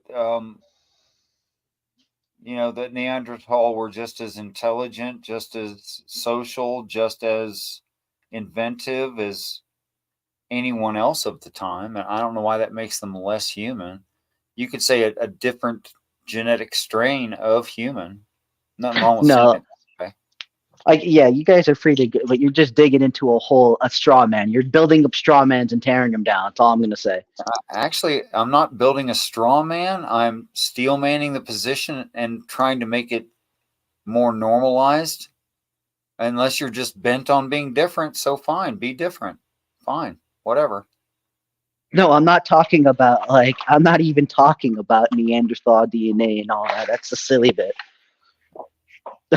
Well, what the fuck are you talking about? You said you have DNA. What does that mean? I was just making a joke. That's it. It's an inside joke to myself. Oh, okay. You're built different, is what you're saying. No, I'm just making a joke. That's it. Well, that's what that. Okay. Okay. Well, this is the first we're hearing it's a joke, so forgive us. I mean, I'm a little slow, so. Perhaps if you maybe took a DNA test, you'd understand. There's sometimes they put some other stuff that they find in with your DNA stuff when they find it out. So it'd just be other. So you're like, there's all this other. Oh, now I get the joke. Okay. Well, they don't mean other not human. They mean other humans. I know. It's just, they kind of do. It's pretty much, it could be stuff that you ate that just comes through the DNA test because it's there, like shit in your mouth. So that's all I meant. I was just being funny with it. Oh, part okay. ham sandwich. Did you just enter a cave? Yes, he did. Oh, you guys can hear that echo? Damn. Yeah. No, I'm in a hallway. Here, I'll show you the hallway. It's a very nice, lovely hallway. Nice. Oh, wait, that's me. Hold up. Well, that was a very nice, lovely you. That was not. That was scary looking. It has really good skin tone. I gotta do these floors too. I gotta make them more shiny. Seen from my eyes, Tog, that was a beautiful human being. Well, you are old, so you can be forgiven. Amen. So, If it makes you feel any better, Tog, I saw a monster when you turned your camera on. Complete I aside. saw. Oh, go ahead. Well, mine was going to be this complete aside. Dude. They're just Okay, making never mind. jokes anyway. I'm still sitting here digging through the server full of books, and I found a book called Cheese Medicine. That's very different. Yeah. Just wanted to share that. What the fuck do you go on daily, bro? That's gay. I'm just, sir. Leak your browser history, you coward. What? Leak the browser history, coward. I don't think they would appreciate me sharing the IP address of this server. So no. That's fair. We got him, boys. Just kidding, sorry. I want to revive him, but I don't think he's back yet. I'm not gonna lie, my little forum community that's been like in the cave for like years, people are now starting to like post it all over social media, and everyone in the community is like, "What are you doing? You're not supposed to let us know." Oh, give me a second.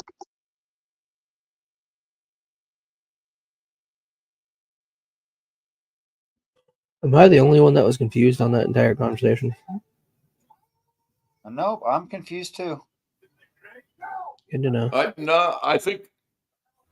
I thought I knew where he was going, but Sorry, I had to stop forgot what the fuck midway he- because my wife needed to tell me something. So, yeah, I have the same thing. Like they don't want the website getting out either, and like it's been slipping through the cracks. It's annoying. Sorry, I didn't get to finish my thought. Oh. Did she interrupt you to tell you that your sandwich was ready? That's the only good reason. No, actually, my little girl has a 102 fever, so we're kind of monitoring it to make Aw. sure what's going on. Okay, well the teaching hand could be light this time.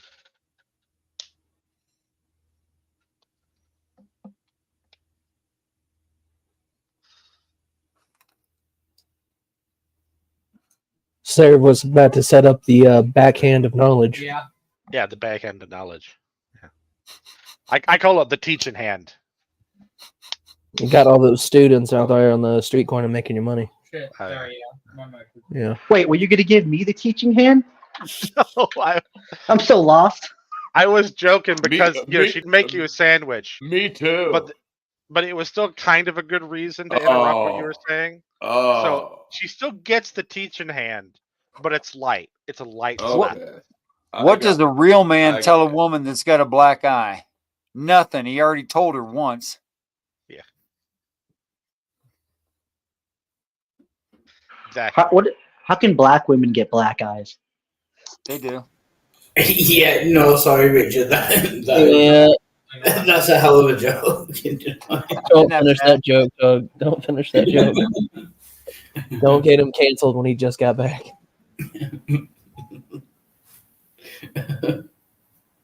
Yeah.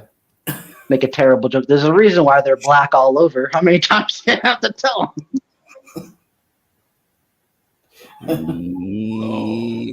Oh shit. Well, how does a real man know that his wife had an orgasm? What's an orgasm? so Wildheart, how was having a YouTube channel before it got canceled? Yeah. No, it would only be the 11th time that's happened. Yeah. But I do have to use the toilet, so I'll be right back.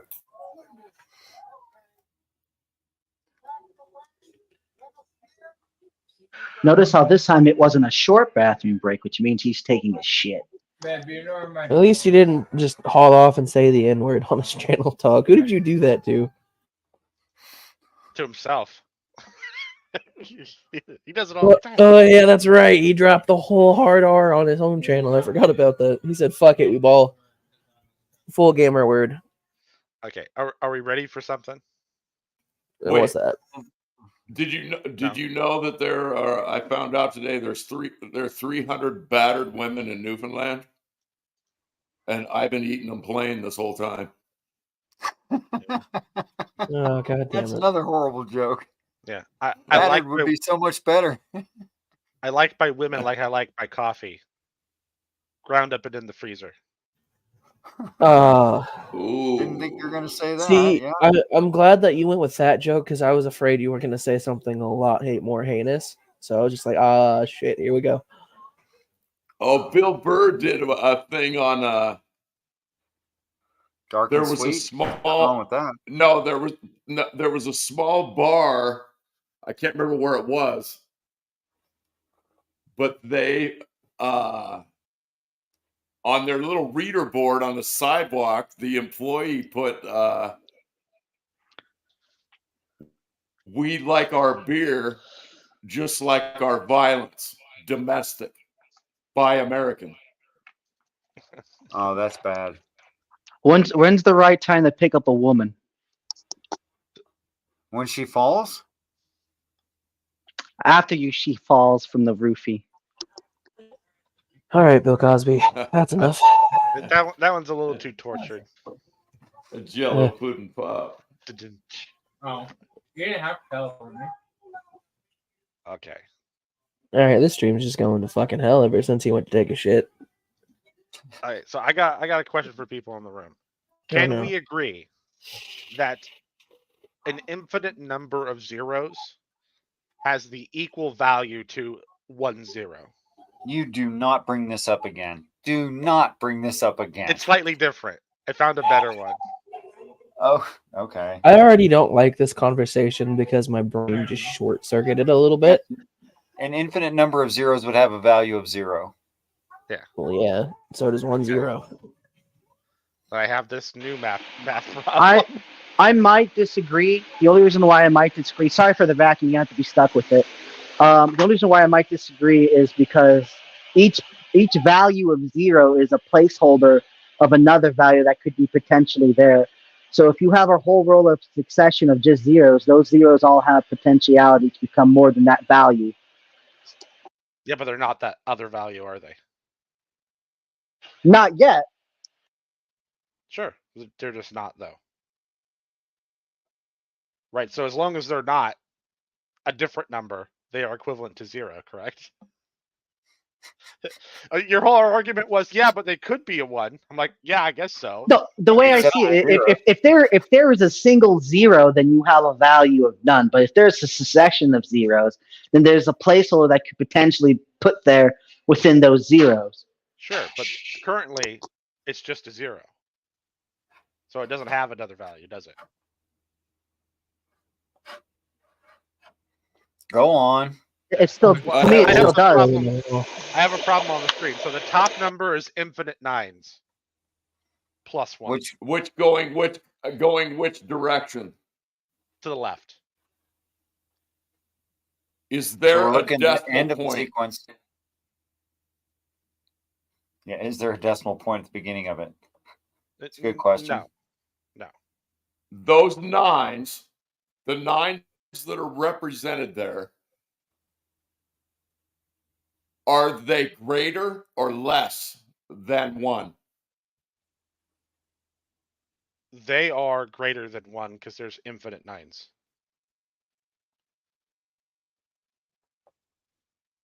And this is why I leave the math to the professionals. More than that, any of those 9s would be greater than 1 because those are all whole numbers. No, I was just the reason I asked that question. I'm trying to figure out where the decimal point is. It's behind the last 9. If there was to be a decimal point. Is this another Attic 10 number? Yes. Well, we all knew that. It's just a much more simple one, so you don't have to do a bunch of math. It's just obvious because it's all 9s. When you say it's obvious, then why wouldn't everybody in this room agree with the 0? No. I mean the math is obvious. Like when you try to work out the problem, you don't have to go through like 4 different. You don't have to go down the pattern multiple times because there's only the pattern is just one number repeating. It's a simpler pattern. This just makes me think I don't grasp infinite. What it's kind of impossible to technically. Then I'm just honest. Okay. Yeah, you can understand some things about it in some cases, but it by its very nature means it's not graspable. I can't even say the word. Graspable. Yeah, you can't grasp it. I figured out why that problem is wrong. Okay. I got to talk to my buddy back home about this too. He's I told you about him. He's a math professor. Yeah. What you have on the screen there, if it were to be accurate, the 0 at the very bottom there, to the left of that would be another 0, and then another 0, and then another 0, and then 3 of those dots up by the 9s. Yeah. So then I asked you. No, sorry. Okay. 0.9999999 plus 1 would not equal 0. It's not point. It's not three point. dots. It's not 0.9. Yeah, the 3 dots. It's even worse than that. It's an infinitely large number that's just all 9s. Yeah, but you can't add you can't plus 1 to anything and it equals 0. Unless it's minus 1. Okay, minus but 1 plus 1 equals 0. Anything else doesn't work. Okay, but wait, the trick to this. Wait, sir, just a second. I just wanted to point out that this math equation on the screen makes it my bedtime. Thank you all so much for the experience. I appreciate you all deeply. Have a good night, Richard. Night. Night, guys. Night. Night. Did you guys like my new profile picture? Yeah. So, Downing Thomas, I ask you, is infinite zeros, does that have the same numerical value as a singular 0? No, but what I'm getting at is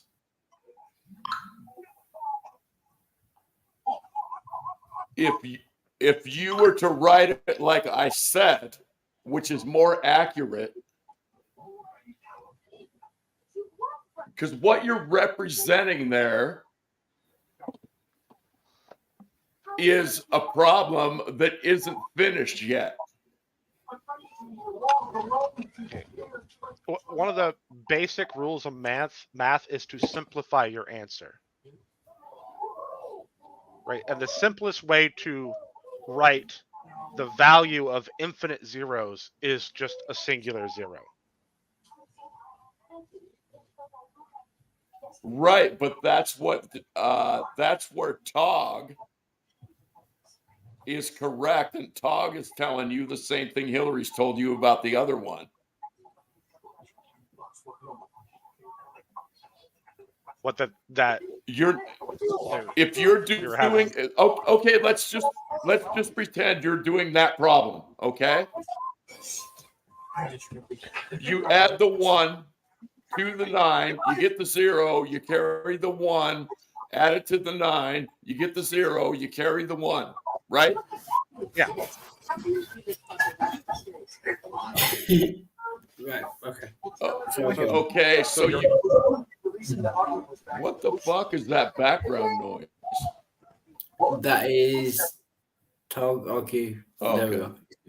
Yeah. Oh. But this is just like unbelievably simple. The only maths equation. The only maths equation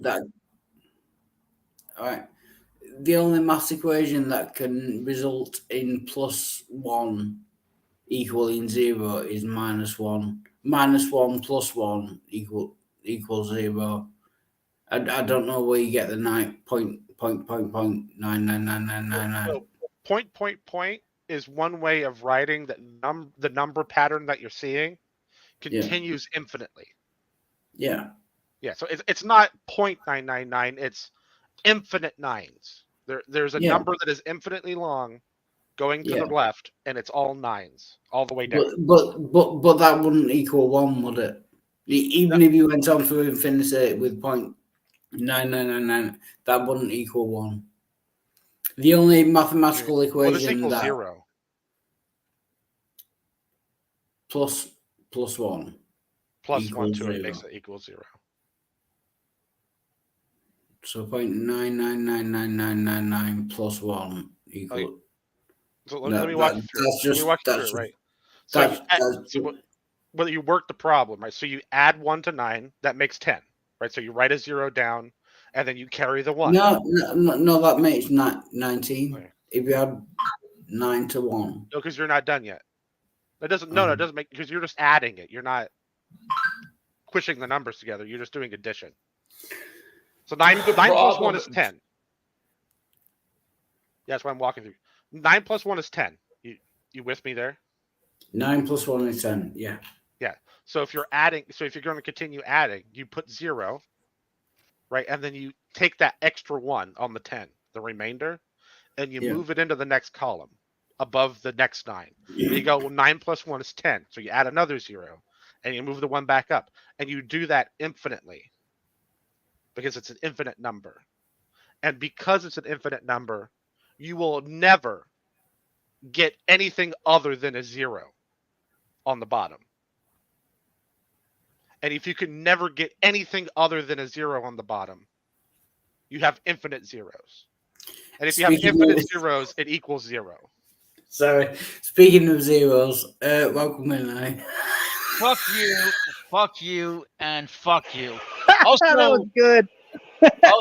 also, sir, I wasn't aware Steve McCray was here, unless you're talking about something completely different. I have no clue what you're referencing. Steve McCray? Yeah, I mean, I know Steve McCray, but does he talk about math? Oh yeah. I don't know. Yeah, he like his big thing was like 0, like 0 point. Talk. Would you mind muting? Like 0.9999999 equals 1. That what you're doing kind of reminded me of that. Oh, that's also true though. Well, yeah, but he was an asshole about it. Oh, okay. Yeah, okay. I don't know, man. I think this is just brain melting. That's why I enjoy it so much. Well, I mean, that is brain melting, but so what? It is.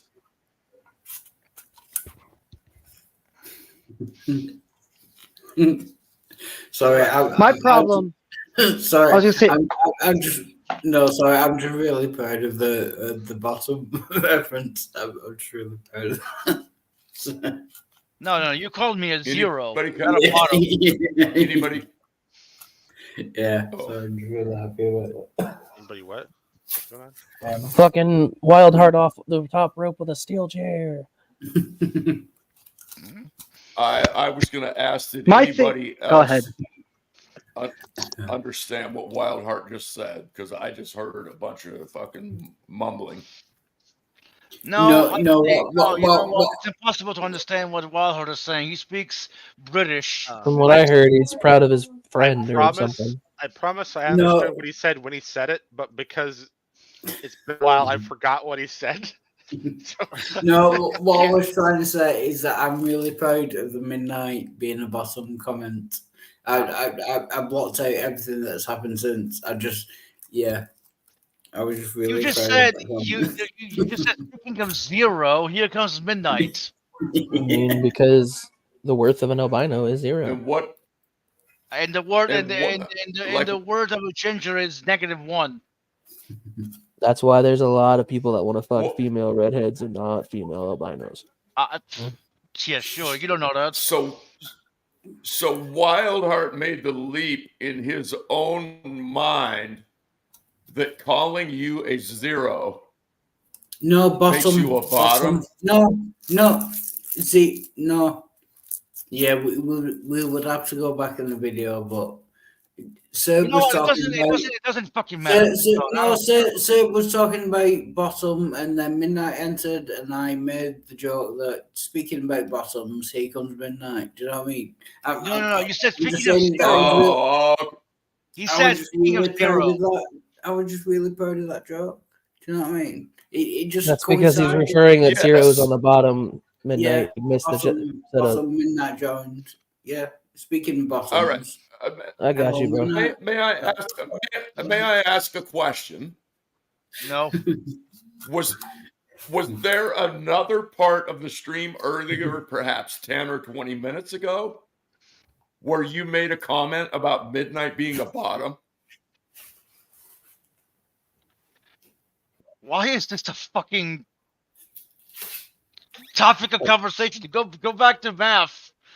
What the fuck? Oh, don't act like you're not How loving the big is attention. the area mass of Midnight's bottom? There we go. We went back to math. Yeah, let's talk about how Midnight's bottom.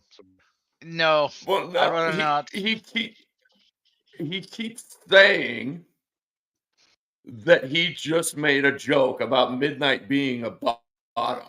No, what he said was And they were I'm talking not- about zeros being on the bottom, and he said, "Look, speaking of bottoms, look at it's midnight."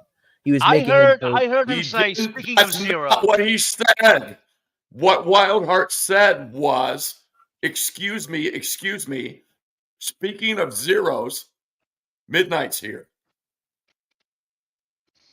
Correct, but what Wildheart just said is what I'm telling you. What he meant to say is what I'm telling you, because he just Right. came He out literally and just said it. Right. Yeah.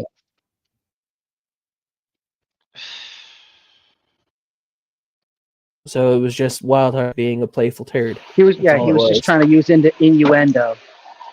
But my thing going back to the zeros in math is that each of those zeros aren't actually representative of a zero. They might seem like zeros, but they're not zeros. There's placeholders of like a greater number that involves zero within its number, whatever the hell that's called, function. Like 10 has a zero in it. Bruh, So really? Sir? You ruined his thought. You ruined his thought. Damn it. Yeah, sorry, Todd, but fuck. That's. Ugh. So I would say I get what you're trying to say, but an infinite set of zeros never has anything other than a zero. So it's not a placeholder for any other number. That's the illusion, is that there's only going to be an infinite set of zero. What I'm saying is when you get to that final destination of infinity, although it may take forever, we may never be able to reach in our lifetime, there will still be an endpoint to that infinite, to where those zeros actually have a value. By No, there definition, isn't. doesn't have an end. Exactly. If it has an end, it's not infinite. I mean, a subset of infinity is still infinity.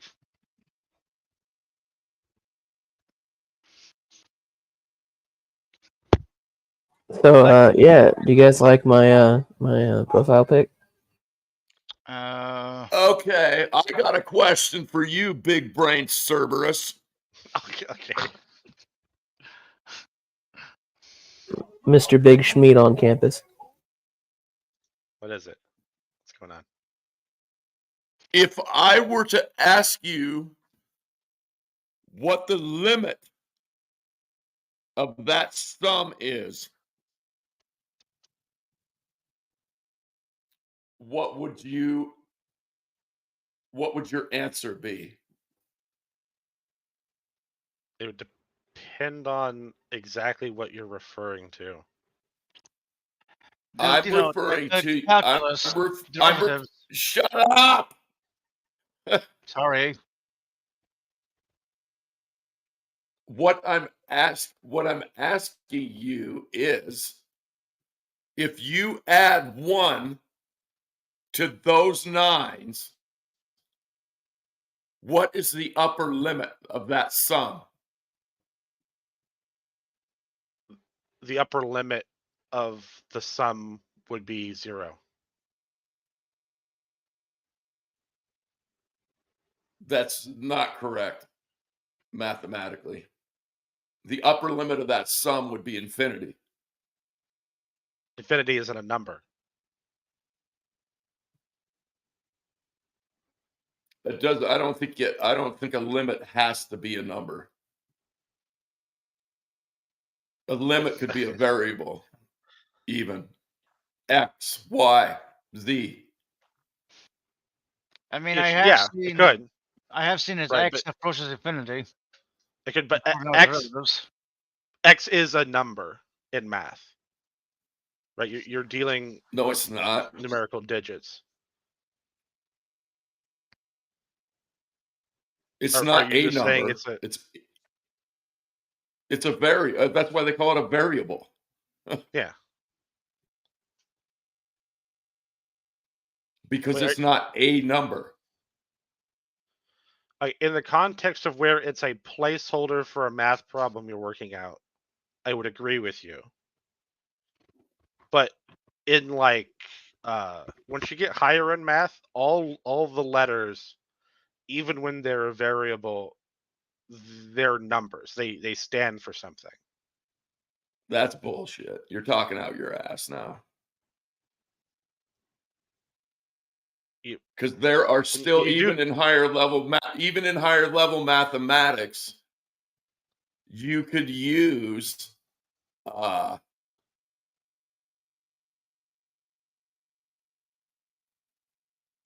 you could still use lowercase x the same way it's used in algebra. When you're just a when you're trying variable. to figure something out, right? But if you've worked through the problem, right, that means you've figured out the variable and no variables left. But this is why variables they're not limits. And infinities isn't a variable like that. And I'm not even sure if it is a variable. But I'm not sure if I ever said I never made that claim that infinity is a variable. Okay. I'm not sure what you're talking about. But you said that I would agree. It doesn't need to be a number to be an upper limit. I forget exactly how you phrased it. But No, I said I'm not sure. I'm not sure a limit has to be a number. I may be wrong about that. Well, if we're talking about a limit of value, when I asked, it depends on the context of what you're saying. I was trying to figure out: do you mean the unsimplified answer or the simplified answer? Right, because this is a computable problem. So the actual product, right, of this gives you the upper limit of the value of the problem. I always think about calculus and derivatives. That's what I think he's talking about, but I could be wrong. Because if you want to talk about the upper limit of the top number, right? I could say you could have infinity on there, but it would just be there to. Well, it is on here, like my problem. That's what the 3 dots mean, infinite. Right? But it's just there to describe a number that you can't actually write.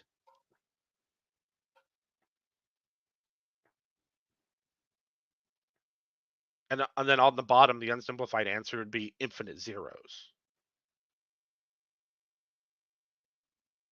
Right, so you have the infinite nines. Right. Would be the limit on the And top, that's zero or zero.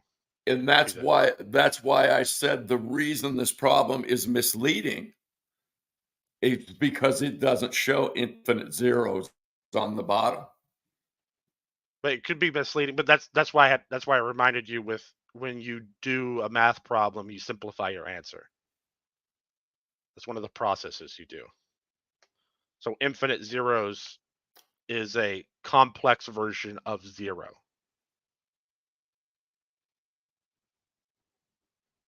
Wouldn't that just round up the value to 1? But it wouldn't round up the value to 1, right? Because that's what the other one was trying to explain. I'm quite sure. Yeah, but it wouldn't round up, right? You don't round 0 to anything. Which goes back into being into its simplest form. It's like with tax papers, how you round up like that. You have extra cents. If it's lower than 50 cents, and it doesn't count. But if it's higher than 50 cents, and it counts as an extra $1. To that type of logic, right? I mean, I guess. You just don't round 0, like in general, anywhere.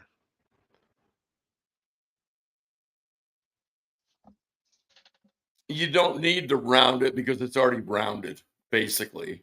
Yeah. You're either rounding up or rounding down. You're trying to get to a 0. when you're rounding. Yes. Or yeah, Yeah. a total.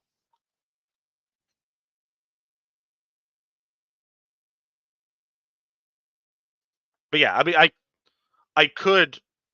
It wouldn't be easy to see.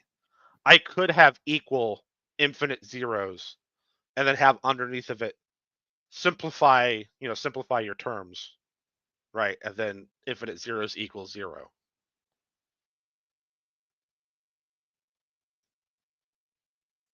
And this only works because you can prove that that bottom number will be infinite zeros and will never be anything else. Even with infinite time, it just will never not be more zeros.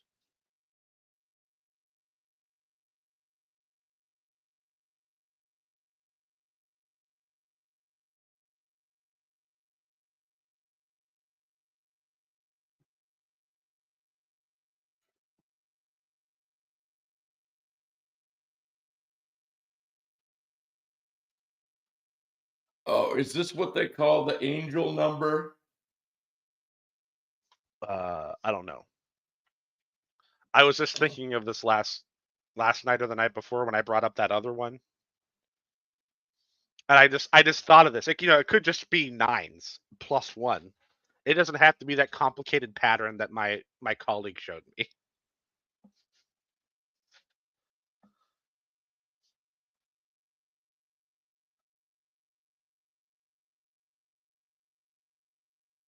Yeah, but it's cool because the pattern does. If you put the 8, 5, 2, 4, and 1 or whatever it is in that order, it keeps giving you a remainder of 0. Yeah. Well, I mean, both of these do. It's just I think the other problem being the times makes the problem a little denser. So it makes people. I think it makes people like freak out about it more. Like it's a harder problem to intuit. You have to actually do a fair amount of the work before you can see the pattern that it will always be 0. I think with this right away, you realize that it's always going to be 0.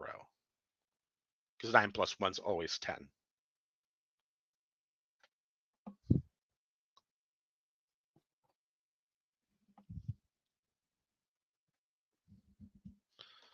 And I don't think.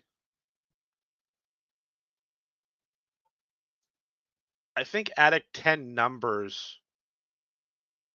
I think they're always derived by timesing, multiplication. I could be wrong. So this might technically not be an ADDIC 10 thing. It's just really similar.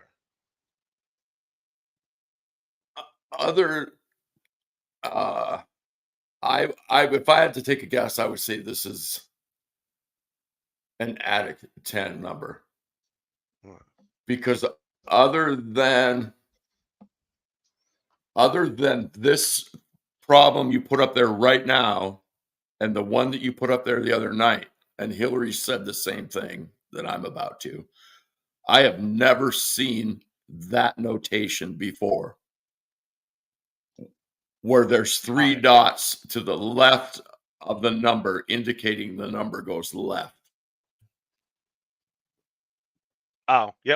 If you look up, if you look it up, there's no universal way to show infinite. Right to the left, I think there's 3 different ways. One is the line above the numbers. The other is the 3 dots, and then there's a third way.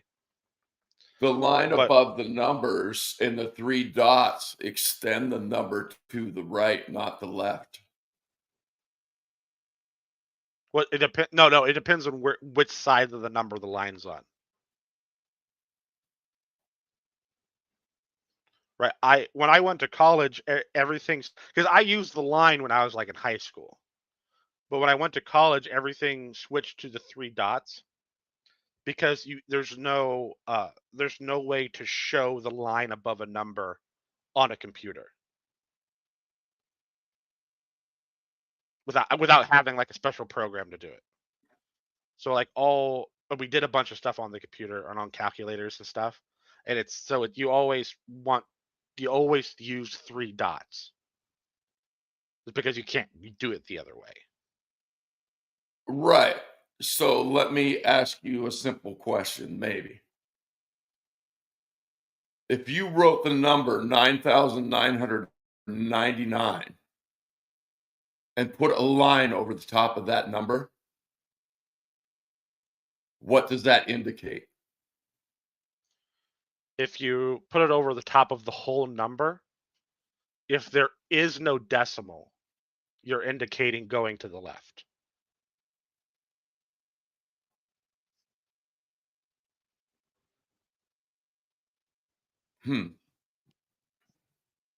I'll just have to take your word for that.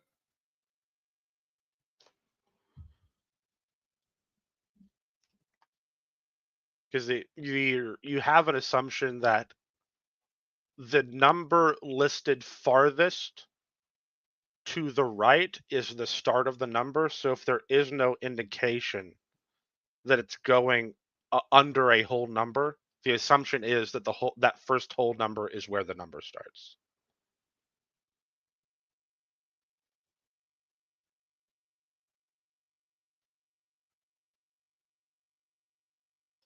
But like none of these are perfect, right? None of these notations for having infinite numbers are perfect, because, right? Let's say this is a completely different problem, but let's say the infinite number, is what I have on here is like 99 and then 871.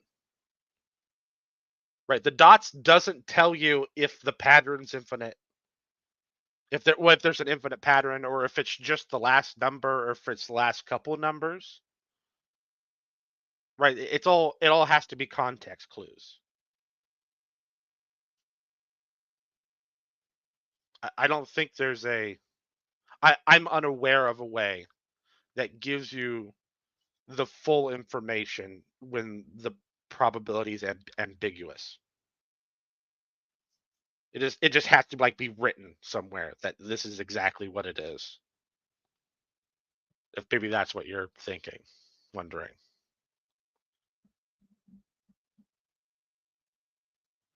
I'm not sure.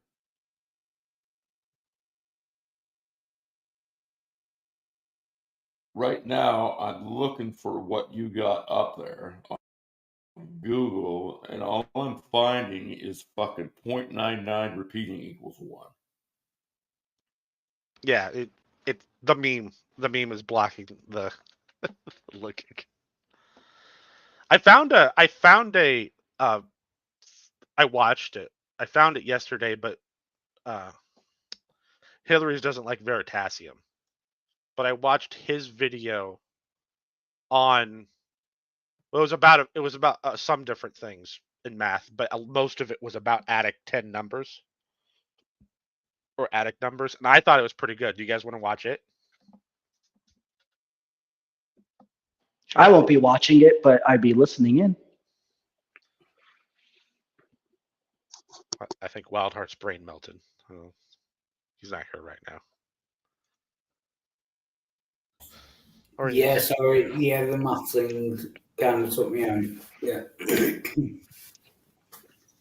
Yeah, 1 plus 1 equals 1, minus 1 plus 1 equals 0.999 plus 1 equals 1.99999. Yeah. This video is pretty good, and it explains why it's like this. My thing gets in confusion, right, with the whole 999 series of infinites, is that we know that there's a beginning that starts with a 9, and then there's an end that starts with a 9. We just don't know the value of the middle. And that's what's frustrating to me, because at that point, it's ending, it's beginning, because like you said, they're consistently nothing but 9s. So there has to be, even though it's whatever number it is, it's so weird. Yeah. But we know the end is going to be a 9. That's the end result is a 9. We know the beginning of the number is a 9, but there is no, by definition, there is no other end to the number. Right, but at the end of that by equation, we're looking at the end of that equation, not the beginning. So whatever those 9s end up is where we're looking at the end of the problem so that we can solve it. We just don't know the vast amount of the quantity in the middle. No, you're wrong. By definition, we don't know the end number because there is no end number. Yeah, sorry, maths is just weird. I don't think you should take maths. It doesn't really. Obviously, it proves some things, but yeah, you shouldn't take it as any bearing on what's real or anything. Do you know It's what I mean? magic. It's just weird. Math has proven that if I have a stack of bananas that are infinitely nines, right? A stack of bananas that's equal to infinite nines. If I throw one more banana into it, all the bananas disappear. But can I sing a song to possibly end this stream? And I know I've done it before. Sure. I don't know why you're asking my permission, but I may. really like Christmas. It's sentimental, I know, but I just really like it.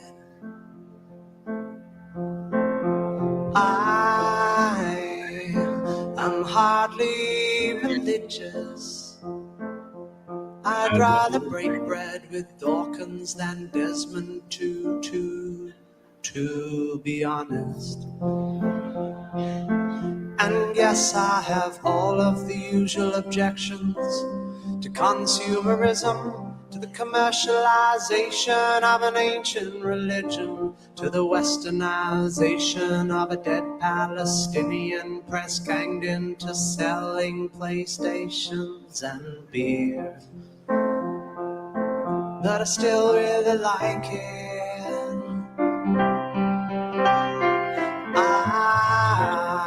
I'm looking forward to Christmas, though I'm not expecting a visit from Jesus.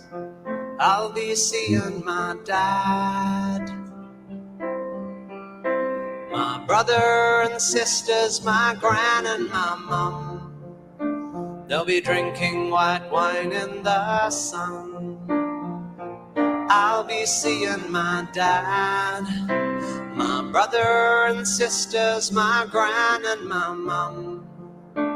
They'll be drinking white wine in the sun.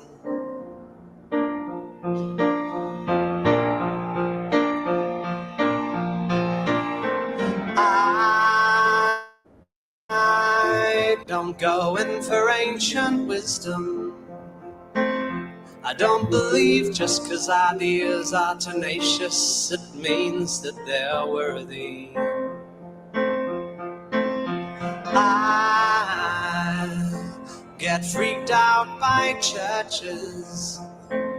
Some of the hymns that they sing have nice chords, but the lyrics are dodgy.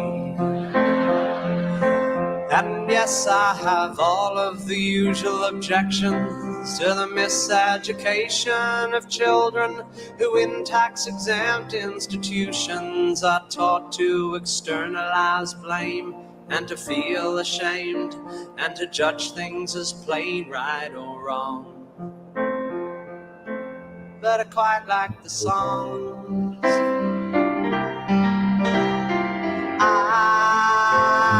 I'm not expecting big presents. The old combination of socks, jocks, and chocolates is just fine by me. 'Cause I'll Does be this go on seeing for my infinity? dad, I think so. my brother and sisters, my gran and my mum. Got the other mom? I'm They'll sorry. be drinking white wine in the sun. I'll be seeing my dad, my brother and sisters, my gran and my mum. They'll be drinking white wine in the sun.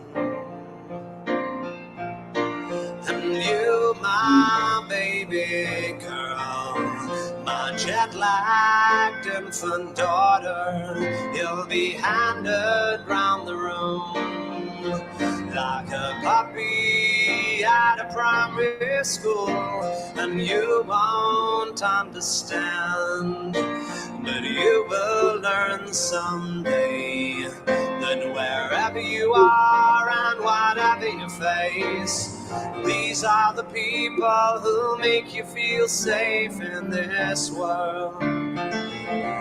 My sweet blue-eyed girl, and if my baby girl, when you're 21 or 31 and Christmas comes around and you find yourself 9,000 miles from home, you'll know whatever comes. Your brothers and sisters and me and your mom will be waiting for you in the sun whenever you come. Your brothers and sisters, your aunts and your uncles, your grandparents, cousins, and me and your One of the worst songs I've ever fucking listened to. It's all a fucking lie.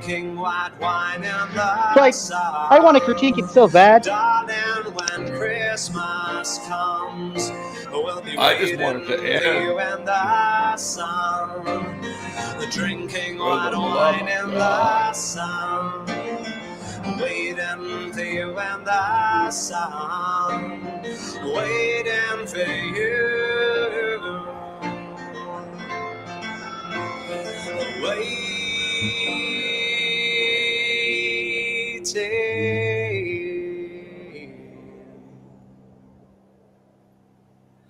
I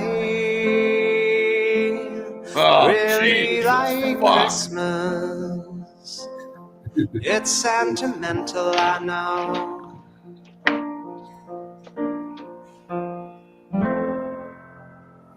What? That's weird. That is a long song. 6.5-minute song. Might as well be Elton fucking John talking about Rocket Man. God damn. That's just messed up and say, because how does he know that his relationships are going to stay the same within the future? That's like fake all within the song right there. He's just saying like, my family is going to stick together no matter what. Well, good and dandy for you, mister, but life doesn't seem to work that way. You piece of shit. That's false hope right there. I don't know. Like, being that he's a comedian, I want to speak for him and say that just means you need to get good, kid. Yeah, right. I don't think it's supposed to be. No, I mean like, well, I do. Like, what if how does he know he's gonna have a good relationship with his kids as he's get older?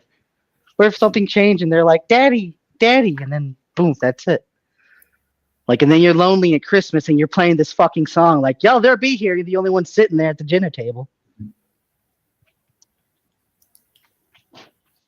No, that's a really nice song. I like it. It is a nice song, but it just makes me like, well, how do I know that that's gonna happen? It didn't happen Not for a me. nice That's why. song. It's a sad, sappy, fucked up. As an orphan, I felt offended because I didn't have like parents to go back to or a sister to hug and snug, or a daughter because I'm an incel or something like that, right? It's a damn lie. It doesn't give hope. It just rubs it in people's faces. This is what I have. This is what you don't. At least you had brothers and sisters and a mother and a father to miss when they're gone. No, sorry, David Thomas. You have a sister. She's very nice. I like her very, very much. I have especially on a Friday night. I have You know what I mean? Yeah. I have 5 sisters. 5. Wow. Yes. So, like, I know you guys are fucking around, but for the kid that's like got adopted at a young age, I'm laughing my ass off.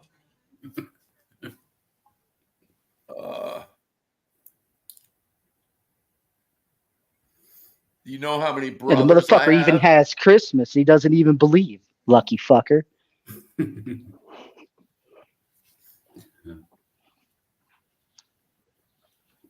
Go ahead, DT. Let me cut you off.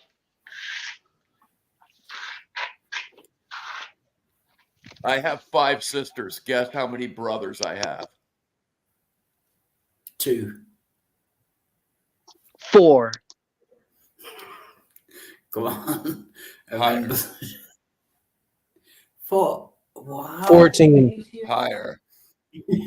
Were you Lower more than lower 14? than 14. More than 14 brothers? Lower than 14. All lower than 14. 10. Isn't it 7? Yeah, 6. Higher. 5, 4, 6, Higher. 7, 8, Higher. 9. Very good. Damn, this pussy deep. Fucking 12. Yeah, so you're perfect. So your parents were definitely Catholic, is what you're saying. 9 brothers.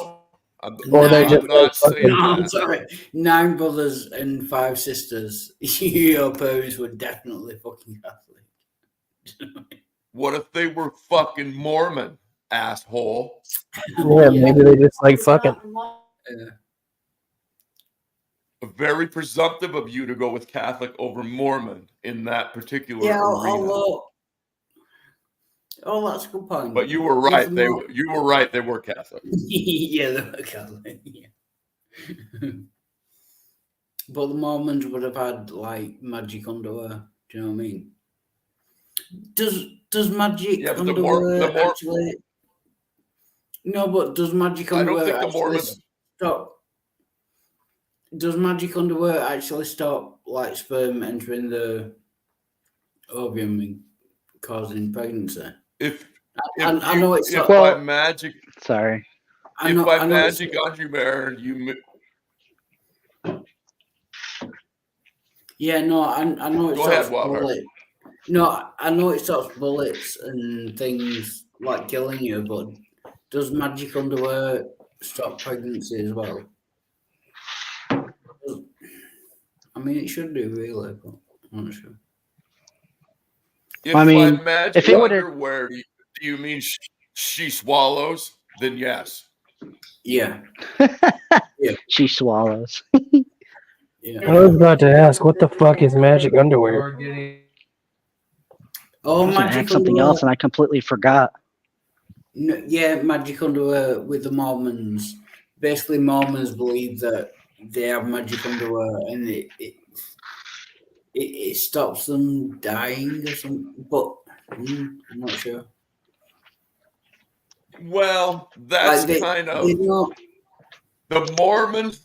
The Mormons wear special undergarments, and what other people like to put on the Mormon church is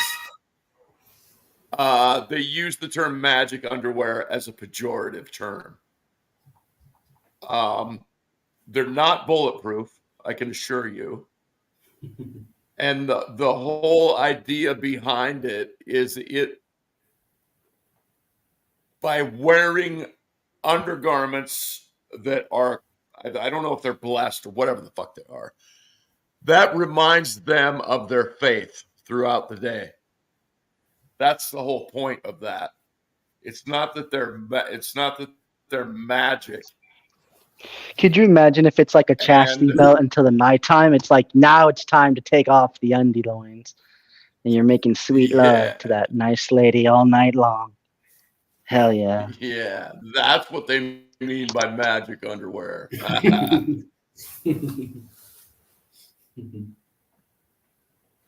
Talk about get in.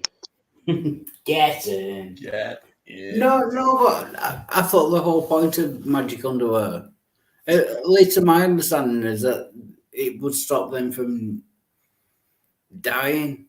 I think if you check out Mormon doctrine, it says that they will like literally stop bullets or something. If you wear the magic underwear, you will never get. Not that you will never get shot, but you will never die from getting shot. Do you know what I mean? That's because people avoid you because of the smell. It's the same pair that you have to wear day in and day out. Doesn't even get washed. I think you might be stretching Mormon doctrine there. Yeah, stretching the magic. You're stretching the magical underwear. Yeah. Yeah. Well, as long as it fits. I I'm wish I sorry. had magical Wait, underwear. you've got- Like, what if they yeah. never had holes in them ever again? You never have holes in your underwear ever again. They never run out. That'd be awesome.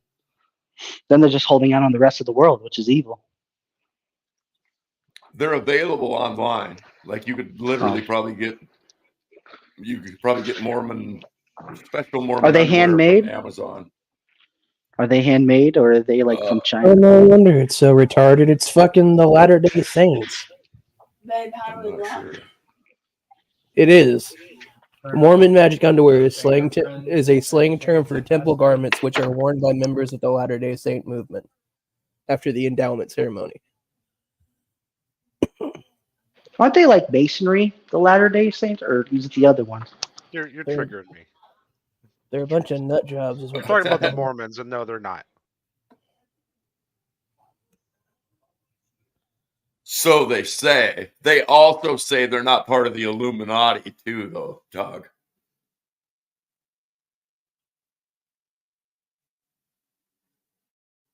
I mean, it could be worse. They Do could the have a real Masons religion.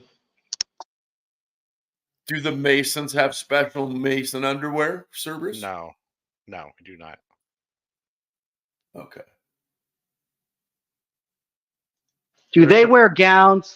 There was an argument earlier about gowns and whether they were dresses or not. There are some very vague similarities to some very beginning things in Masonry because what's his face stole a book of the first 3 rituals in Masonry. No explanation. He just took them, claimed to be a Mason, and then added them to his church. That's all it is. Oh, Joseph Smith, you mean? Yeah. Huh.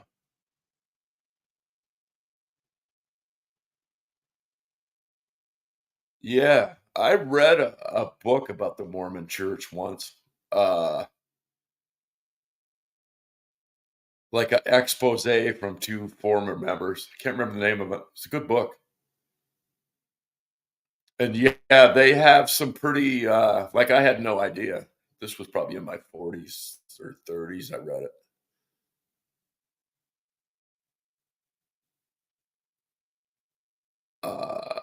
Yeah, Joseph Smith was a fucking con artist long before he was a fucking religious leader. Yeah. Don't you mean a religious con artist? Everything he learned while being a con artist worked really well when it came to starting out as a religion. He's been chased out of multiple towns and actually arrested multiple times for being a con artist. He almost got lynched once.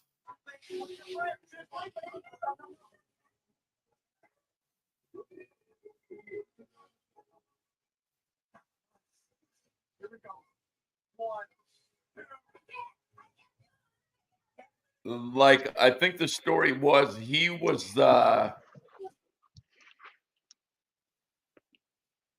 think it was either in I think they were in New York maybe originally, and then they got kicked out of New York and went to Missouri, and then from Missouri they went to Salt Lake, Utah. But I think when he was in prison in Missouri or jail, the locals were so fed up with this fucking being a con man that they went to the jail to get him and hang him. And I think what happened was the sheriff let him go out the back of the jail because the sheriff didn't want the fucking crowd to hang him. Yeah, if I remember correctly, I agree. I think that is how it happened. Yeah, and I think that's either when he fucked off from New York to Missouri, but I don't think so. I think that was after he'd already fucked over a bunch of people in New York, went to Missouri, fucked up a bunch more people, and then they wanted to hang him.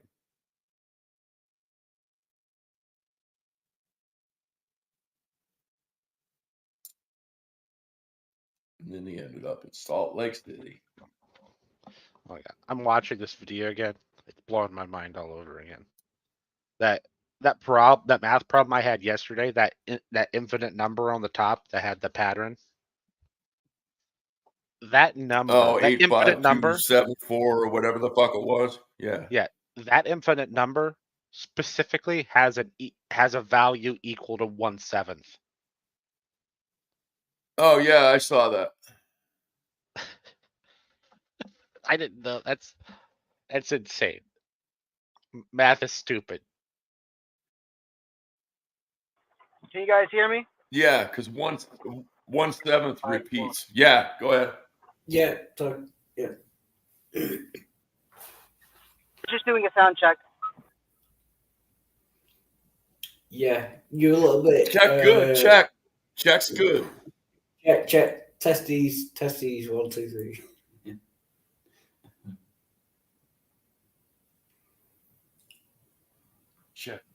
Checkaroo. So, Wildheart, tell us about the first blowjob you gave. Sorry, you broke up a bit then. What?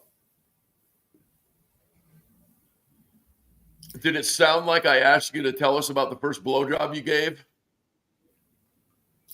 Yeah, that's funny. Yeah, I don't take this as kind of like bragging, but I've never given a blowjob.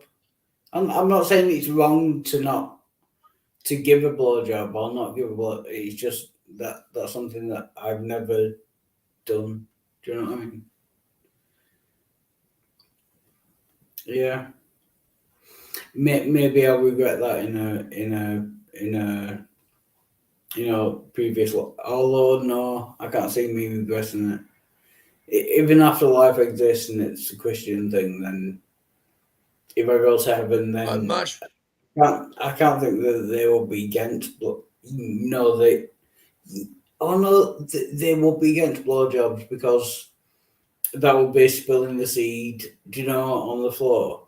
I think they're against that. So yeah. So basically, to answer your question as concisely as I can, I've never given a blowjob, but yeah.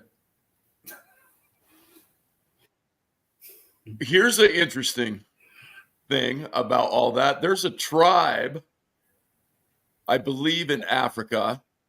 Yeah. And sperm is sacred to them, has been for thousands of years, probably. And the men of this tribe at certain times give each other blowjobs for the reason you just said. Yeah. Because they don't spill the seed, but it's not gay. They're not doing it as what we would see. Yeah, and I get what you're saying. As a gay reason. Yeah, I get what you're saying, but me personally, and this is just from my point of view, I don't think I could ejaculate if it was a man giving me a blowjob. Do you know what I mean? Even if, like, the sensation would be basically the same, but if I knew it was a man doing it, I don't think that I could ever kind of ejaculate. Oh, can I bring it back around to sexism? You would be able to tell the difference from just the sensation because it would be better. Yeah. Well, yeah. And to be quite frank with you, if you're blowing me, I don't care if you ejaculate or not. Yeah. Mm.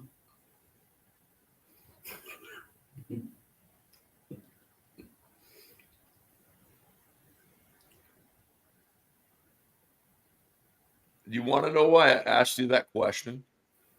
Yeah, I would quite like so, yeah, it I would was quite so like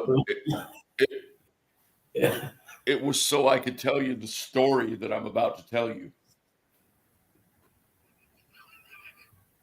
My first job here in Newfoundland, Yeah. I was about 5,000 miles from home. The only person I knew here was my wife, and I had met her mother and father, but I didn't really know them at that point. And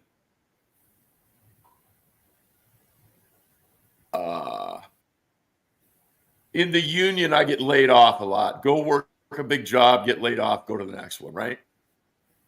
But every fucking time that happens, as many times as I've gone through it, I get very anxious about it. About if it's a whole brand new crew of people that I'm working with, you have to establish all the same social parameters all over again. Everybody has to get to know one another, kind of thing, right? And it literally it gives me anxiety. Because I don't like being the new guy. So anyway, I was working with a crew of like 6 other guys, all Newfoundlanders. Yeah. I couldn't understand most of what they were saying because they speak with an accent here. So I was really quiet. For, just doing my job, whatever. And then we went to break. And we went to the lunchroom, and I didn't really say much. I talked to the foreman a little bit. But I just fucking laid really low key. And then when we went back to the trailer for lunch, we were all sitting there eating lunch, and I think a couple of guys asked me a question, and I gave them like a one-word answer, and just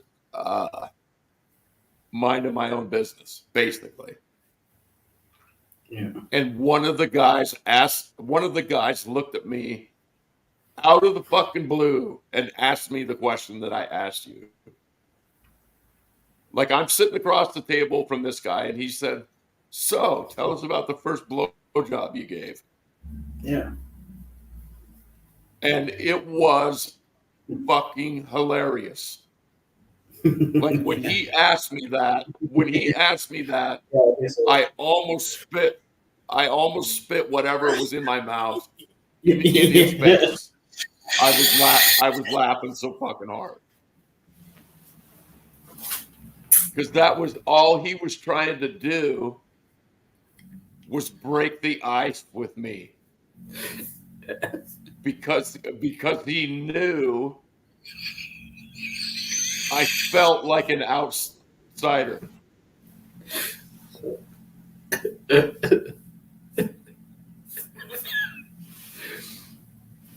Yeah.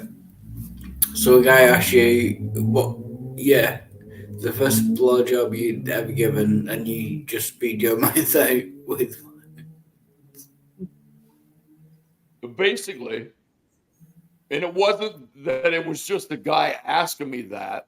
This was a guy asking me that in front of seven other guys.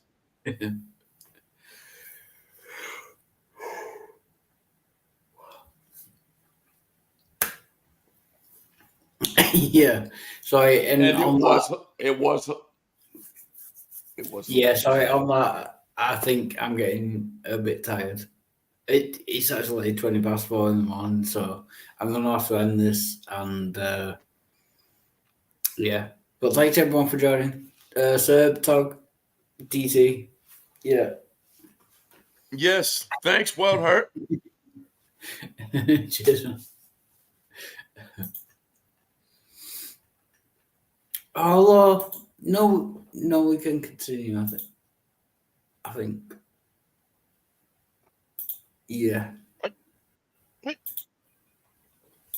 Yeah. No, we can continue for a bit. Anyway, you suddenly woke up. Yeah. Basically, I've not had my joint for the night. You know, the weed bit. I've started having like weed just before I go to bed, so we can do that. Yeah, that's fine.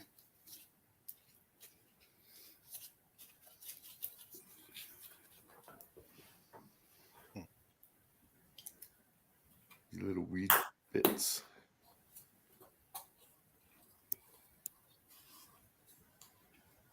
I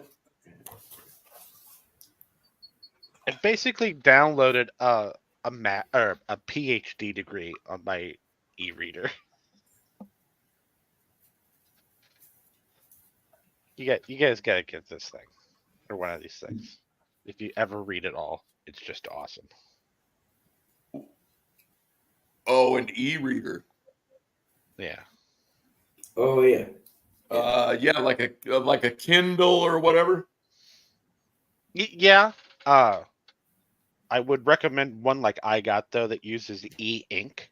I think that's what it's called, e-ink, because it's super energy efficient.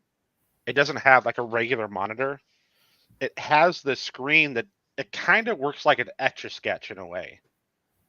Like it magnetizes an image on the screen and then it stops computing, right? So if you're just reading a book, right, it only has to update when you flip the page. So yeah, and then it has a backlight. So then like theoretically, if I wanted to, I could hit the off button and the page I was reading would still be on the screen. It just wouldn't have a backlight, like that sort of thing. This thing is super light. It has a small battery in it, but it has a battery life of like 3 days while being on and being used.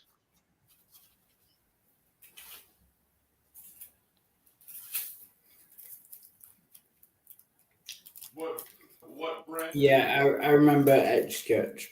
Yeah. Oh, it is. Oh, it's on the case. Oh, I have the box over here. It is a name I have never heard of before. Oh. So do you have to pay for each book that you read?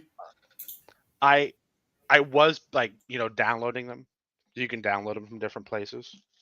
But since I got access to that server with like basically every book I've thought of so far. Right. It's basically free. It is called Kobo Libra 2 is the one that I got. Huh. And it has a mode so you can take notes on it too if you have like a little like a magnetic pin. Oh, stylus or whatever. Yeah. Yeah. I haven't used it for that yet, but I go in spurts of I like to read, but I could go a couple years without reading anything. But mostly what I read is fiction. yeah. I'll read like one fiction book a year. But I'll read like 50 books. It's just all the other books I read are like on a subject I'm interested in. Like it's not like a nonfiction story. And they're not textbooks, right? So like Oxford puts out handbooks that's like on a specific subject. I read a lot of those. Right, like economics or yeah, any subject. Or they have some aspect of economics, supply and like demand, whatever. I think they have like 500 handbooks. So it's just like kind of on everything. You just pick one. Right. And then That's Cambridge and Yale does the same thing. They have their own stuff. So it's like those kinds of books. They're not textbooks, but they're similar. right. And you now have, well, you probably had access. Did you have access to that? Yeah, I through buy your them. work or? Well, yeah, the library has them, but I've bought. I have probably about 100 of the Oxford handbooks in my house. I buy them before. Okay. Yeah. But I've But over the last like week, I've downloaded every single one of them. Put them on right, I remember you saying that like you wasted $150 or whatever. Well, that was I bought some fiction books. If we Right. look at like those handbooks, or I've got from anywhere from $20 to $110 each. So there's, if you're looking at it that way, there's a lot more wasted up there, I guess technically. Oh yeah. I don't really mind the e-reader, but I also, if I'm going to read a book, I like the feel of having the book in my hand and actually turning the pages. Oh yeah. Yeah. Oh, actually, that is, well, it just doesn't have the feel, obviously, but that's one of the other things I like about this But e-reader. does it It make has the a sound of the page turning? Oh, well, no, it doesn't. It doesn't do that. But the backlighting, you have two options where you have like a pure white, or you have like a paper simulation. So it looks like you're reading, like the type of paper they have for novels. Oh Where it's like yeah. slightly Yeah, I know what you mean. off-white, Like, looks it has a texture to it. So it looks like that, right. which I kind of like. That's cool. It's easy on the eyes. Yeah, I have a question for you. Hmm. Before your family got this thing for you as a gift, and you got the link from somebody else you were talking about, were were you were you allowed to use, like, I'm assuming you have access on campus to shit that the rest of us don't, basically. Well, technically. I mean, you don't really have to be a student to use the library, if that's what you're referring to. Right. No, what It's just I not mean, easy access. as a professor, I would think you would have access. Well, I guess that doesn't make any sense. Because you would want the students to have the same access. Yeah, the only real privilege access I have is for, like, students can access the scientific publications, right, where scientists publish papers and stuff. They can have access to that, but they only have access to it in the library. I have remote access to it, so I don't have to go to the library to read any of that. Okay. Yeah, got it. Right. It's illegal for me to show it to anyone, though. Oh, that's what I was asking. So you're not technically allowed, or are you, to transfer books from that server to your personal e-reader? I can't transfer those journals from the university to you. Well, technically, it's illegal for me to transfer the books from not to me, just to you, to your own personal Kindle reader or whatever e-reader.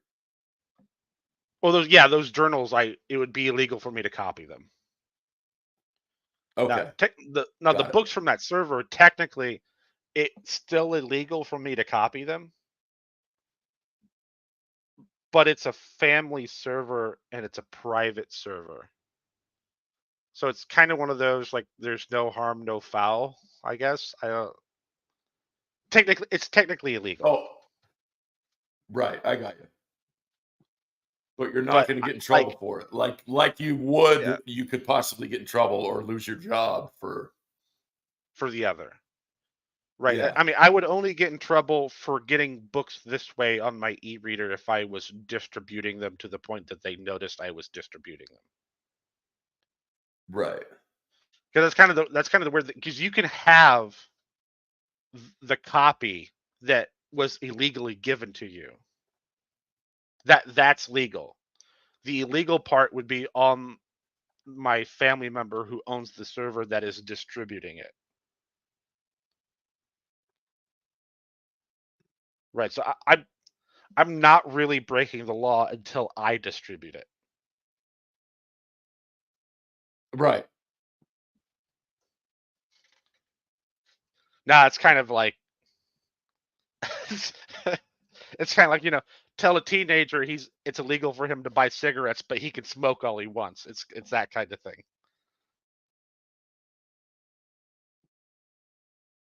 Right.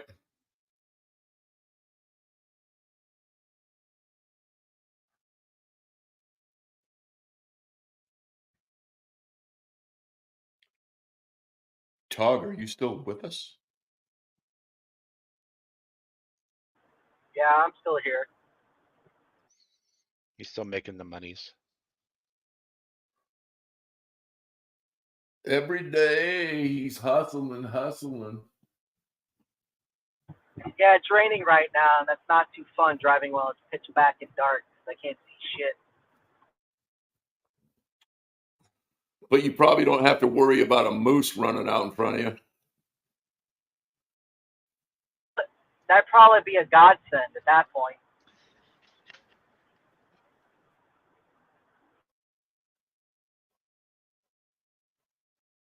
I mean, we get plenty of deer over here, right? I almost hit like 5 fucking deer yesterday because they all want to sneak out. Yeah. Usually at dawn and at dusk is when the deers are going to move.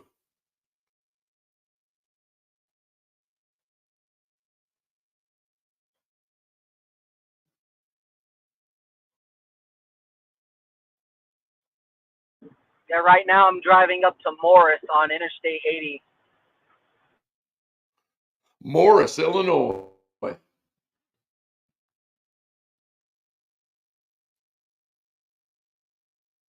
Yeah, I still have to go all the way down to Peoria, so tonight's gonna suck because it's raining. Oh my god. It's like it's like it's almost midnight and you're taking like a 2-hour drive to Peoria and like another 2-hour drive back on top of however long it takes you to clean. Yep, pretty much. It's like That's every right. night, Monday through Friday. Holy crap. Okay. And that explains the comment. Maybe a moose running out in front of him would be a godsend at this point. Oh, that's right, because you're cleaning those daycares that I guess my I don't know, ward, my ex ward. I guess he never took those or something. Oh, I have no idea. Yeah, the opportunity came up and I took them on because I couldn't take them on at the time because I was already working for somebody else. I didn't want to take it on. I didn't have the courage. And then when I stopped working for that other guy that as much, I'm like, well, fuck it, I'm not doing anything else. But now I gotta let him go because gas prices are getting to be like $4, and it's insane to pay like that much and to and fro. It's eating up my profit, and it makes no sense. So now I gotta give him up, which makes me sad. Well, okay, take a Oh, suggestion. yeah. First. Well, I was going to say, Todd, you're talking to the right dude. Because here was my suggestion, Cerberus, and I was thinking about you. Tog, approach those accounts and tell them, look, I can't I can't do this any longer at these prices because of the price of gas has gone up. And then, but Todd said initially he can't raise his prices. But I if could always try you asking, approach but I already them, did that. I already did that like when I first okay, got the account anyway, because it was down in Peoria. I think they wanted like $800 for them. I was like, that's too low. I got to do at least 1,500 is what I wanted, and the only lower they could do was 1,200. So I already tried it that when I first started out to get, and then they bumped up the prices for the other one down there. But that's not going to be enough, even with that. Like, I know it's like it should be, but it isn't. Yeah. Well, I gotta find yeah. someone to like take them on, and there's like 600.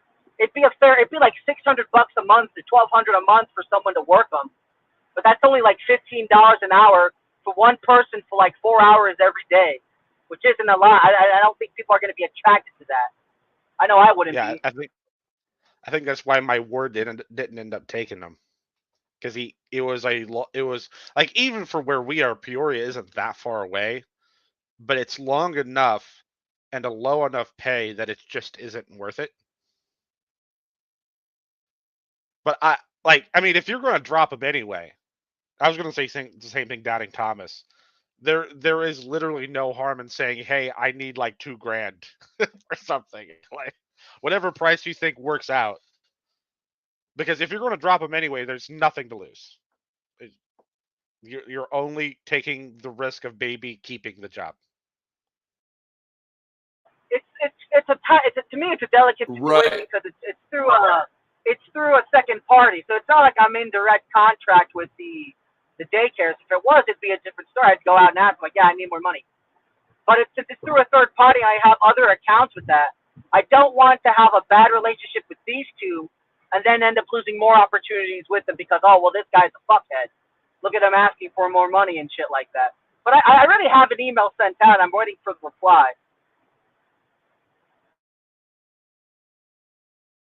Yeah. Well, I'd say, I mean, if you want to keep a good relationship, I hope you put in there that you could finish out like the week or something. You could give them, say, hey, I can't do it like this, but I can give you a few days. I told him I have to the end. I gave him a strict deadline. I said I have till the end of what is this, March, which is like only until Friday. And I said, if you guys can't find anyone to cover it, I will still cover it until you do, because that's fair enough. I don't want to like leave the daycares without anyone to clean them, and then they get back to messy. That's bad on my part to leave them like that. So I'll cover it at least until they can find a replacement. And I'm not really throwing any money away because I can just make it back by gaining more accounts somewhere else, and hopefully closer to home. So that's kind of my goal, is to let them go, then try to rebound to someone else. Well, I would say that was awfully Right. nice, but I would suggest in the future never leaving it quite that open-ended.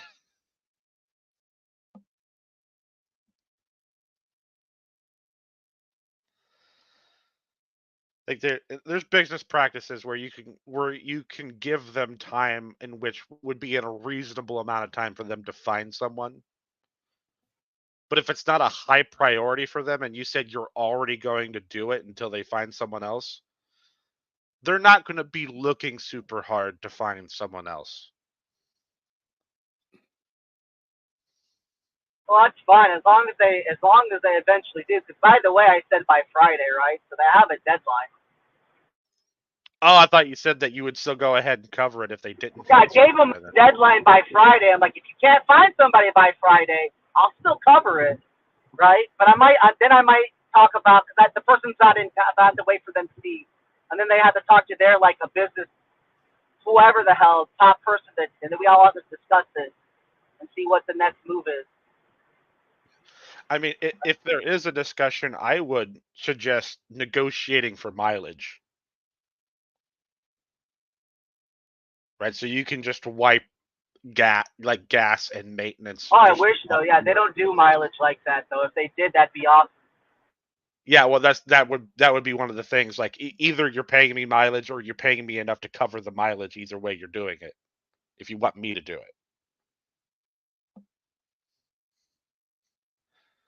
But I would suggest to the mileage, because that way, if gas went down, then they wouldn't be paying as much.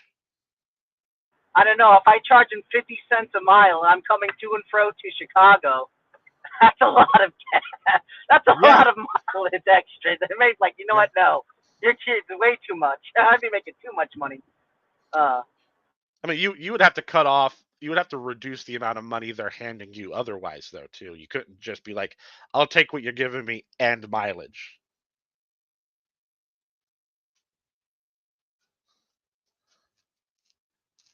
I'd take it all if I could. I'd actually go in and steal the accounts from them if there wasn't bad picks. Like, you don't need these second-grade assholes. Just hire me. You don't need them. But that's bad business also. You can't steal the people who are feeding you, I guess. You know, don't bite the hand to feed you.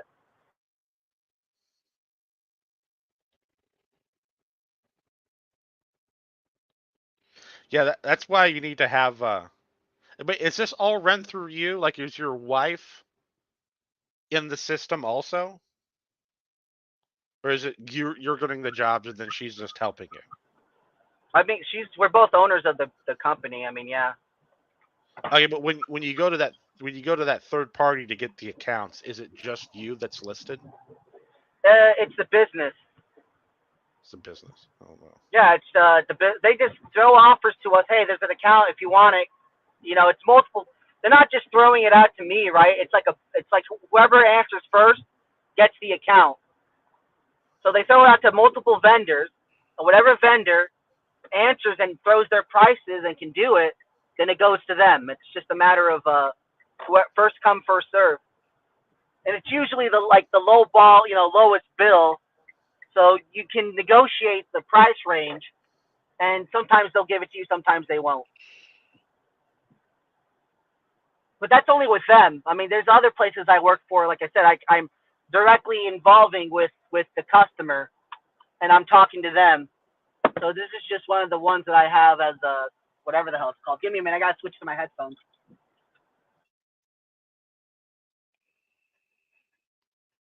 Yeah.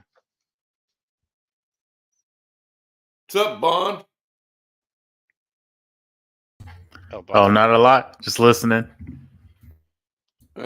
Answering these DMs. Who's in the DMs?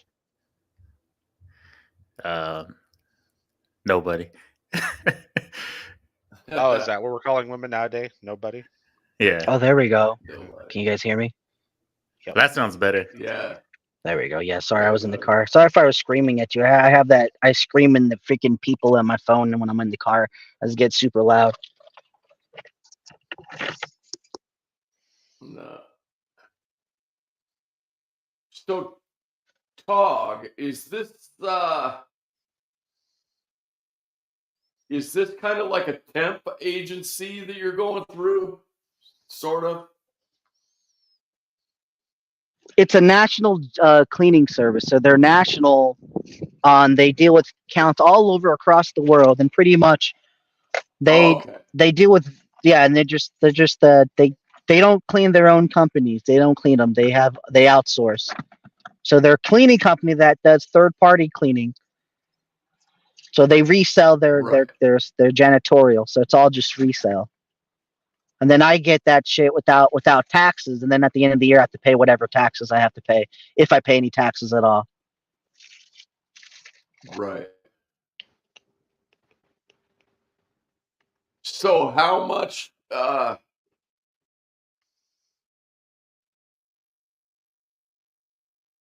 other is so there's a substantial part of your business that is tied in with this place.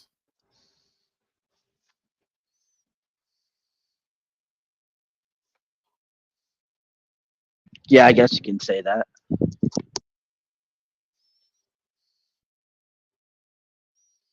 Okay. Yeah, you're in a I'm working with this national agency. There's another one that just found me. Like, one of the workers just emailed me, and they used to work for this company that I'm working for you can say working for, that I'm working with right now. And she used to work for them, or she's either with both companies. And I thought she was with the other one, and she got me like, I'm doing these ATIs right now, which are physical therapies, and she got me those. And I just started off these, and they pay like $900 for 3 days a week, and they're like barely fucking dirty. So I really just come in here, take out the trash, vacuum if I need a vacuum, and mop, wipes, dust them a bit, and I'm done. I get paid like nothing to do nothing. And there's no cameras here, so I can just chill and smoke and play and shit. Is that one of the ones that you have to drive a long way for? Technically, all the places are like an hour's out. I mean, to Midwesterners, an hour's out isn't nothing. Right? I'm going 2 hours out just to go to work, so it's like, not technically, yeah, they are, but no, they're not. It all depends if you want to drive hours out. I don't mind. I mean, it's quick, easy money. The jobs only take like under an hour, except for the daycares. They're about an hour, hour and a half, depending on how dirty they are. Fucking kids, fucking teachers, and not cleaning up after themselves even more. Bastards. Don't you know you're supposed to make the janitor jobs easy? I'm not supposed to do nothing when I show up. Nothing. I don't know. The boy tells me that for lots of places, being the nighttime janitor or the cleaner or whatever is basically a scam.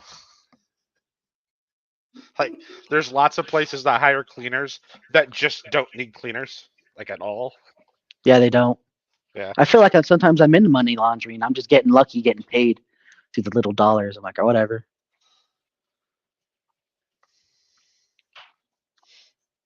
Whatever makes money for people, right? That's what makes the world go round. Man, this place is pretty good. I just hope I get paid for it because it's through a new company, and I didn't know it was for another one, so I'm a little bit worried about it. But I got the key, so there has to be somewhere legit. And if I'm getting scanned and I get a key, well then, oh well. I guess I'll just keep the key until I get paid, and then they can just worry about that. Like, well, you see, but this is with a different company, so it's a little bit more. I don't have necessarily like a repertoire with them to like be all good and noble, so I fuck them over if they try to fuck me over. But they're all the way in New Jersey. I'm not saying I'm going to break into your place, but it would be really unfortunate if your key found its way into the hands of some hoodlums. Pretty much, right? You sell information. Like, I might know your pins. You know how many people don't change their pins after they have cleaners? Which is like a big no-no. You're supposed to change that shit each and every time you have a new person come into that building, if they don't already have their own special code. Like, it's insane. You know how many lockbox keys, like because of Jenny Craig's, right? They still have their stupid keys because it's the building owner has the keys there. And as a janitor, I can still go into that building even though no one's in there because the lockbox is still the same. The key is still the same. It's like, this is fucking stupid. I can still my code to enter the door at the fire department here, it's still active. Yeah, it's insane. People never shut off their codes. But I'm not that much of I was a criminal, I should say. I guess I can still lean to being a criminal every now and then. But I don't want to be that much of a criminal. Right. Yeah, I sympathize with you. You are in a bit of a pickle.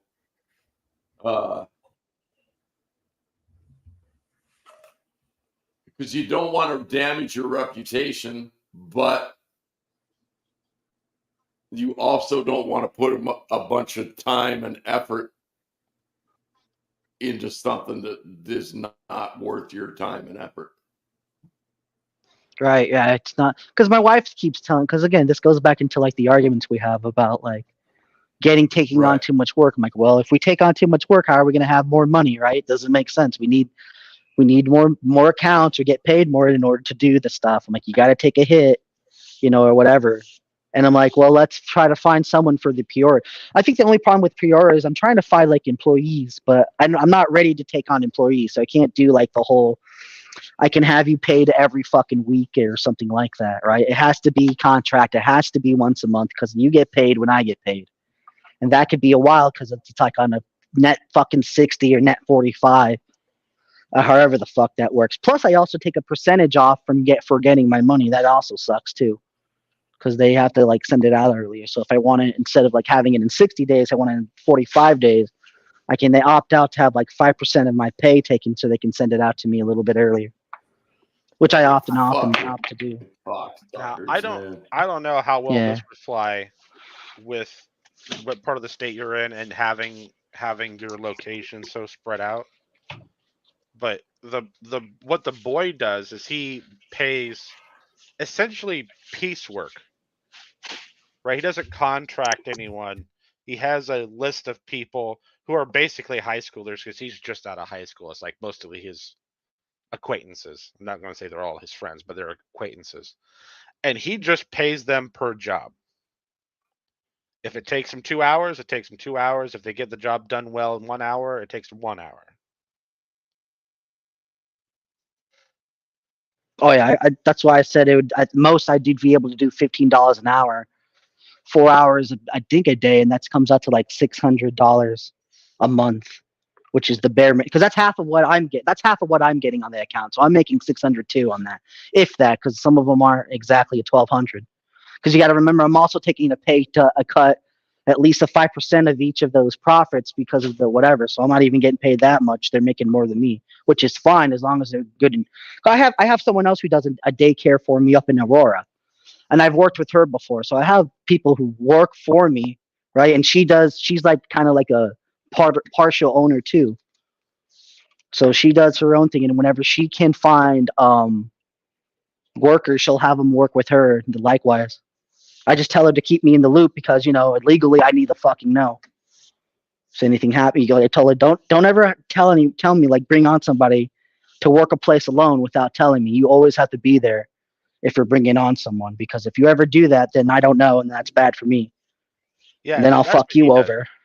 That's what he does because he's not because he doesn't have employees. He has, because he has, like I said, he has a list of people, but he's at every job. Yeah, I wish I could do it like that, but I don't. Again, if I'm going down there to watch the person who's working, then there's no point of me fucking having them work, because I can just be doing it. You see, it's self-defeating at that point. I don't want to go there and just watch someone work so I can pay them daily, because at that point I might as well just do the job myself. He has the benefit that because of the area we live in, all these big companies like you're going through, they don't bother with the places out here. So all of his accounts is within like 45 minutes of his house. That like 45 minutes is like the farthest.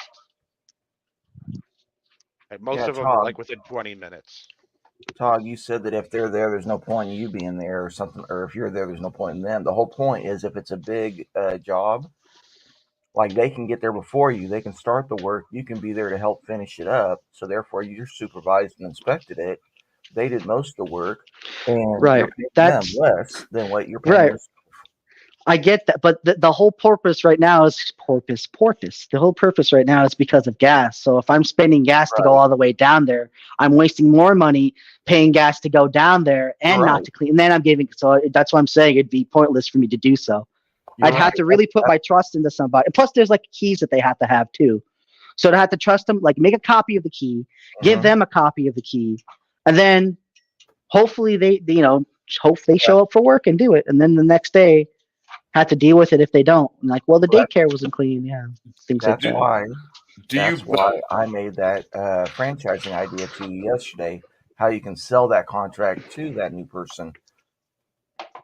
Yeah, I can't do. It's not my account to sell. Oh, okay.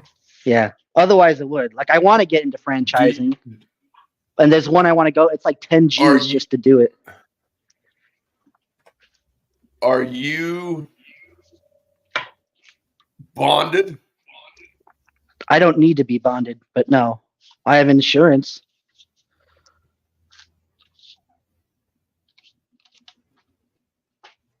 Do you do backs on your employees? Do I do background checks? Yes. No, I don't have any employees, but I do background checks on people. I mean, I can do a background check on anyone. Like we did on. I often do too. Like I often, I search up people's name when I find out their names, and I look for where they live, and I find out what information are they hiding. It's not legal to find out people's fucking criminal history if they have any. Right. I like to look. I'm a nosy person. You know, you never know when you're dealing with some fucking crazy hoo-ha. It's public record. Yep. Yeah. I just assume Right. So what I was getting at, what I was getting at is, let's say you find somebody in that area, but you're not quite sure you can trust them. Give them a key to the daycare. Something happens. Does your insurance cover that? Yeah, I'd be fine if anything were to happen like that. They were to steal shit. I have like over 2 million of coverage. It would only cover it if he hired them as an employee. Yeah. But you don't have employees. You've only got subcontractors, so they wouldn't cover it. Oh, maybe. But I know it'd still come out to me. I mean, the insurance doesn't have to know I would hire someone else, but could still be underneath my business, I guess. But anyway, go ahead. Do you have the don't know the right word. Do you have the authority to give the key to that building or the code to that building to somebody else? No, not unless I'm hiring them. Okay. If it's for business, then yeah, it's only for business if I can. Like if they're going to clean it for me, that's the only, because I'm the only one directly dealing with that account. And again, it's just a highly big security issue to give away those type of codes, especially for a fucking daycare. So it's like security work. Yeah, legally he would still be responsible. The business gave it to him, so anybody that he gives it to, you know, it's like I'm he's liable. doing it. Criminally, it would be considered a conspiracy for him to give them the key if they then committed a crime. Of course, then they'd have to prove that he knew that there was a high potential for them to have committed the crime instead of just doing it negligently. But that gets into whole different issues. But anyway, civilly he'd be responsible. And then they'd be like, well, didn't you do a background check? And then I'd get in trouble for not doing background. Like, well, you didn't do a background check, No, doc. then you say Now we're yes. gonna You sue say yes. I looked up on this date on this website, and this is what it said. But you know, background checks don't get everything. That's true until they do their own. And if that doesn't work, you look them straight in the eyes and go, background checks are racist. Yes. That actually probably would work with the companies because they're all in New Jersey. It probably would.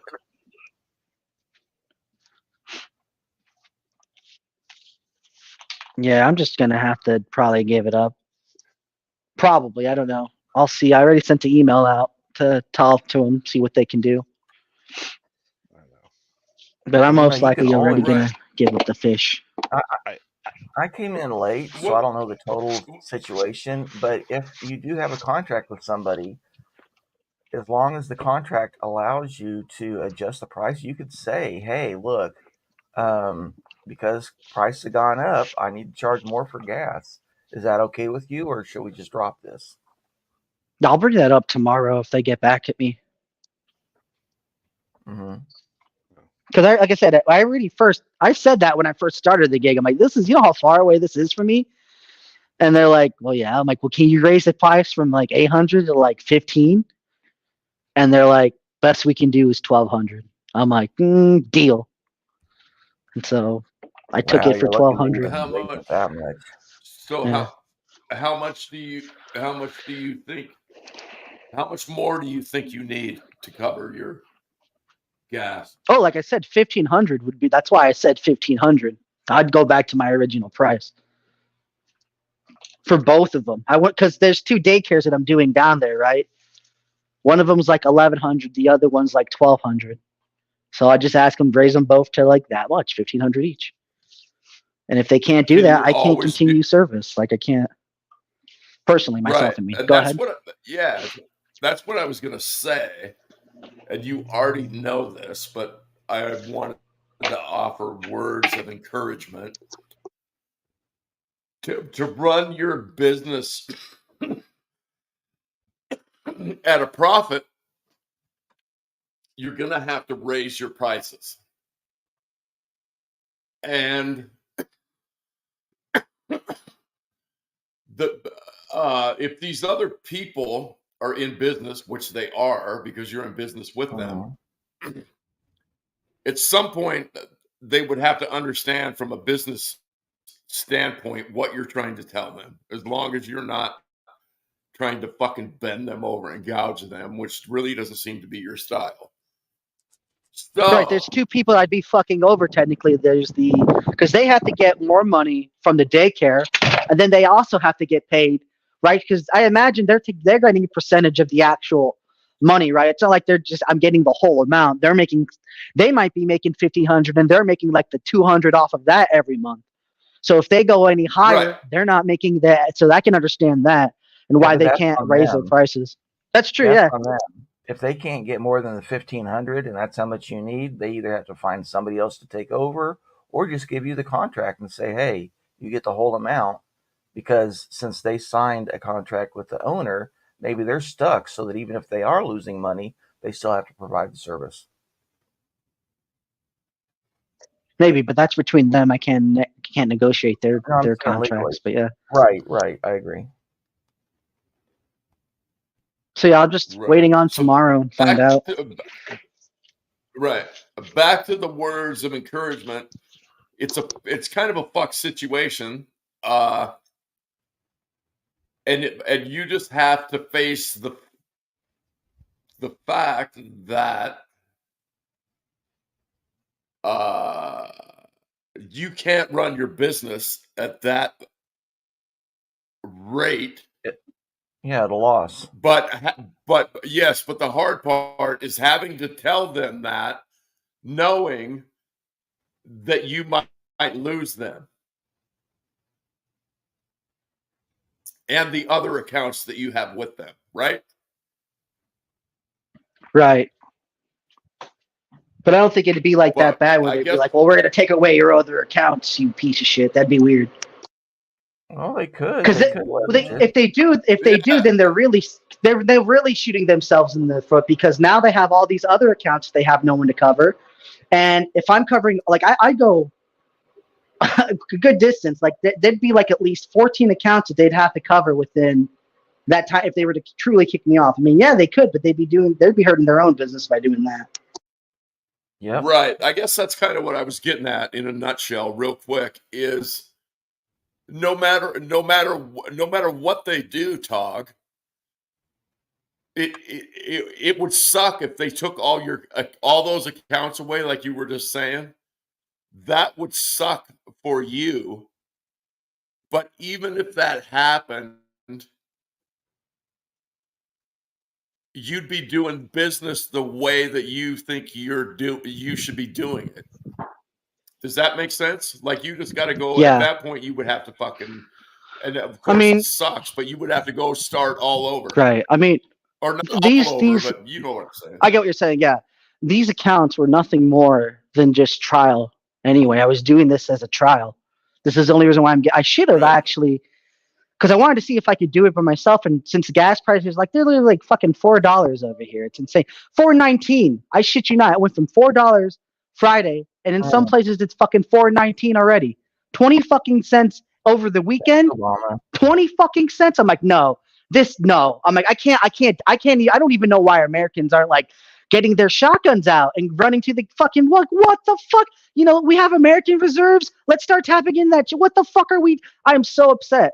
I don't even know. I want to start a war. I'm so mad. Like, what the hell? This has gone on too far enough. You're fucking with my God. Oh, God damn, I'm so mad. Don't do that. I'm That's half so the reason why it pissed. jumped like it did.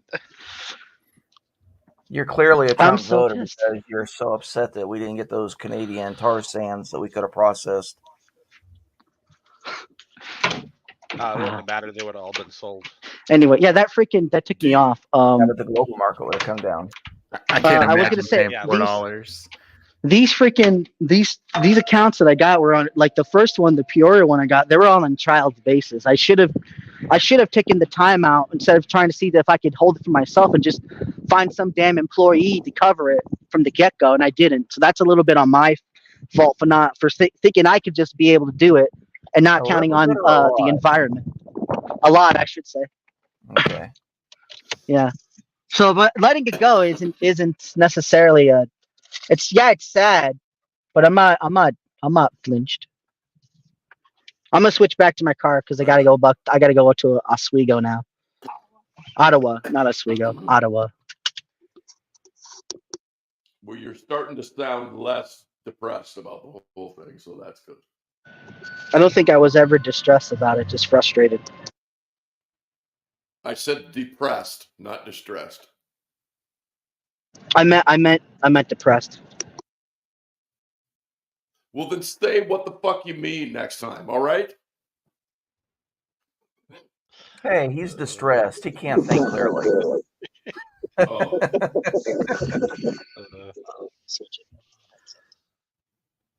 He's driving 4 hours to work 1 hour. Yeah, that's crazy. Tog, I'll tell you. You want me to tell you something that might make you feel better instantly? Sure. I pay $7.20 a gallon for gas here.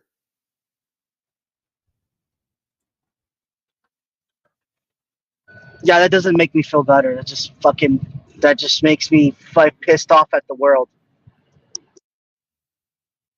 I paid $2.90 a gallon earlier today. Shut your fucking mouth! I hate you! How dare you! $2.90! I'm moving to Texas now. Why did you let the lower number that he gave you make you angry, but not let the higher number that I gave you make you happy? Because you're suffering just as much as I am while he's getting on the fighter lap of 290. Like, damn it, we could all be at that. It's inequality. I'm sorry. It's inequality. I was upset because I was paying $2.70 a gallon for a long time, and then it jumped up to $2.90. Yep. Man, yeah, like I said, man, you guys would feel it too if it happened to you. Like, it gradually increased like that. You guys would be like, no, it cannot be. I think my state's going corrupt. I'm in Chicago, so it's already fucked. That's what it is. All the corruption's finally getting to the gas prices. It's just sad. Do you want to make everyone sad? I have the biggest penis in the room on this one. I take vegetable oil from the diner. Well, the 2 diners near me. I filter them. I add in 1/3 kerosene, and I run that in my diesel truck. It costs me about $1 a gallon. Okay. Actually, that just makes me more happy because you're able to do that. Like, you found a way to beat the system. Yeah, that takes extra work. Yeah, it takes extra. I mean, I only managed to get about 12 gallons a week. So I'm not driving everywhere like this. Yeah, I guess that's the next question is how many miles do you drive a week? Well, I mean, I drive a fair number. I don't know off the top of my head, but I'm not driving the diesel truck around everywhere. Mm-hmm. Right. You should be eco-friendly and ride a bicycle. I got a big electric bicycle, but I mean, the nearest little town to me in a vehicle takes about 20 minutes. Mm-hmm. So, but how far is your work away? It's about 40. It's about 45. I did that one time running to, I believe it was Bloomington till I think Lincoln to go visit some friends. That was like an hour and a half drive. I did like 3 or 4 times in a row. I was tired. I could never make the trek back. I'd always had to call my mom to come pick me up and take me back to Bloomington.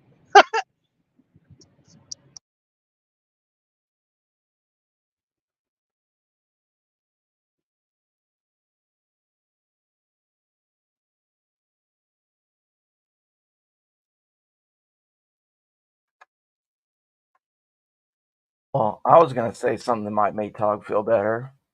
God loves you. Actually, it makes me feel worse because no wonder why he's picking on me so much, motherfucker. Just leave me alone. Leave me alone. I didn't do anything. Yeah, he doesn't love you enough to fucking put a moose in front of you on the highway, does he? Yeah, son of a bitch. You know, sometimes deer can get as big as moose. Like I saw one the other day, and holy fuck, it was huge. It was just a female one. Sometimes, no, incorrect. No.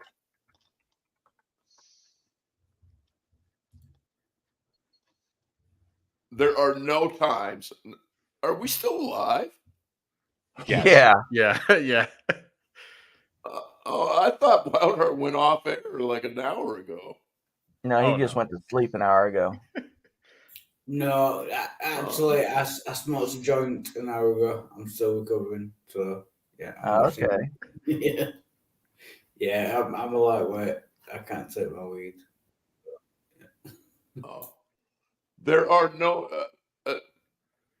You said sometimes deer get as big as a moose.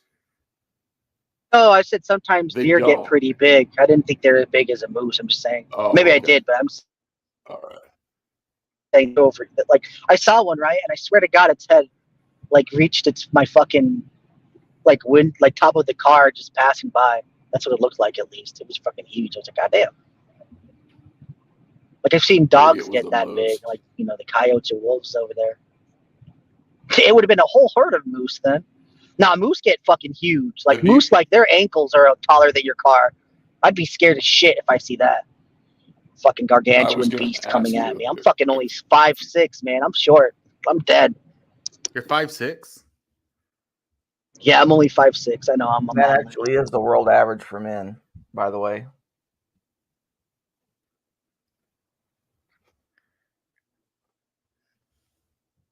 Yeah, I'm a shorty. Average shorty. Average. I learned that in a sniper course. 5'6". Yep, it's the world average. But for just Europeans, it's like 5'10" or something. Well, that's sad. For this. People say that like 6 feet is the perfect height, right? 6'2". But then again, being 5'6", I feel like I can fit almost anywhere, like small or big. Especially as a kid when I was skinnier, like I could fit anywhere. Like this is mine. This world was made for me because I can fit in all these places. No, Not too tall, not too short. It's made for 6 foot.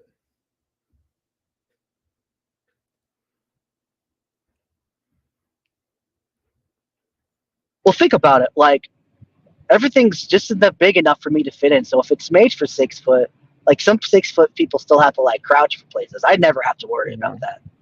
Right? I'm never going to get a place that's too short. I'm always going to get the right height seat at the table. It's never going to be off. And I get to like swing off my feet off of like some of the high, what are they called? The high chairs, bar stools, whatever they're called. Yeah, high chairs. High chair. That's a High good chairs. one. Yeah, right. Sit in the high chair. Okay. Booster seat. Yeah.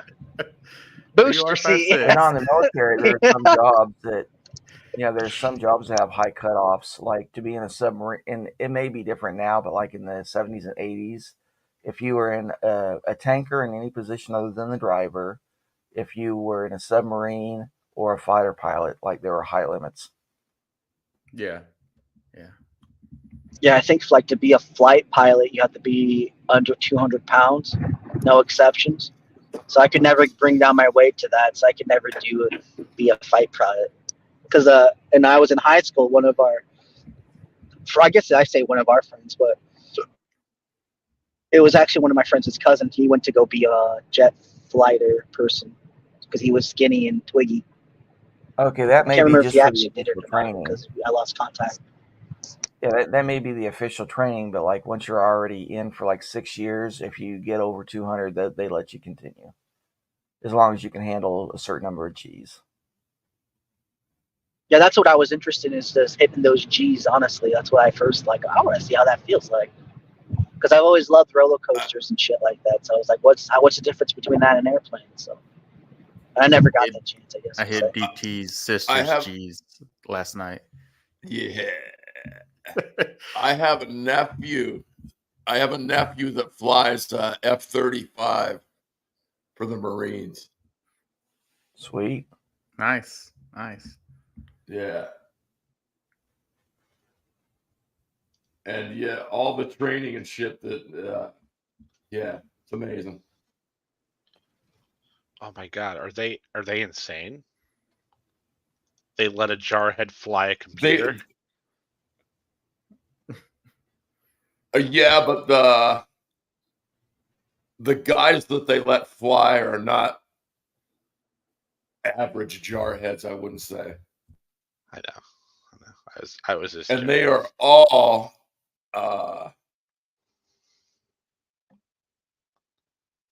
are all like fucking, well, I don't know about all of them, but most of them are pretty physically fit. Yeah. Yeah. Probably more so than most other And branches. Yeah. Right. And my nephew was telling me, like, if he knew, obviously hindsight, if he knew what he was going to be doing when he was younger, he would have paid way more attention to his core strength than fucking bench press and building your ass and all that shit, right? Well, sure. Because once you start flying and have to pull G's and everything, the more the better physically fit you are, it just helps.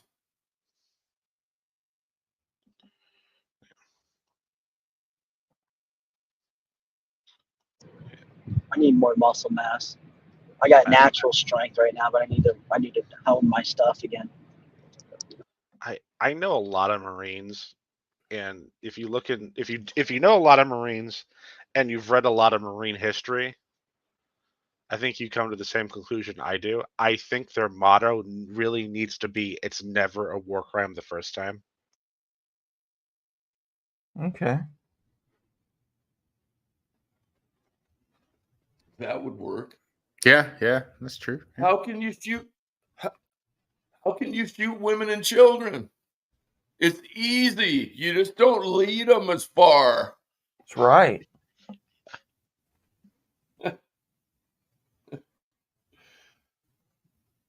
That was either I think that was Apocalypse Now. Full Metal Jacket. No, it's Full Metal Jacket. Oh, it was Full Metal Jacket. Both excellent films. Yeah. I don't know if this was true, but I was told that the Germans during World War II had out of order, a tactic, a suggestion. If you're fighting Marines, no, it was the Japanese. Sorry, it was the Japanese. It wasn't the Germans, supposedly. If you're fighting the Marines, don't shoot the officers first.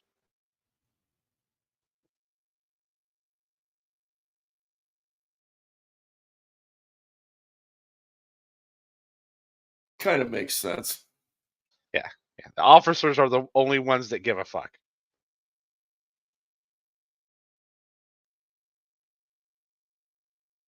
Oh, I took that the opposite way to mean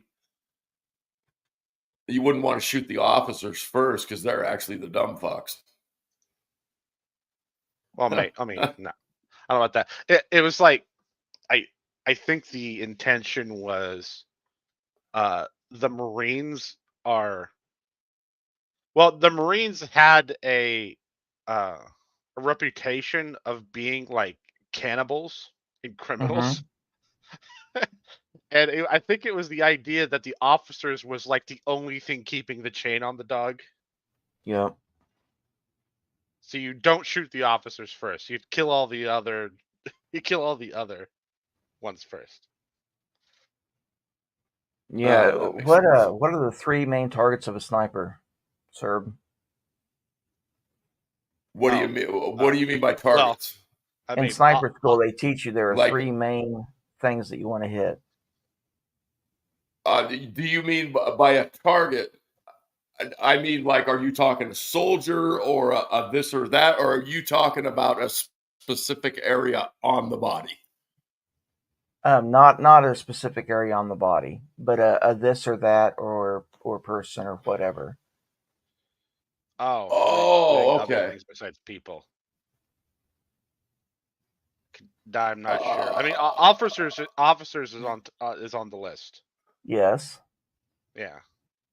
And 2 others. I don't know. I don't think I know the other two. Crew served weapons and vital equipment. Oh, okay, yeah, okay. What kind of weapons? Crew served weapons. Like machine gun, mortar, stuff like that. Anything that requires more than one person Crew? to use effectively. Okay, got it.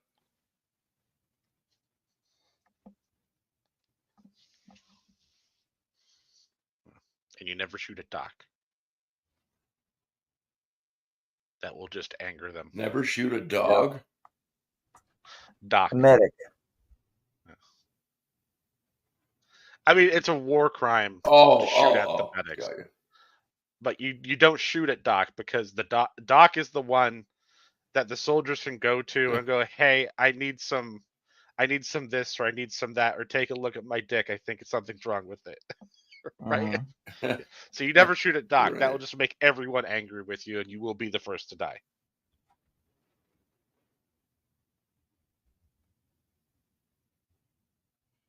I had a good friend that was a Vietnam veteran.